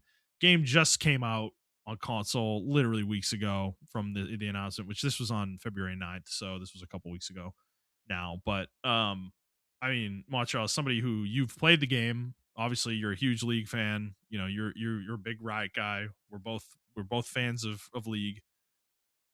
I mean, what is it with what are they doing? I another. I think the CEO should resign. Yeah. Yeah. I'm sorry. That's literally where this come down. What this came down to in Like, my dude, head. The 3 weeks? You gave it 3 weeks. That's it. That's all they got? Yeah, the CEO needs to resign. Like, if I was in the company and I was like one of the board of directors, I would be trying to campaign to get him fired. Like, literally, this is crazy to me. We're making billions a year. $1 billion company. And we can't wait more than 3 weeks to see what if anything changes with this game. No, we're just going to stick the knife in and make sure it fucking dies, you know? Like, are you serious right now? Like, are they serious with this? This one, I, I couldn't believe this one when I saw it too. I was like, didn't this just come out? Like, it dude, must have been real bad, Montreal. Like, it it wasn't. must have been. It wasn't. The problem was the low. So it had a really good fan base. Actually, it Yeah. did really good at Evo or one of the last tournaments out there. Mm-hmm. It had positive reception as far as the systems and everything like that. Yeah. It was kind of overly complicated, but it still had a little positive reception. The problem is it only released with like 8 characters or some shit like that. It needed a bigger roster. Yeah. Um, and the monetization behind it, they wanted like $60 for a fucking Ari skin. Like, Are are you you fucking serious? kidding me? Oh I'm my not God. joking with you. Yeah, Wow. I'm not joking with you. So like when you get that type of monetization, like what the fuck did you expect? So Like, they didn't make this game financially viable. The game has a community. It's just nobody is spending money, is what it sounds like. yeah, like if they should have followed the Killer Instinct way where they have packages to where like in Killer Instinct, the 2015 version of Killer Instinct, it was a free to play game. You get one free character, then you have to buy the other characters. But or you can just pay like $30 to $40 and you can get all 8 characters and then like maybe one skin with it or whatever. Yeah. Yeah. Which is essentially a buy into the game, right? So Yeah. like they could have did that, but they didn't want to do that. And Well, they didn't they're even in the give it up. territory of having gotcha pulls in their league, dude. So their head is so far up their fucking ass with monetization that they think their shit doesn't stink, dude. Like they think they can Well, charge this is $60 for a skin in a fighting game. Are you out of your mind? Well, this is why I don't have faith in like the playing card game that's coming out. I think it's going to Yeah. come out. I don't think people should Oh, invest they in already it fucked it because up. They already fucked it up, dude. oh, they already fucked that You up? can't Oh, you can't play you can't buy the cards. You cannot buy products. They it's literally sold out fucking everywhere. You cannot buy anything for the fucking card game, dude. That doesn't cost like 5 times or four oh times my what the god. MSR fucking P is. Like And I've wanted a booster box of the original set since it came out in October, 4 months ago, over 4 months ago. You cannot buy one. They like if you want to buy one, it's $350 for a box. For yeah, something that has an MSRP, I think of 130 or something. Like it's that completely ridiculous. So no, they've that's already what I'm fucked that saying. up too. They're not fucking Magic the Gathering. Like they enter these spaces like they are the space Yeah, big heads, right? Like yeah, they enter this space like they are fucking already Marvel. You're not yeah, Marvel. Like, they enter the card space like they're fucking Magic the Gathering. They're not Magic the Gathering. yeah. Legends of Runeterra, they think they're fucking Hearthstone. They're not. Like They're not. these communities they take time to build. And Legends of Runeterra, in my opinion, is the biggest blunder because people love the single player campaign of that shit. People They love that actually shit. they've continued to expand that from what I've heard. Okay. Okay. So they I they just know haven't they completely abandoned the game. They turned it away from the competitive card game that they were trying to make it before, and now it's like a single player PvE game almost at this point. Which I will say from personal experience, I play Legends of Runeterra, dude. It's super fun. I think the single player stuff they were doing there is awesome. Like so, yeah, and I think they um, should do more of that. But yeah, the problem is they don't give these. I mean, like they got rid of Riot Forge. yeah, You had Devolver Digital make you a Silas game, which is really fucking good, and you're like, yeah. I don't know about this, guys. We're just gonna cancel the whole thing. People love Blade and Ruined King that played the RPG. People loved it. They're like, yo, Wait, Blade the and Ruined King Silas is game actually never came out? no, the Silas game came out. Oh, It just okay. didn't sell. It didn't sell. I see. It wasn't selling 3 million copies of Why do they in a think fucking that week. though? You're making a 2D isometric game. Why did you think it was going to sell that much? Like, They had a 3D Nunu Willip and Nunu platformer that's akin to like Jack and Daxter, yeah, right? It already came out on the Switch. yeah. A lot of people said it was decent. I Yeah. saw zero advertisement for the game. That was the last game Riot Forge released, and then they closed down the studio because it didn't sell Game Busters. Ugh. I don't know what they I don't that this is what I'm saying when I say remember I was really excited about Riot Forge and all these other games coming out. And I'm like, Mhm. because like Riot has an untapped well of like lore and everything in League of Legends. You got to know these characters. These characters would be like really cool in other IPs and stuff Yeah. like that. The Yeah. problem is when you don't have a CEO who sees the vision, it's never going to come to fruition. They Yeah. think everyone is League of Legends. They Yeah. think every game is supposed to be like the Wild Rift. Yeah, and they got lucky that Valorant hit, honestly. Yes. And they think every game's supposed to be Valorant, bro. Yeah. Okay, I have a question for you actually with all this shit that we're talking about with them. Are you worried about League long term? Yes, 100%. Like I kind of think they're going to kill it over time. I think I give it maybe 5 to 10 years. I don't see it surpassing 10 years. Yeah. They Cuz don't like know how I to just don't advertise. think they I just don't I think their monetization has become so gross, you know? And they have reacted correctly to certain things they've tried to do. You remember when they tried to take the Hextech chests away, redo the battle pass and all that? They went back against that decision, which was the right choice. But the fact that they tried to do that at all just shows that they don't know what they're doing really, you know?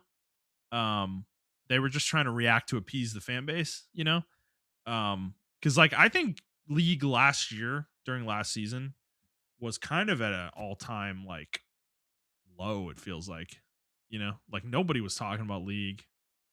We didn't want to play. I feel like none of our friends wanted to play. Like everybody was just off the game, dude. And this season's brought it back a little bit, but I feel like if they fuck the gameplay up too much in any given year, they have a chance of like really hurting the game long term, you know?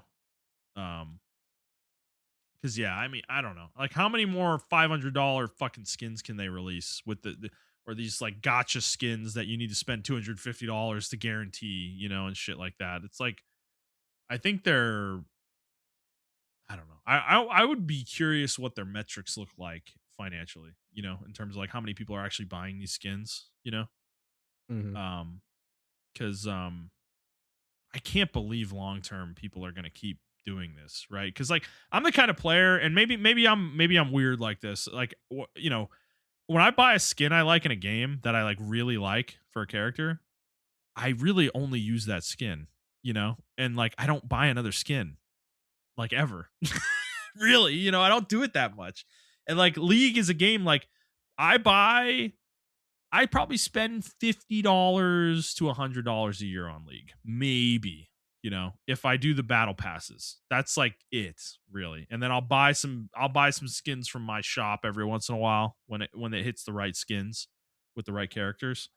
Um but everything else, I don't care. Like, because I even that's the funny part. I buy these skins for these characters in this game, and I don't use them. I've used the same Jin skin for 2 years. I've used the same Vara skin for 2 years, 2.5 years, I think. Like, I never use another skin. It's like you can only use one at a time. So it's like, what's the point of having 30 of them? Um. So I don't know, but I'm talking about myself. I don't know if that's really how most people feel. I don't think it is really. Um, No, some people but like for me, if I really like a character, Mhm. like I have every kindred skin and I alternate between the skins. I have almost every Silas skin and I alternate Mhm. between the skins.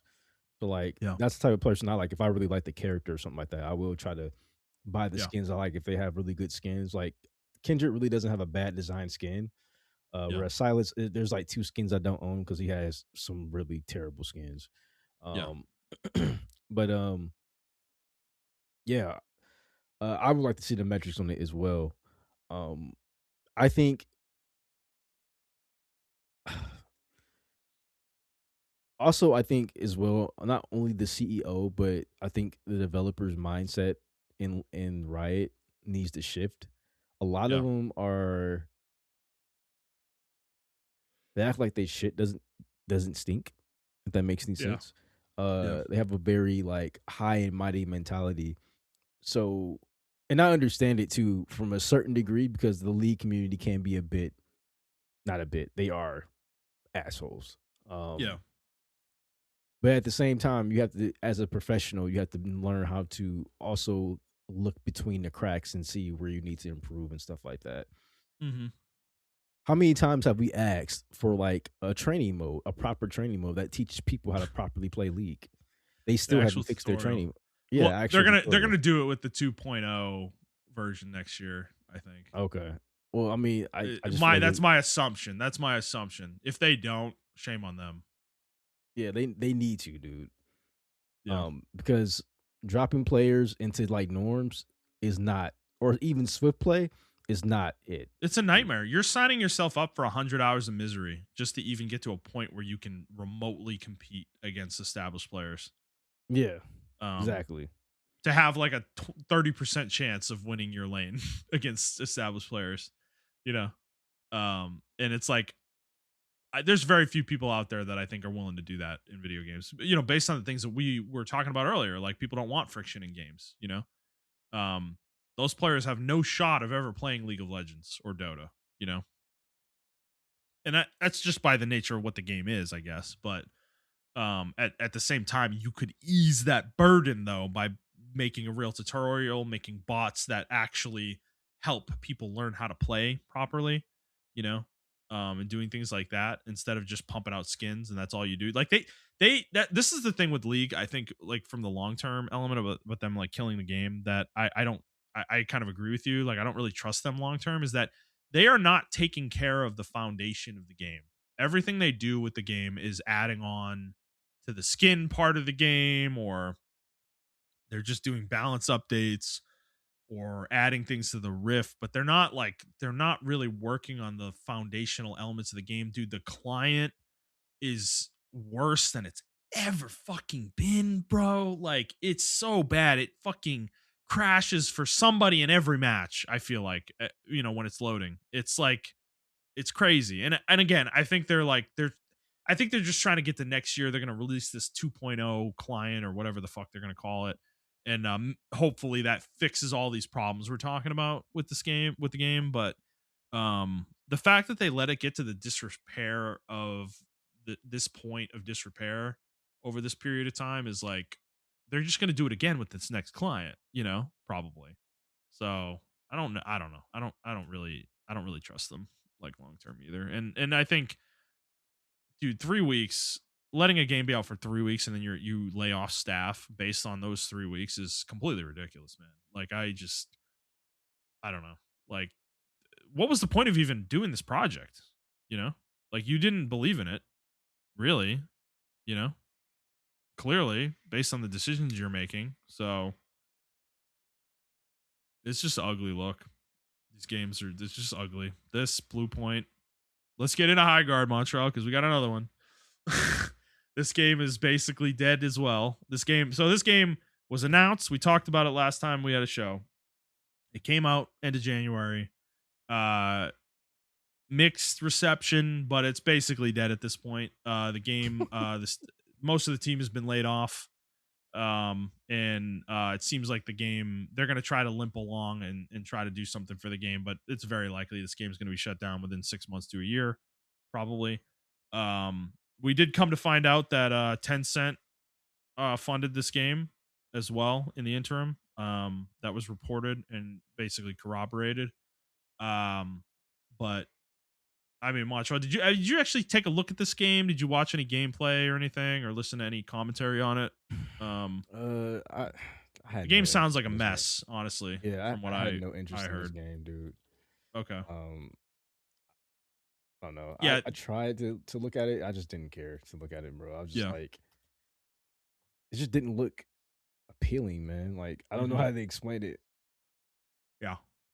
Well, yeah, I think what I learned about the gameplay, somebody explained the way the game works, and there's like multiple phases to the game where you Mhm. like have to go like resource gather, and then you like build up your side of the map, and then the end of the game where the fun part of the game is like a third of the match, and you have to go like destroy something on the opponent's other side of the map, basically, where they've like built shit up, essentially. But like people were saying that like 66% of the game is just boring. Like you're just like running around, not fighting anybody, collecting materials and doing stuff that isn't competitive, basically.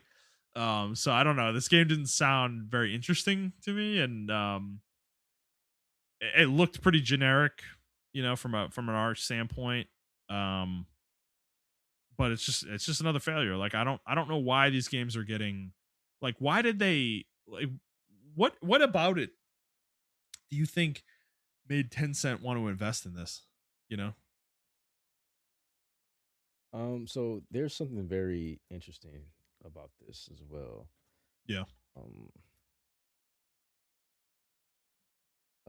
I want to say, I think one of the executives are on the Game Awards uh board, Yeah. or they're like trustees or whatever the case may be, the ones who like kind of, pick the games and everything like that. And one of the people for Tencent is definitely on that. So there's a Yeah. whole big conspiracy thing around this shit. Um, Mm, um, gotcha. Yeah, but and there's it's debatable that I mean that might have killed the game actually. Like the I mean, it reveal did. at the It Game did. Awards. Yeah. Yeah, it did. It was 100%. That's what killed the game. But it's the reason why people predict they got the most prestigious spot at the end of the Game Awards, and why Jeff Keighley was like, "Oh, Gok high guard," like he was just And he went on Twitter afterwards and was like talking shit to people and stuff. I know.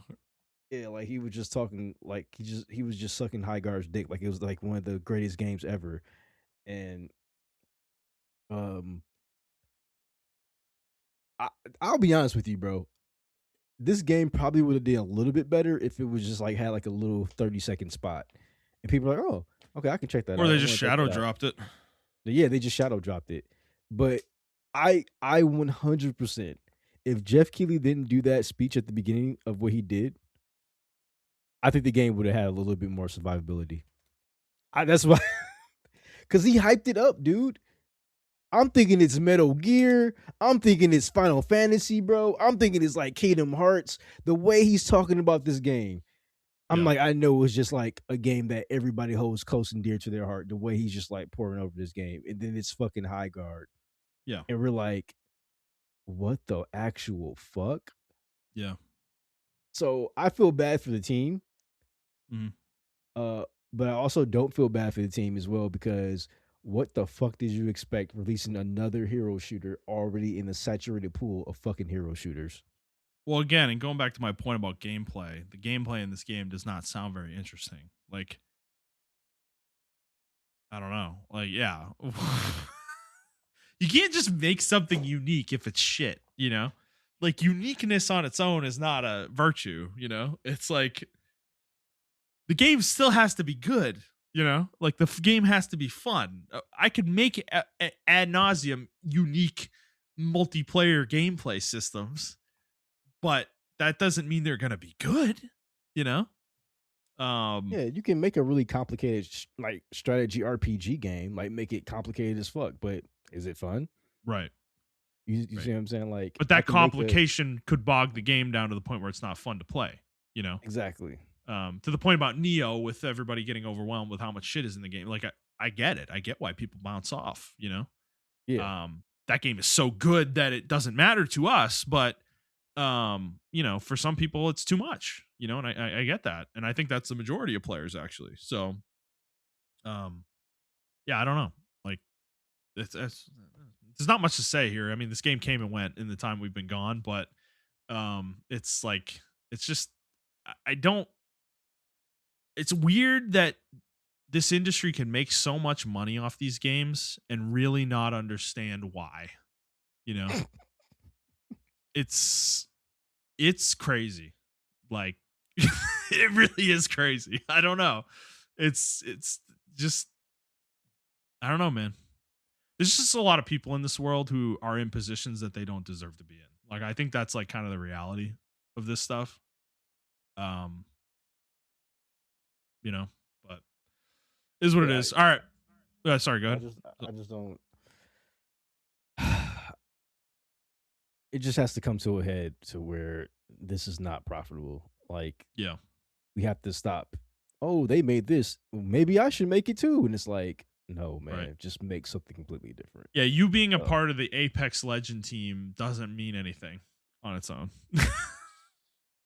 You were a cog in a very large machine, you know. yes, exactly. That doesn't speak to your quality on its own, you know. Like there's got like I don't know. You just got to think about other factors. Whatever. All right, let's move on. We still got a lot to get through here. So with we all know about the memory situation with the AI companies. Well, it is now expanded to hard drives or SSDs as well, rather. Um, and all of this has fueled some rumors from Sony internally that the PlayStation 6 might be in trouble in terms of hitting its fall 2027 release window that they originally wanted to get. There's a report out there that it may get pushed back to 2028 or even 2029. Which I put another article in here. It's interesting. The reaction to this.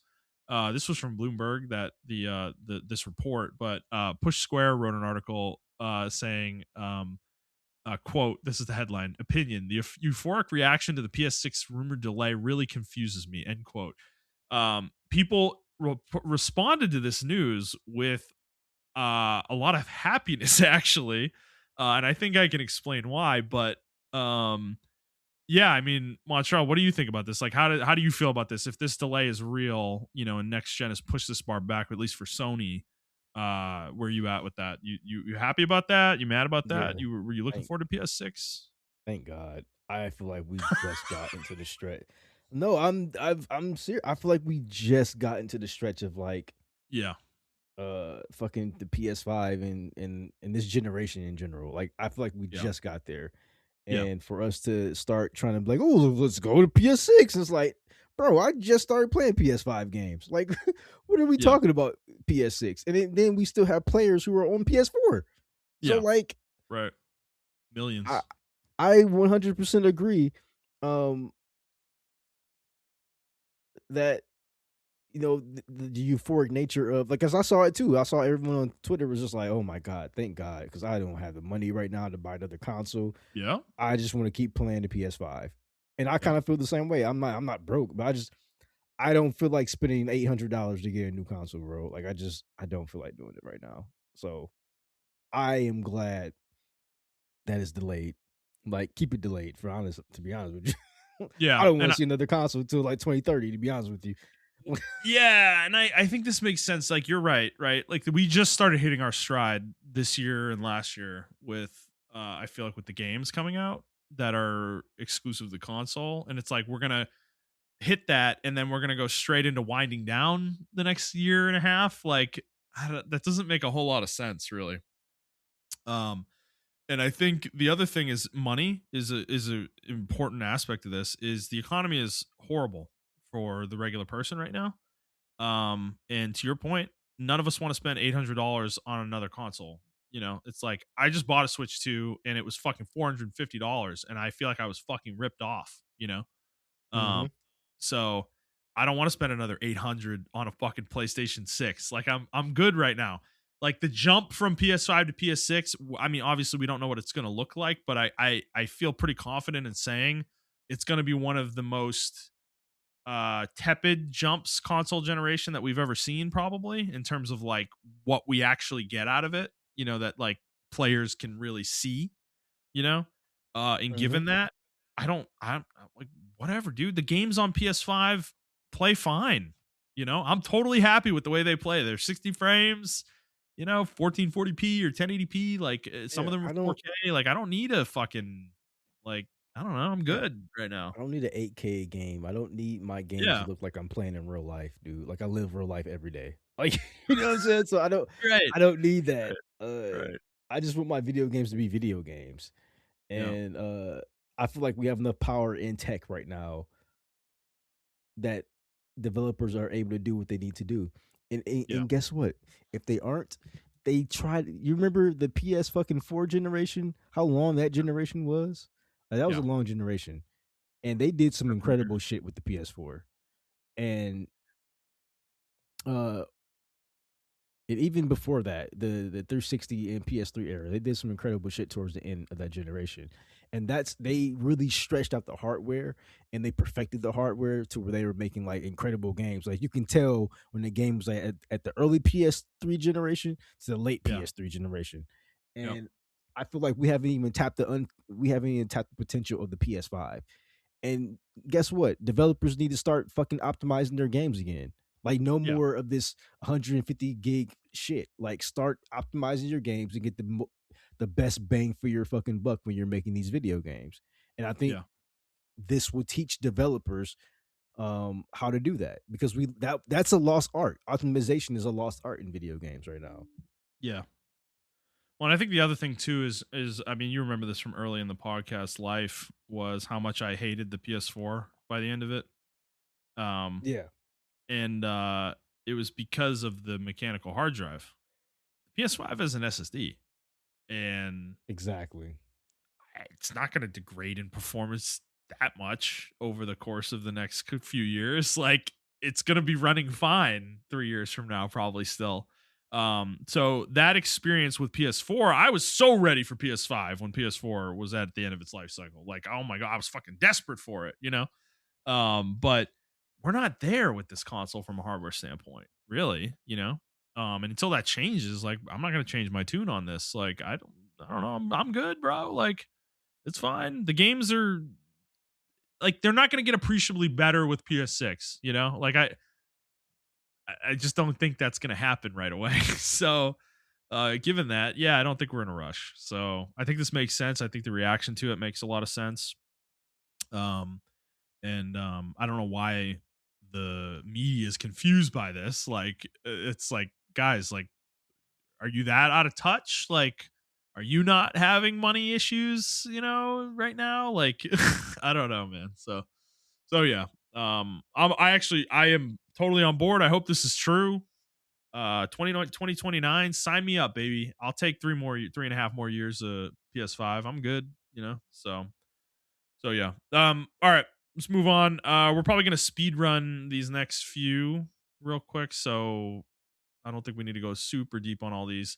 There was Bobby Kotick is getting sued by investors in Sweden. The Swedish pension fund.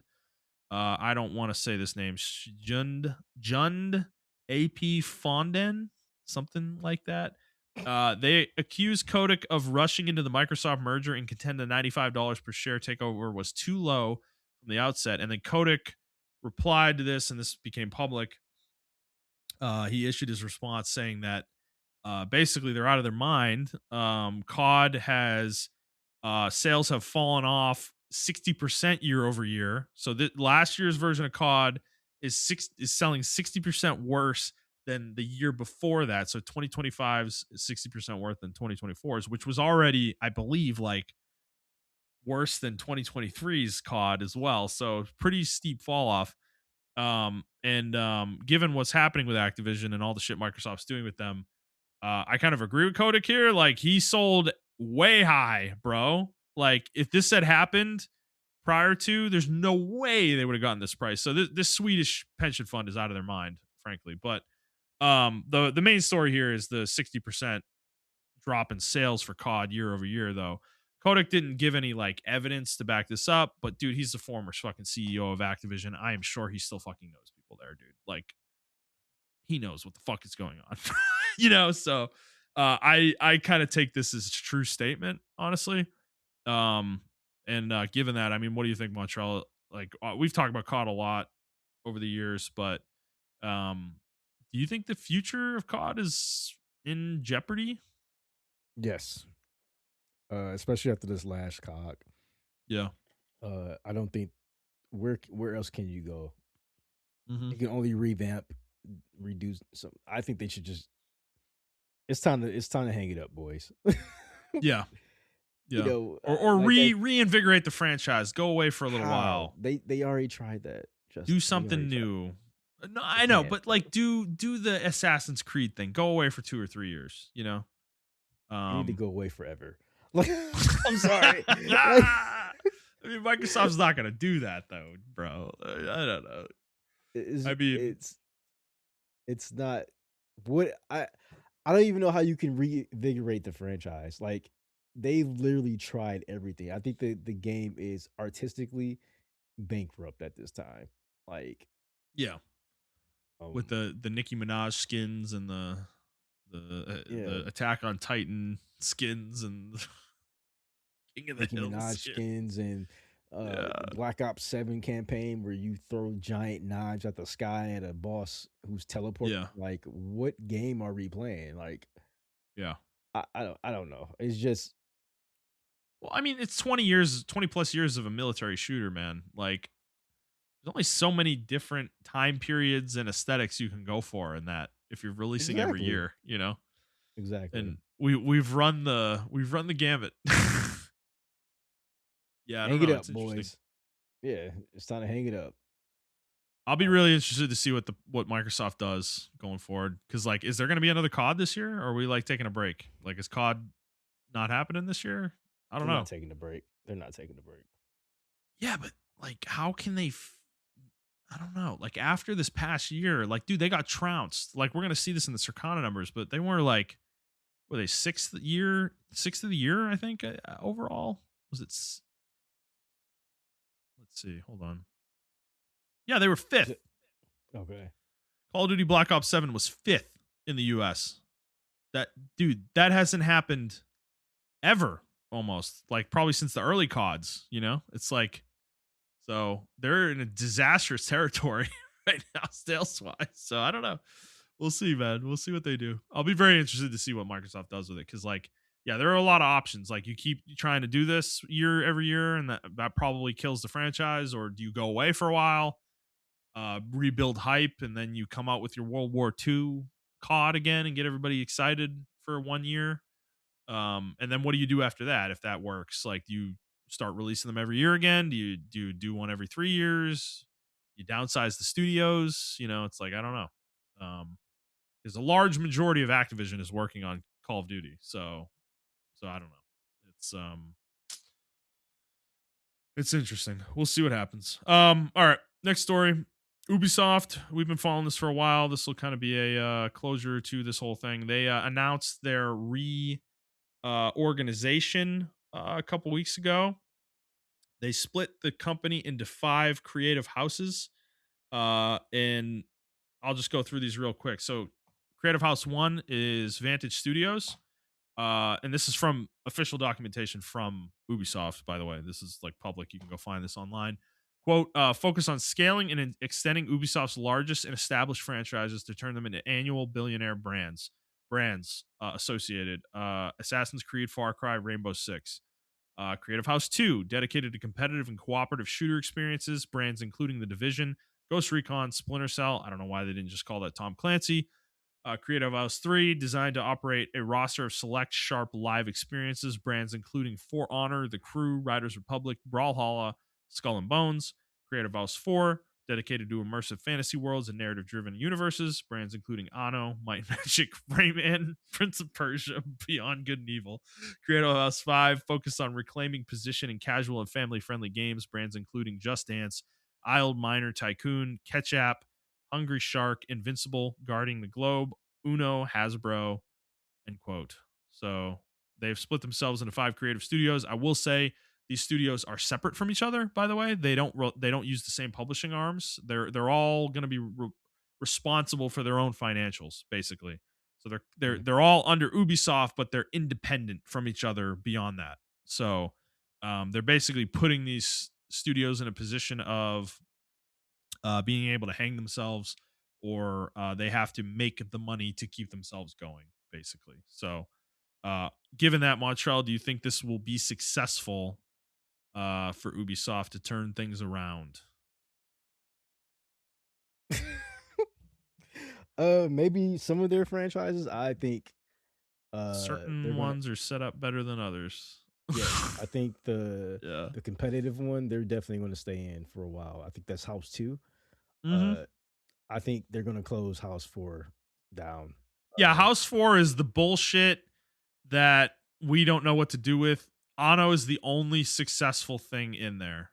Might and Magic, Rayman, Prince of Persia, Beyond Good and Evil. This is just the junk that somebody else might want to come buy from them, basically, that Ubisoft has never done anything good with in the last like 20 years, basically. That's my view of it. Anno is the only thing on here that I think is of any value currently, you know. Um, but yeah, I'm with you on that. 4 is like the dumping ground. Yeah, One's they don't. obviously the prestige studio, right? I think. Yeah, yep. Um, 2 is the Tom Clancy one, so I think that one is pretty solid as well, right? Um, 3, kind of debatable with 3, I think. 3 is basically the things that aren't super successful that are live service games, you know.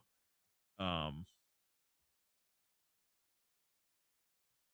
Yeah, I just I don't know, man. Ubisoft has lost me. I think yeah, I'm surprised they're actually still trying, to be honest with yeah, you. yeah,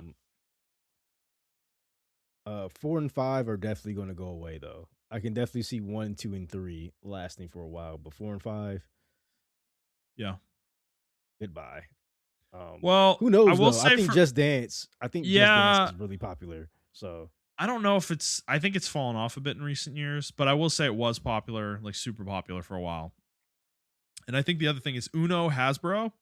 That includes the mobile games. They make the like Monopoly Go, I think, for Hasbro, which those games are actually pretty popular. So there is some stuff in here. The thing is, I think they set this up. I was listening to Rick Hogue talk about this from a legal standpoint. Is he was talking about that like this is set up in nice, neat chunks for somebody to want to come in to buy. basically. Is Mm. we're gonna organize these things in such a way that if you wanted Might and Magic, you probably want these other four things too. You know, like if you want Just Dance, you might want these other few things as well. You know, so that that makes a lot of sense to me based on the organizational structure of this. Because yeah, I think Creative House 4 has no shot of existing as an actual entity long term. Even Creative House 3 I think is questionable. And then yeah, 5, like I can see that one existing, but it would probably get downsized. Like some of these things would go away probably. So I don't know. It's interesting. Obviously we'll we'll have to see how it plays out long term, you know. But this kind of restructure was kind of inevitable with where they were the last couple of years. So all right, moving on, Montreal. We can get through this one quickly. There's rumors. This has basically been corroborated and not confirmed by CD Projekt Red, but for all intents and purposes, this is like kind of an open secret at this point. Is Witcher 3 is getting a DLC this year, supposedly in May, for to bridge the gap between Witchers 3 and 4, essentially. And I know you're not a big Witcher guy, so this is cool. I would like, I think this is common sentiment out there, but I'd like to see this is cool thing when games do this. Borderlands has done it. Did it with Borderlands 2 into Borderlands 3. They came out with DLC like 7 years after that game came out Mm. for the game, and I think that's a cool thing to see. So, um, this will be very exciting for people. Witcher 3 is still a beloved game, so if it comes out, that'll be good. That'll be fun. Probably that'll be a fun moment out there for people. I think Um, I think companies should do this for their yeah, older games as well. So yeah, yeah. I think there's more money to be made there than you would think. You know, um, like kind of just bringing an old game back. With a DLC. So, um, next story. While we were gone, the Light of Motoram lawsuit was settled between Sony and Tencent. For all intents and purposes, it seems like Sony won. Light of Motoram has been, I believe, like delisted. Yeah, it's gone off Steam. It's not on the Epic Game Store anymore. So if this game reappears, it will reappear as something completely different, more than likely. And you know, it's gone in the form it was in. So, Montreal, is this? Did we lose something? Of value here, or do you not really care? I really don't care. It looked like plagiarism, the game anyway. Yeah, right. Fair enough. Right. All right. Well, I just wanted to tie that knot because we had followed it for a while. That lawsuit. So, all right, moving on. Monster Hunter Wilds. We've talked about this game a lot. Montreal game had PC performance issues, significant ones. There was a lot of funny stuff going on about this while we've been gone. Somebody found that the game ran better with the more DLC you had. And this basically became confirmed when Capcom patched this uh, recently, and that fixed a lot of the performance issues. There were other things as well that they fixed. But this was kind of a funny situation with this game. Really embarrassing for Capcom, frankly, that it took somebody outside of the studio to figure this out for them. But I don't know. What do you think, Montreal? Is this like an indictment on the Monster Hunter team? Yeah, I don't think it was on purpose, but I it's don't think so definitely either. Right. yeah. A lot of people are saying like, "Oh, see, they were trying to get us to buy DLC," and it's like I don't really think this is on purpose. I think this is just really, really, really bad programming. Yeah. uh, uh, Whoever is probably some intern doing doing the optimization of this game, Yeah. and they missed it, um, Yep. Yep. and yeah, it took like some modder in Reddit or whatever to find out the issue. I'm glad they found the issue, because this is really tanking. I mean, I remember Jet was like he loves playing this game. He was just like, "This is like unplayable for me. I can't even play it." And he's not the type Yeah, of person to give up on video games like that. And he's just like, right. "Yeah, I can't do it. It's just unplayable for me." So Yep. yeah, I'm glad they found it or whatever, found the issue. Yeah. Yeah, and I mean it's good, right? So hopefully this is carried on into the expansion, the DLC that they announced. Actually, oh yeah, that's right, that got confirmed as well. That they're working on a big expansion. So hopefully these performance improvements are carried over into that, and we are not like PC players don't have to deal with any problems going forward. But um, this game's just been a disaster for Capcom. It's so interesting because I think it sold like 10 million copies like super fast, and then it just completely fell off a cliff. Right, like these problems with this game, like completely cratered the word of mouth for Monster Hunter Wilds. You know, and I think it really damaged the game. Like it's an example of the little things. I mean, I don't even know if I call it little things. The game's fucking performance is pretty essential aspect, but ignoring the fundamentals of your game is not always a viable strategy. you know, Yep. um, it just it didn't work in this case. Sometimes companies get away with it. Bethesda gets away with it for all the time, or they always did back in the day. I don't know about nowadays, but everybody would be like, "Oh, it's so charming! What a charming, janky Bethesda game!" But I think gamers are a little bit less receptive to this shit nowadays. They kind of expect their fucking games to work when they spend $70. Um, so yeah, that's been resolved, and that is good for the community. All right, watch out. Let's move on. Circana numbers, real quick. This was for the year. Total video game sales, 7 point. Wait a second. Sorry, this was for December 2025. 7.765 billion this year versus 7.566 billion last year. 3% increase there. Video game content. This is full game sales, DLC microtransactions, subscriptions, etc.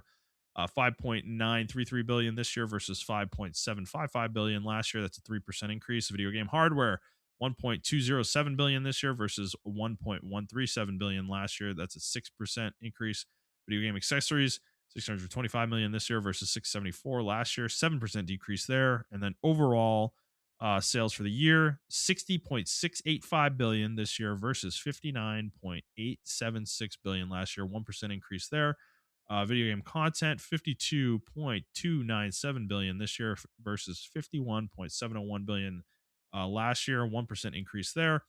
5.435 billion this year versus 4.996 billion last year, a 9% increase for video game hardware. And then accessories, 2.953 billion this year versus 3.179 billion last year. That's actually a 7% decrease in the accessories overall.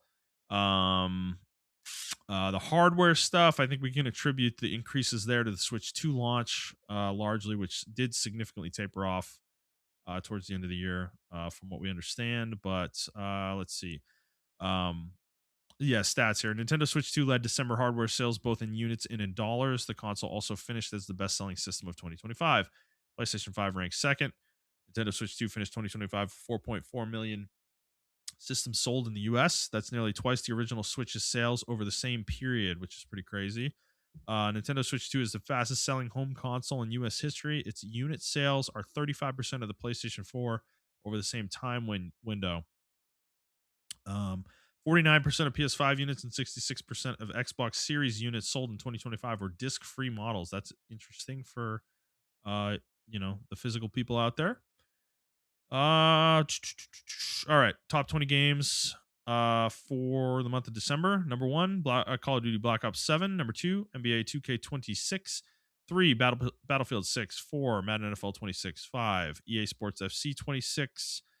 6, Pokemon Legends ZA. 7, Metroid Prime 4 Beyond. 8, Minecraft. 9, Donkey Kong Bonanza. 10, Ghost Yote. 11, EA Sports College Football 26. 12, Grand Theft Auto 5. 13, Sonic Racing Cross Worlds. 14, Forza Horizon 5. 15, Red Dead Redemption 2. 16, Flight Simulator 2024. 17, Kingdom Come Deliverance 2. 18, Kirby's Air Riders. 19, Super Mario Galaxy plus Super Mario Galaxy 2. 20, Marvel Spider-Man 2. Anything jumping out to you there? Uh, no, not really. To be honest with you. Nah, it's a pretty bog standard list overall. 20 top 20 for the year. This is the more interesting list. Number 1, Battlefield 6. Number 2, NBA 2K 26. 3, Borderlands 4. 4, Monster Hunter Wilds. 5, Call of Duty Black Ops 7. 6, Madden NFL 26. 7, EA Sports College Football 26. 8, EA Sports FC 26. 9, Elder Scrolls 4 Oblivion Remastered. 10, Call of Duty Black Ops 6.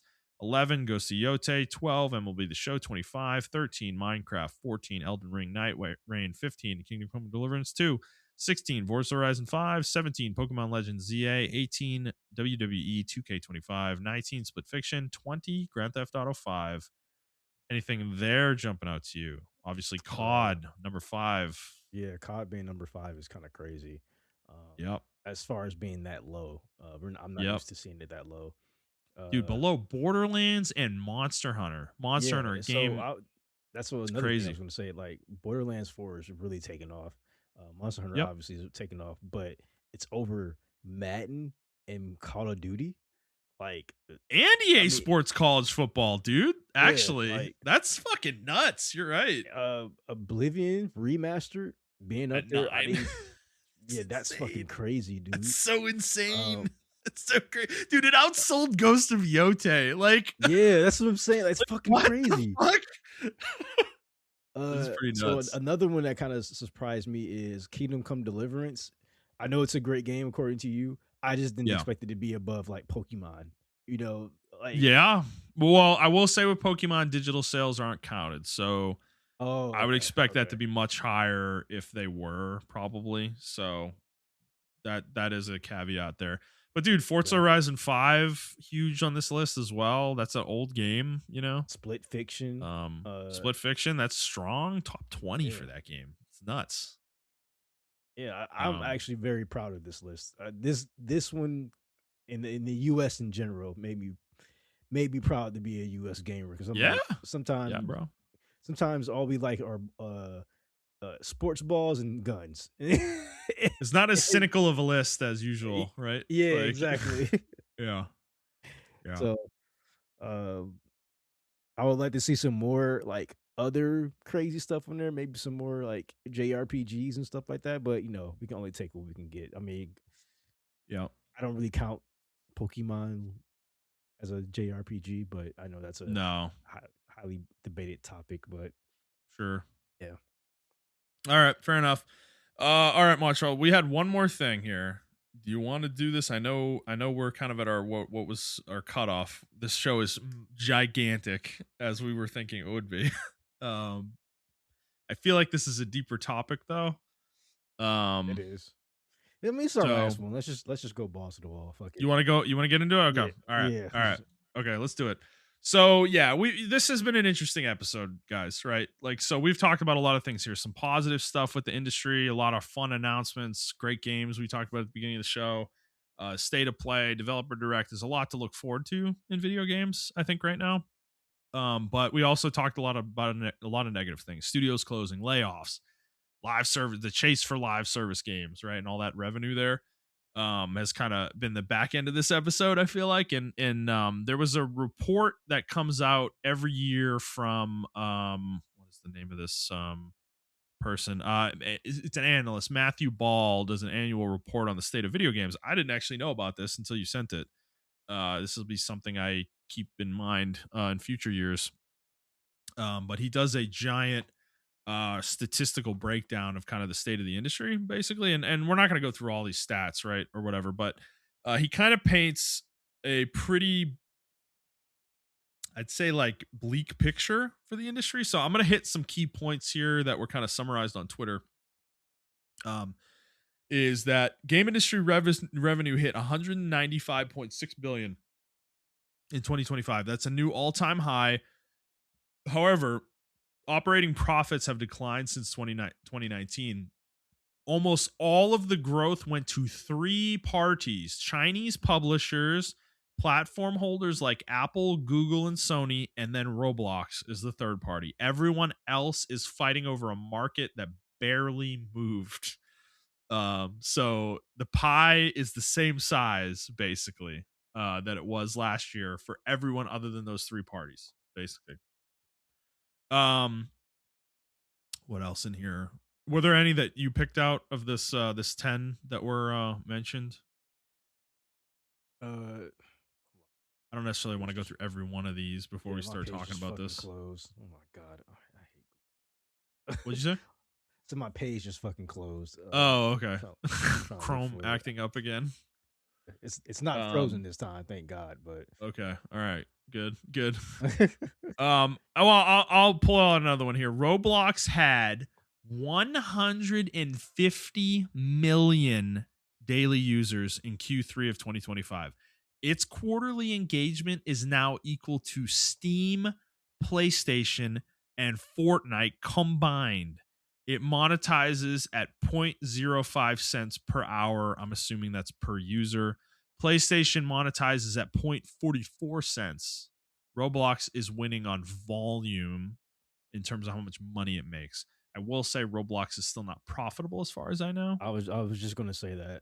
Unfortunately, well, fortunately in this case, um, it's still not profitable. Yeah. Despite having all those users, a lot of those users are kids and they Yeah. can't buy stuff uh the way that an adult can or something, or even a teenager at that in that aspect. Yeah. Last year they did have a annual loss of like 1.6 billion dollars or something like that. Yeah. So uh as much as the player engagement is there, they can't uh seem to profit off of it as much as they should be profiting off of it.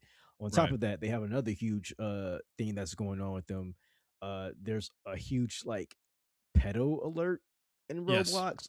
Right. A lot of kids are getting groomed or even stalked or abducted or playing just inappropriate behavior from adults in Roblox, and they refuse.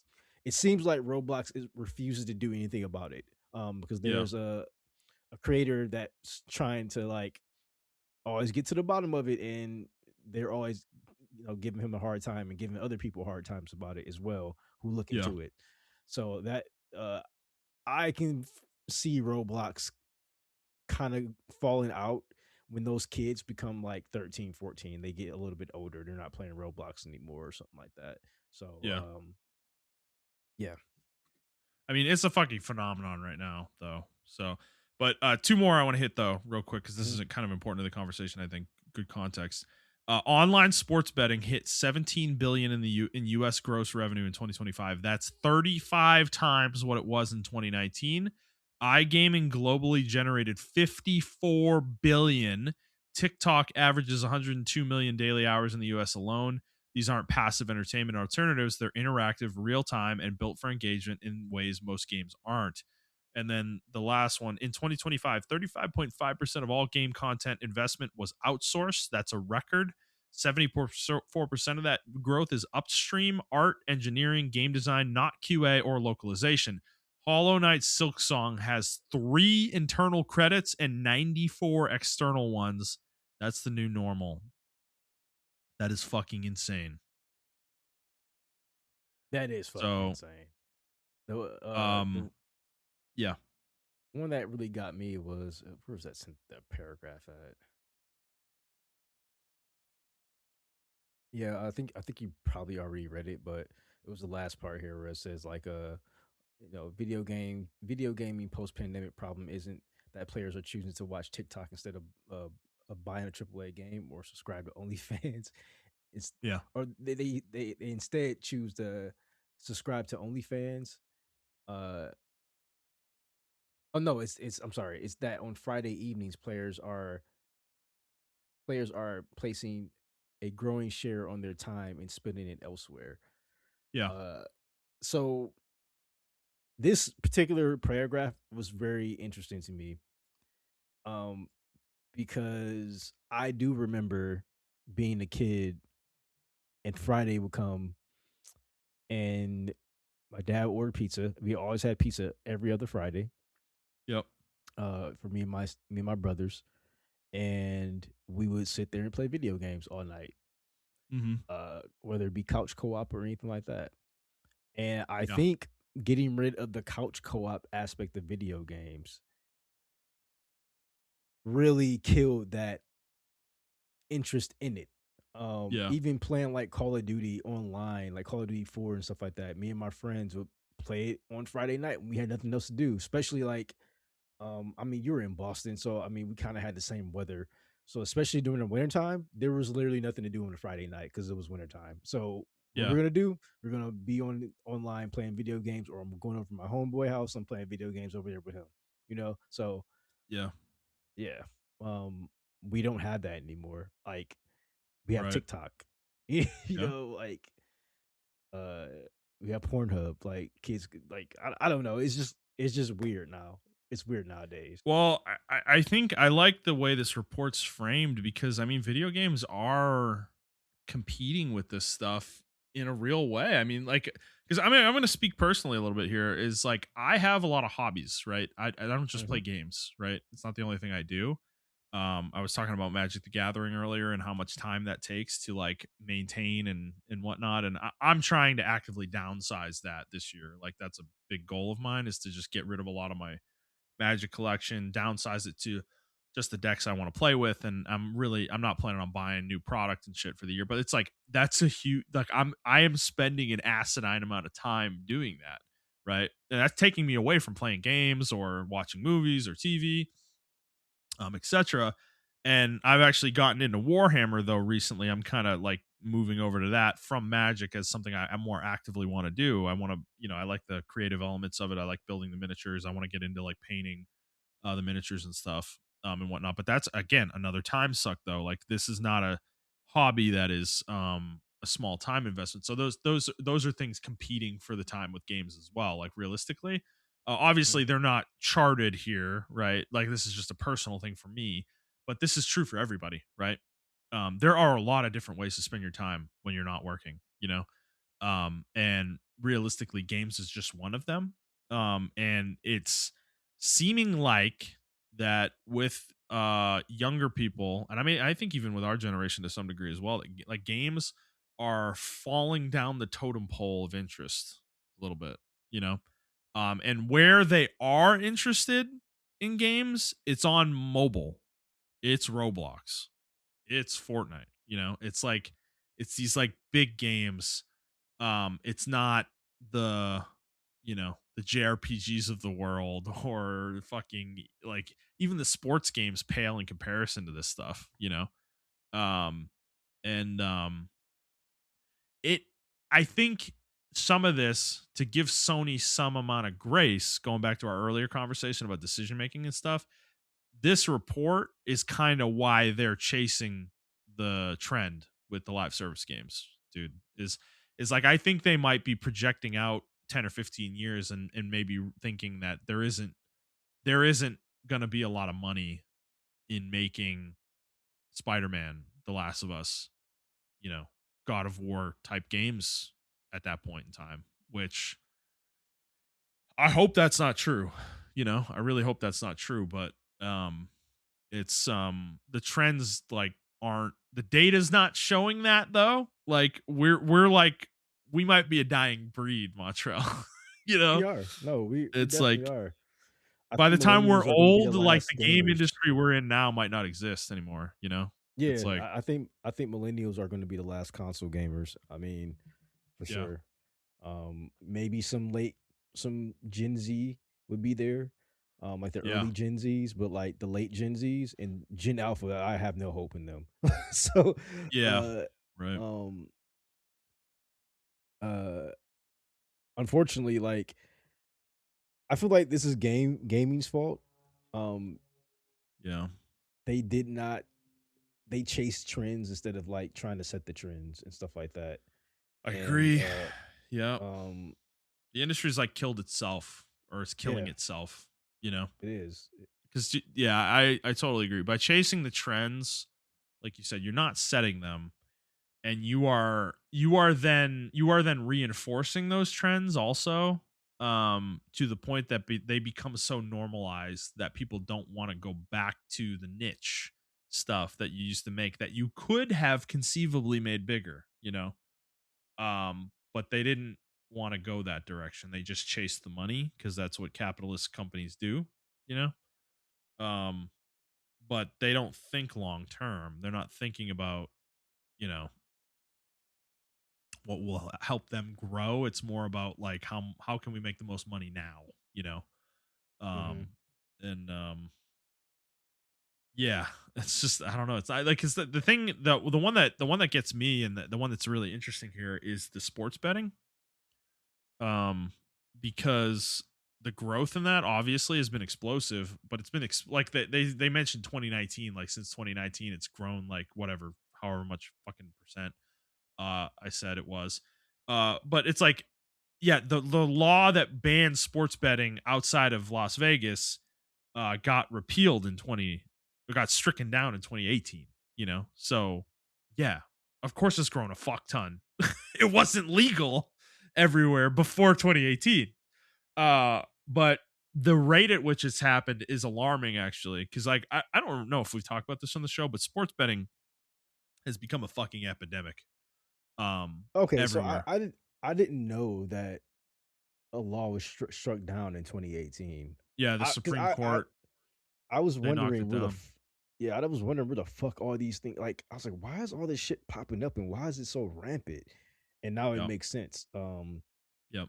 So thanks for answering that fucking mystery for me because I actually did Yeah, not know that. I've followed this a lot because I think it's like actually a really concerning trend. Um, like sports betting is just a fucking morass for people to give their money to rich people, basically. Yeah. Um, it's another vehicle by which the rich can suck wealth out of the poor, you know, basically.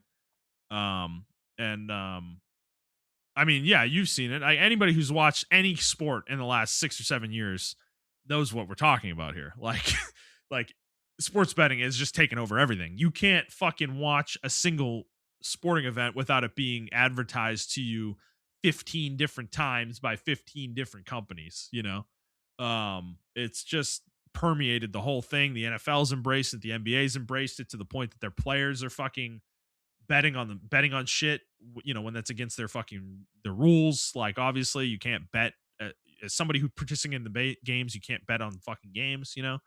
That should Mhm. be self-explanatory, but people are doing it. It's gotten exposed in the NBA. I think it's a matter of time before it happens in the NFL and some of these other sports as well. Like it's just again it's just it's the worshiping of money. We're just following the place that can make us the most money as humanly possible. And unfortunately I think video games are falling away in that regard. Like I just don't think there's as much interest in making new games. And every live service game that fails like High Guard is just going to scare more companies away, I think, you know. And cuz they don't want to spend 200 million to make a game that's only going to make 5 million sell 5 million copies. Like that's just not the kind of money they want to make, you know.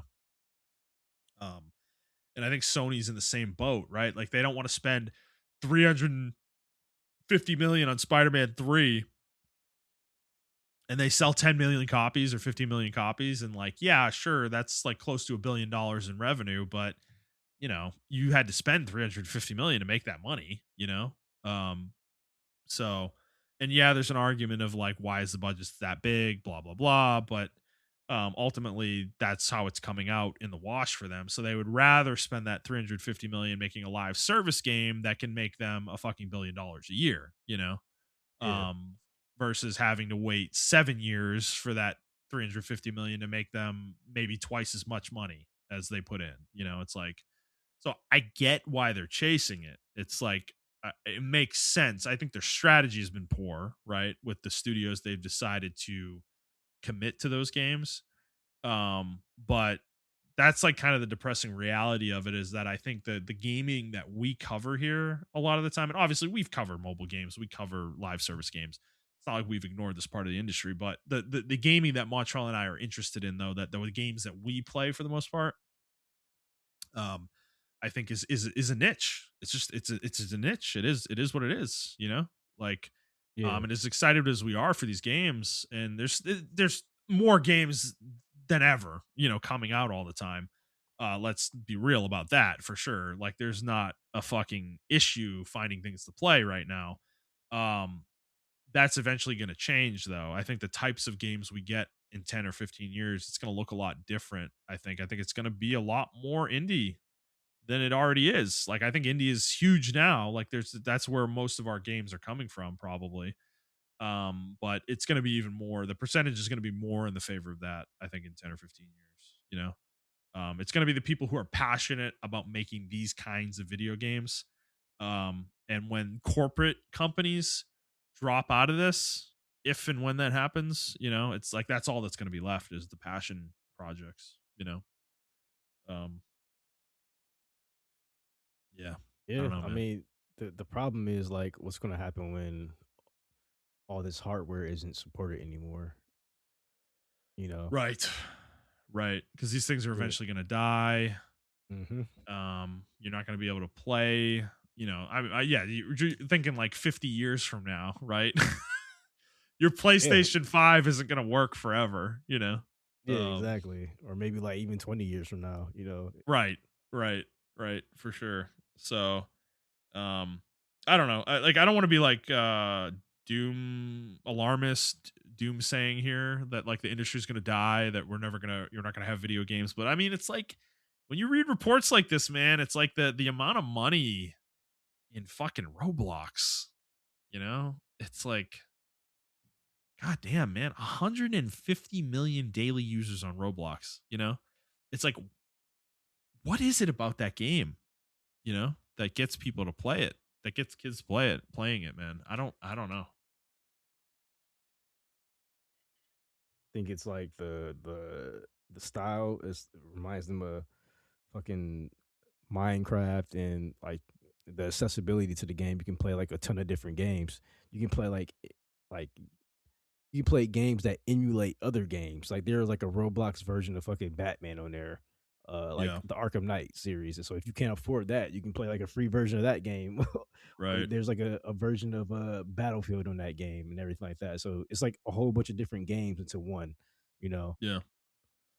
Yeah, right. That the creative element, the creation element, rather, I should say, of the game, like, is a Yeah. huge draw, which I know Fortnite has gone in that direction. Um, you know, the battle royale is still there, but I would wager that is not where most of the revenue's coming from anymore. um, Potentially, but so it's just an interesting thing. I think the games as we play them that are like so static in what they are, they're not malleable, they're not versatile. Assassin's Creed is just Assassin's Creed. That's it. And if you don't want to play Assassin's Creed, which most people don't want to play Assassin's Creed, um, you know, you're gonna go play Roblox or Fortnite or whatever, games that give you options. I mean, I will speak to this too. When I was younger, Warcraft 3 was my game. That probably was my Roblox when I was in my teens. Um, and the reason why that game stuck so hard was because of the creative element of the game. There were so many um different like custom games you could play. There was the tower defense games, there was Dota, there was Dota spin-offs, there was fucking Footman Wars, there was all these stupid little custom games you could play that were like fun as fuck. um and they were kind of like little time wasters basically, but they were fun, and they were interactive. And um it wasn't just a static game. It wasn't just playing Warcraft 3 as Warcraft 3. It was playing all this other shit in Warcraft. And like Blizzard was ahead of their time with that. And it's hilarious that they didn't really understand fully what they had there. Because they kind of were Roblox before Roblox. It's like they had the idea, man. Like that creative element, letting players create their own content, um was a huge thing, and it is a huge thing now. And it's weird that they didn't focus on that more. They kind of just let it fall away ultimately. Um and yeah, I don't know. It's like the industry's it's just like kind of depressing to like look at the numbers. you know. So here's one. Mobile game advertising generated 67 billion in gross revenue in 2025. 67 67 billion? billion. Yeah,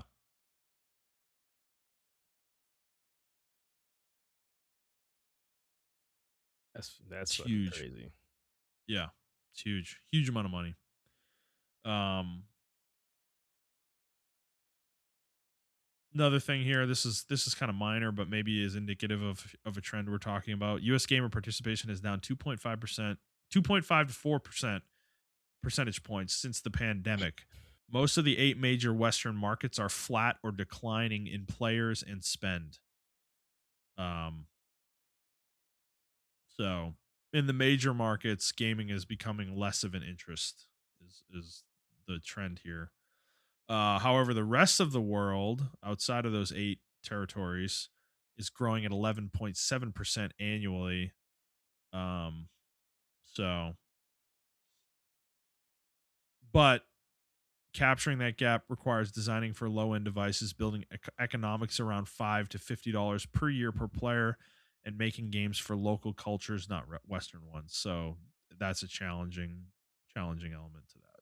So I don't think so. I think there's a lot of studios that are actually third party that are in yeah, a lot of these areas as well. So I think that it won't be a challenge as far as doing that. I guess it'll be a challenge trying to distribute it among yeah, that player base. yeah, yeah.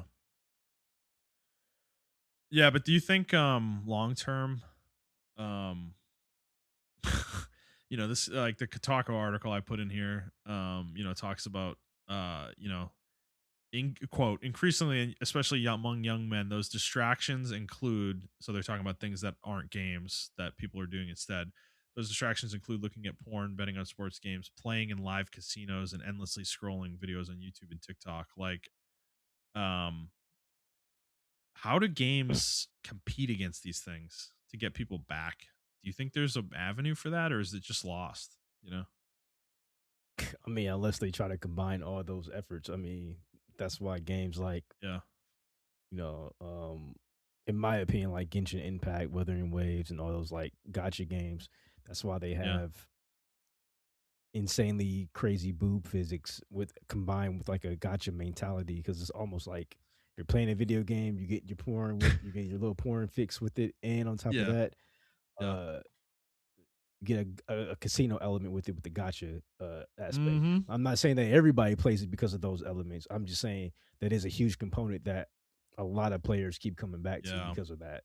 You're combining two of the different two of these elements here that I just mentioned, right? And that makes a lot of sense.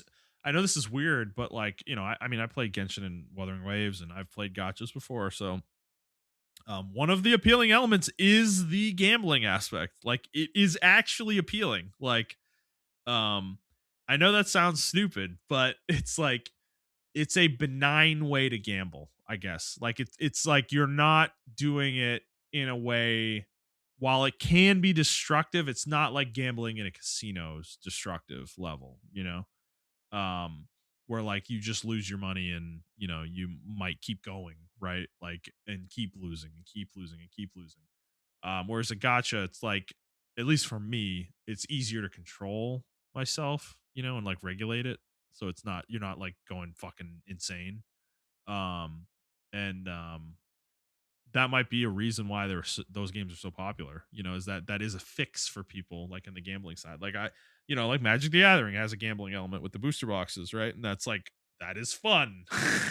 Like I like gambling. I do like gambling. It is like a vice of mine that I do enjoy, but you have to like, I like try to regulate it in ways where I'm keeping it healthy and it's not like I'm not spending $1,000 in one sitting. It's Yeah. like I'm gonna spend $100 once every couple months. It's like it's not something you're trying to do fucking crazy.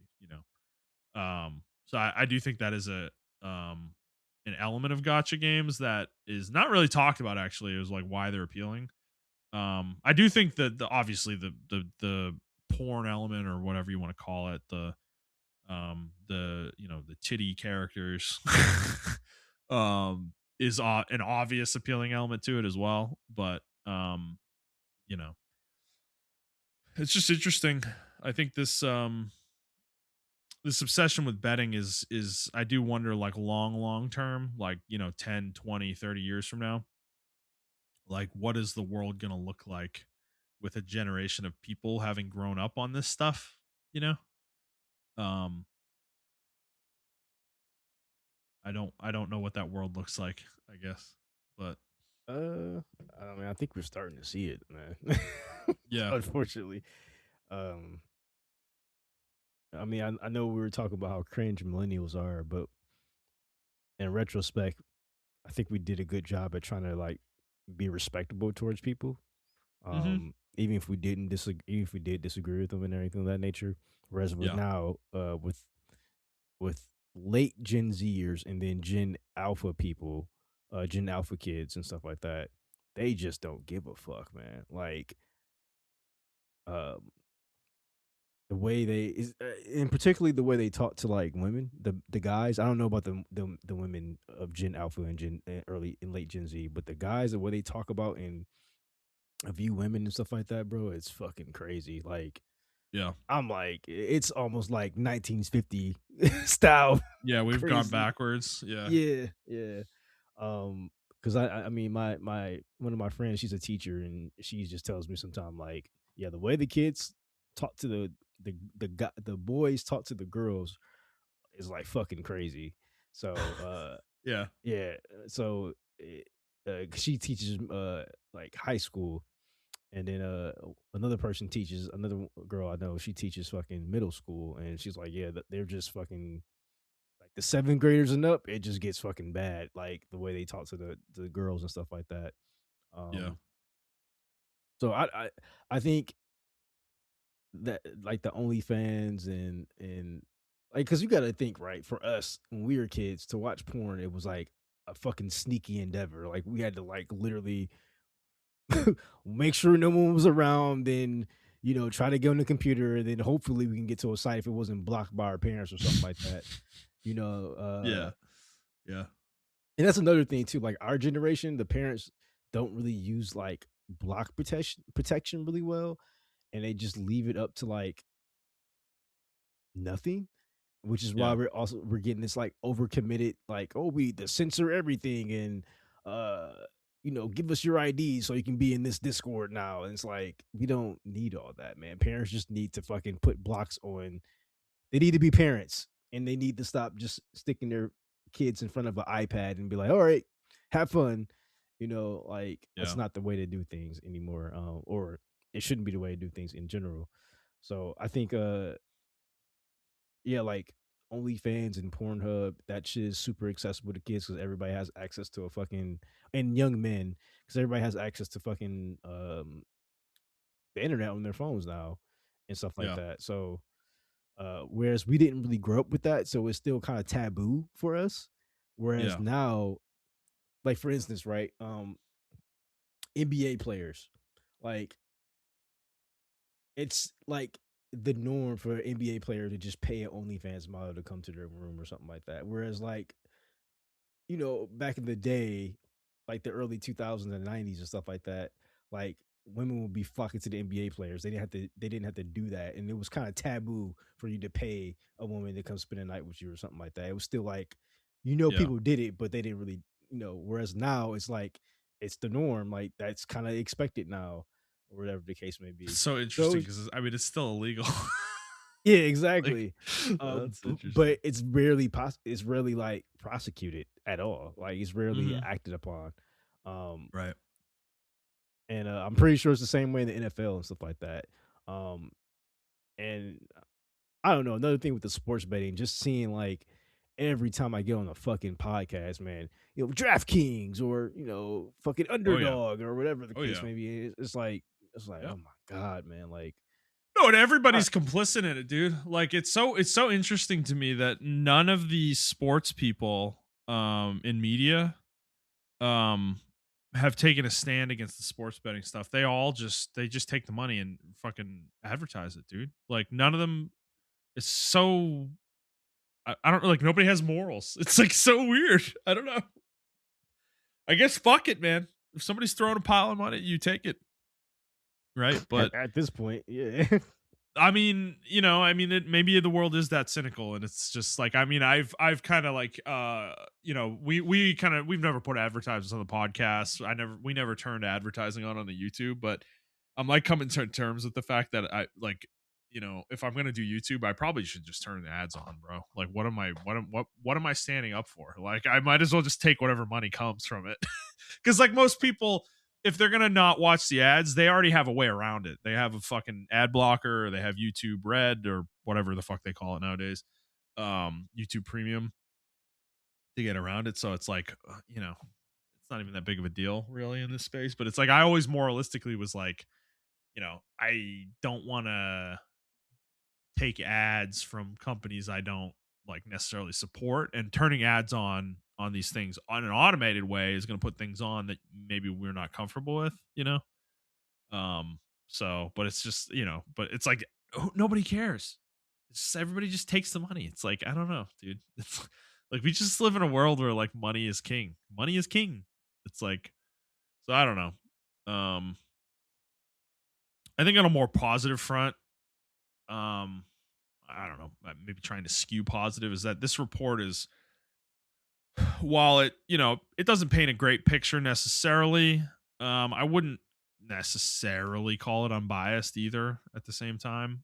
Um, so, there's a framing to this that's trying to get a certain message across that, gaming's dying or something like that. So, there may be a purpose to that we don't really know about, so at the same time, you know, as much as the numbers from a pure monetary standpoint don't look great, I mean, dude, like I said earlier in this conversation, we have more games than fucking ever to play.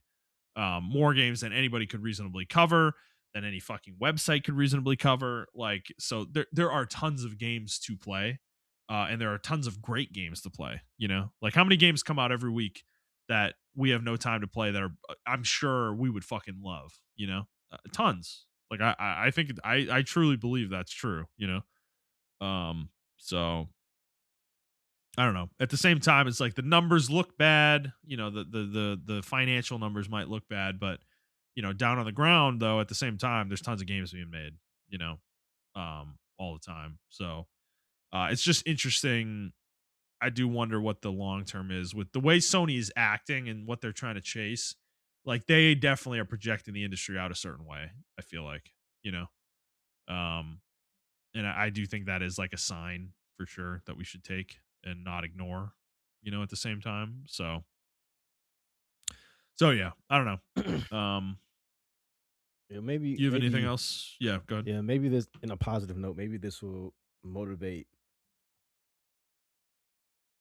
developers and game studios to try new things to get kids to play the games or something like that. I don't know. Yeah, There's a reason why gaming grew to where it was, and it wasn't because of overt monetization and everything like that. It's because games were actually video games first, before anything else.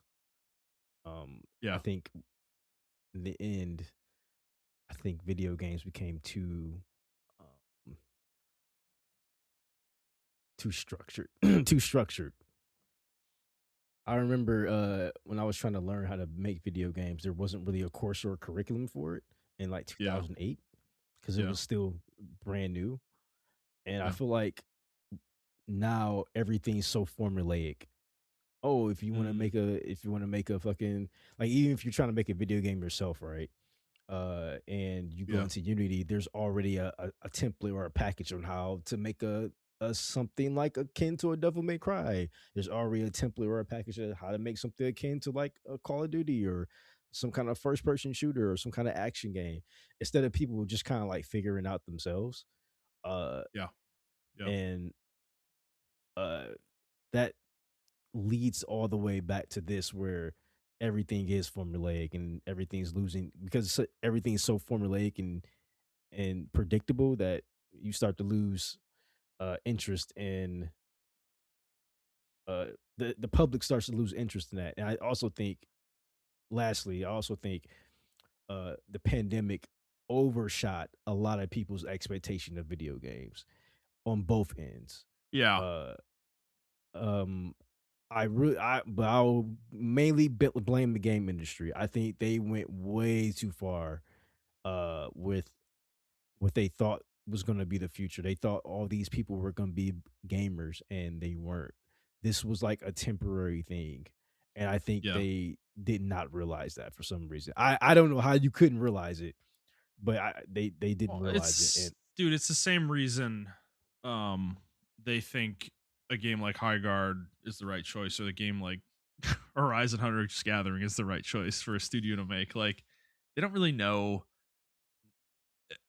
I think it's always been true that the true suits, for the most part, I'd say the vast majority. There are exceptions to this. I think like Strauss Zelnick is an obvious exception. I think Bobby Kotick mhm, is an obvious exception to this. That most suits though that have been in the industry, executive type people who don't play games, who don't play games, don't didn't grow up on games, don't really know the industry that well. Like they just they are bad decision makers. They don't know the industry, you know. And I think those that because I think that's a great point, is a lot of these financial reports and even the Circana stuff that we talk about. I think that COVID spike is still affecting those things, you know, because you're comparing year over year building off of COVID, right? yep. And I think the industry at large is like, they want explosive growth, you know, every year. And I think games just don't work like that really, you know. And I know that live service games have become a cheat code for making a lot of money really fast. But I think like the practical logistics of making those games is just something they're not really taking into account, dude, you know. Um and I think there's some truth to the idea that AAA games are probably in trouble like long term. Um But I think games, I don't know, like realistically, there's always going to be people who want to make games, you know. I think there are enough of us out there, at least for our generation, that that will be true at least for quite a while, like probably through our lives at least. And maybe in 100 years or 150 or 200 years, you know, games like this, the way we play games now, don't exist anymore. I don't know. But I think in the shorter term, like there's not a lot to worry about in that front. But um maybe it's one of those things that like we kind of need these people to leave, like these people who are trying to like make a quick buck, you know. And maybe the rise of these other things, TikTok, sports gambling and stuff, is gonna make them go somewhere else, you know. Because I don't think these people are good for the industry. This is like you know, for instance, you know, I'm not going to say the name, but the company I work for instance, is kind of a similar space, really, with like with growth and like quarterly growth and things like that. Like, we're not the type of business that can make short term profit growth, right? Like, we kind of have to make more long term decisions that kind of play out over time, right? And I think gaming is like that as well. You can't for if you're going to make a game that takes 6 years to make, you know, and is going to make you, you know, double the amount of money you put into it or whatever. You have to have very long term thinking, and if you're going to try to have growth every quarter in an industry like that, you need to have a lot of games being made simultaneously, and that's just not possible for most companies, right? So that mindset is just really hard to apply to video games, to me. And like, I think it's folly to try to chase that constantly. You're going to end up making decisions that um end up, you know, bankrupting companies, and we've seen that for the last like 2 decades. You know, it's just fucking happened constantly. These companies chase trends that they don't know how to implement, or they don't know how to make a game that fits that trend, and then the company shuts down, you know. And it's like companies like Sony, they'll buy a company like Bluepoint, and a company that doesn't make multiplayer games, and they'll let them make a multiplayer game, or tell them to make a multiplayer game, and then they fucking close the studio. It's just like, um these are people who don't know the industry that they're in very well. And um maybe eventually, like, that could be the silver lining here, is maybe eventually those people are gone. They get like washed out, you know, because they end up going somewhere else to make their money, you know. um So I don't know. That's almost my hope at this point. Um, but yeah, man, I don't know. It's like it's weird. It's a weird place to be. It's like there's some positive elements to the industry right now, and then there's some negative elements in the industry right now. It's like it's hard to know which way it's going to go. So Yeah, I agree. you have anything else on this before we head out here? Nope, this was fun. Yeah. What is this gonna be? Because we had to cut, so it was this like 5 hour, 20 minute Yeah. episode. All right. Well, guys, so this is oh man, this is bittersweet. It's been a fun ride. Um, we hope you enjoyed the show over the last several years. And I'm gonna try we hosted on Buzzsprout. We pay for that. So I'm gonna be canceling that. So I'm hopefully though, I think the episodes are on YouTube. I don't think they're gonna get slurped out from the Buzzsprout. So they should at least hopefully still be up there. But more longer term, I will be probably doing content on the Players Take YouTube channel still. If you want to follow there, Montrell, do you have a channel that you want to share, or I know you had that you had like your gun channel several few years ago. You were doing stuff on. Um, Yeah, and I mean, I still have the channel. I'm not doing anything on it right now, Gotcha. but I should be promoting it. I mean, Okay. I'll do it. I'll do my own promotion.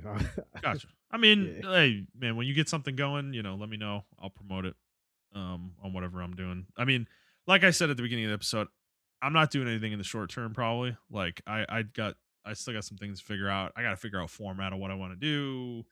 Do I want to do a news show? Do I want to do reviews? Like what do I really want to do with my time, cuz it's like I can't do 8 different things at once.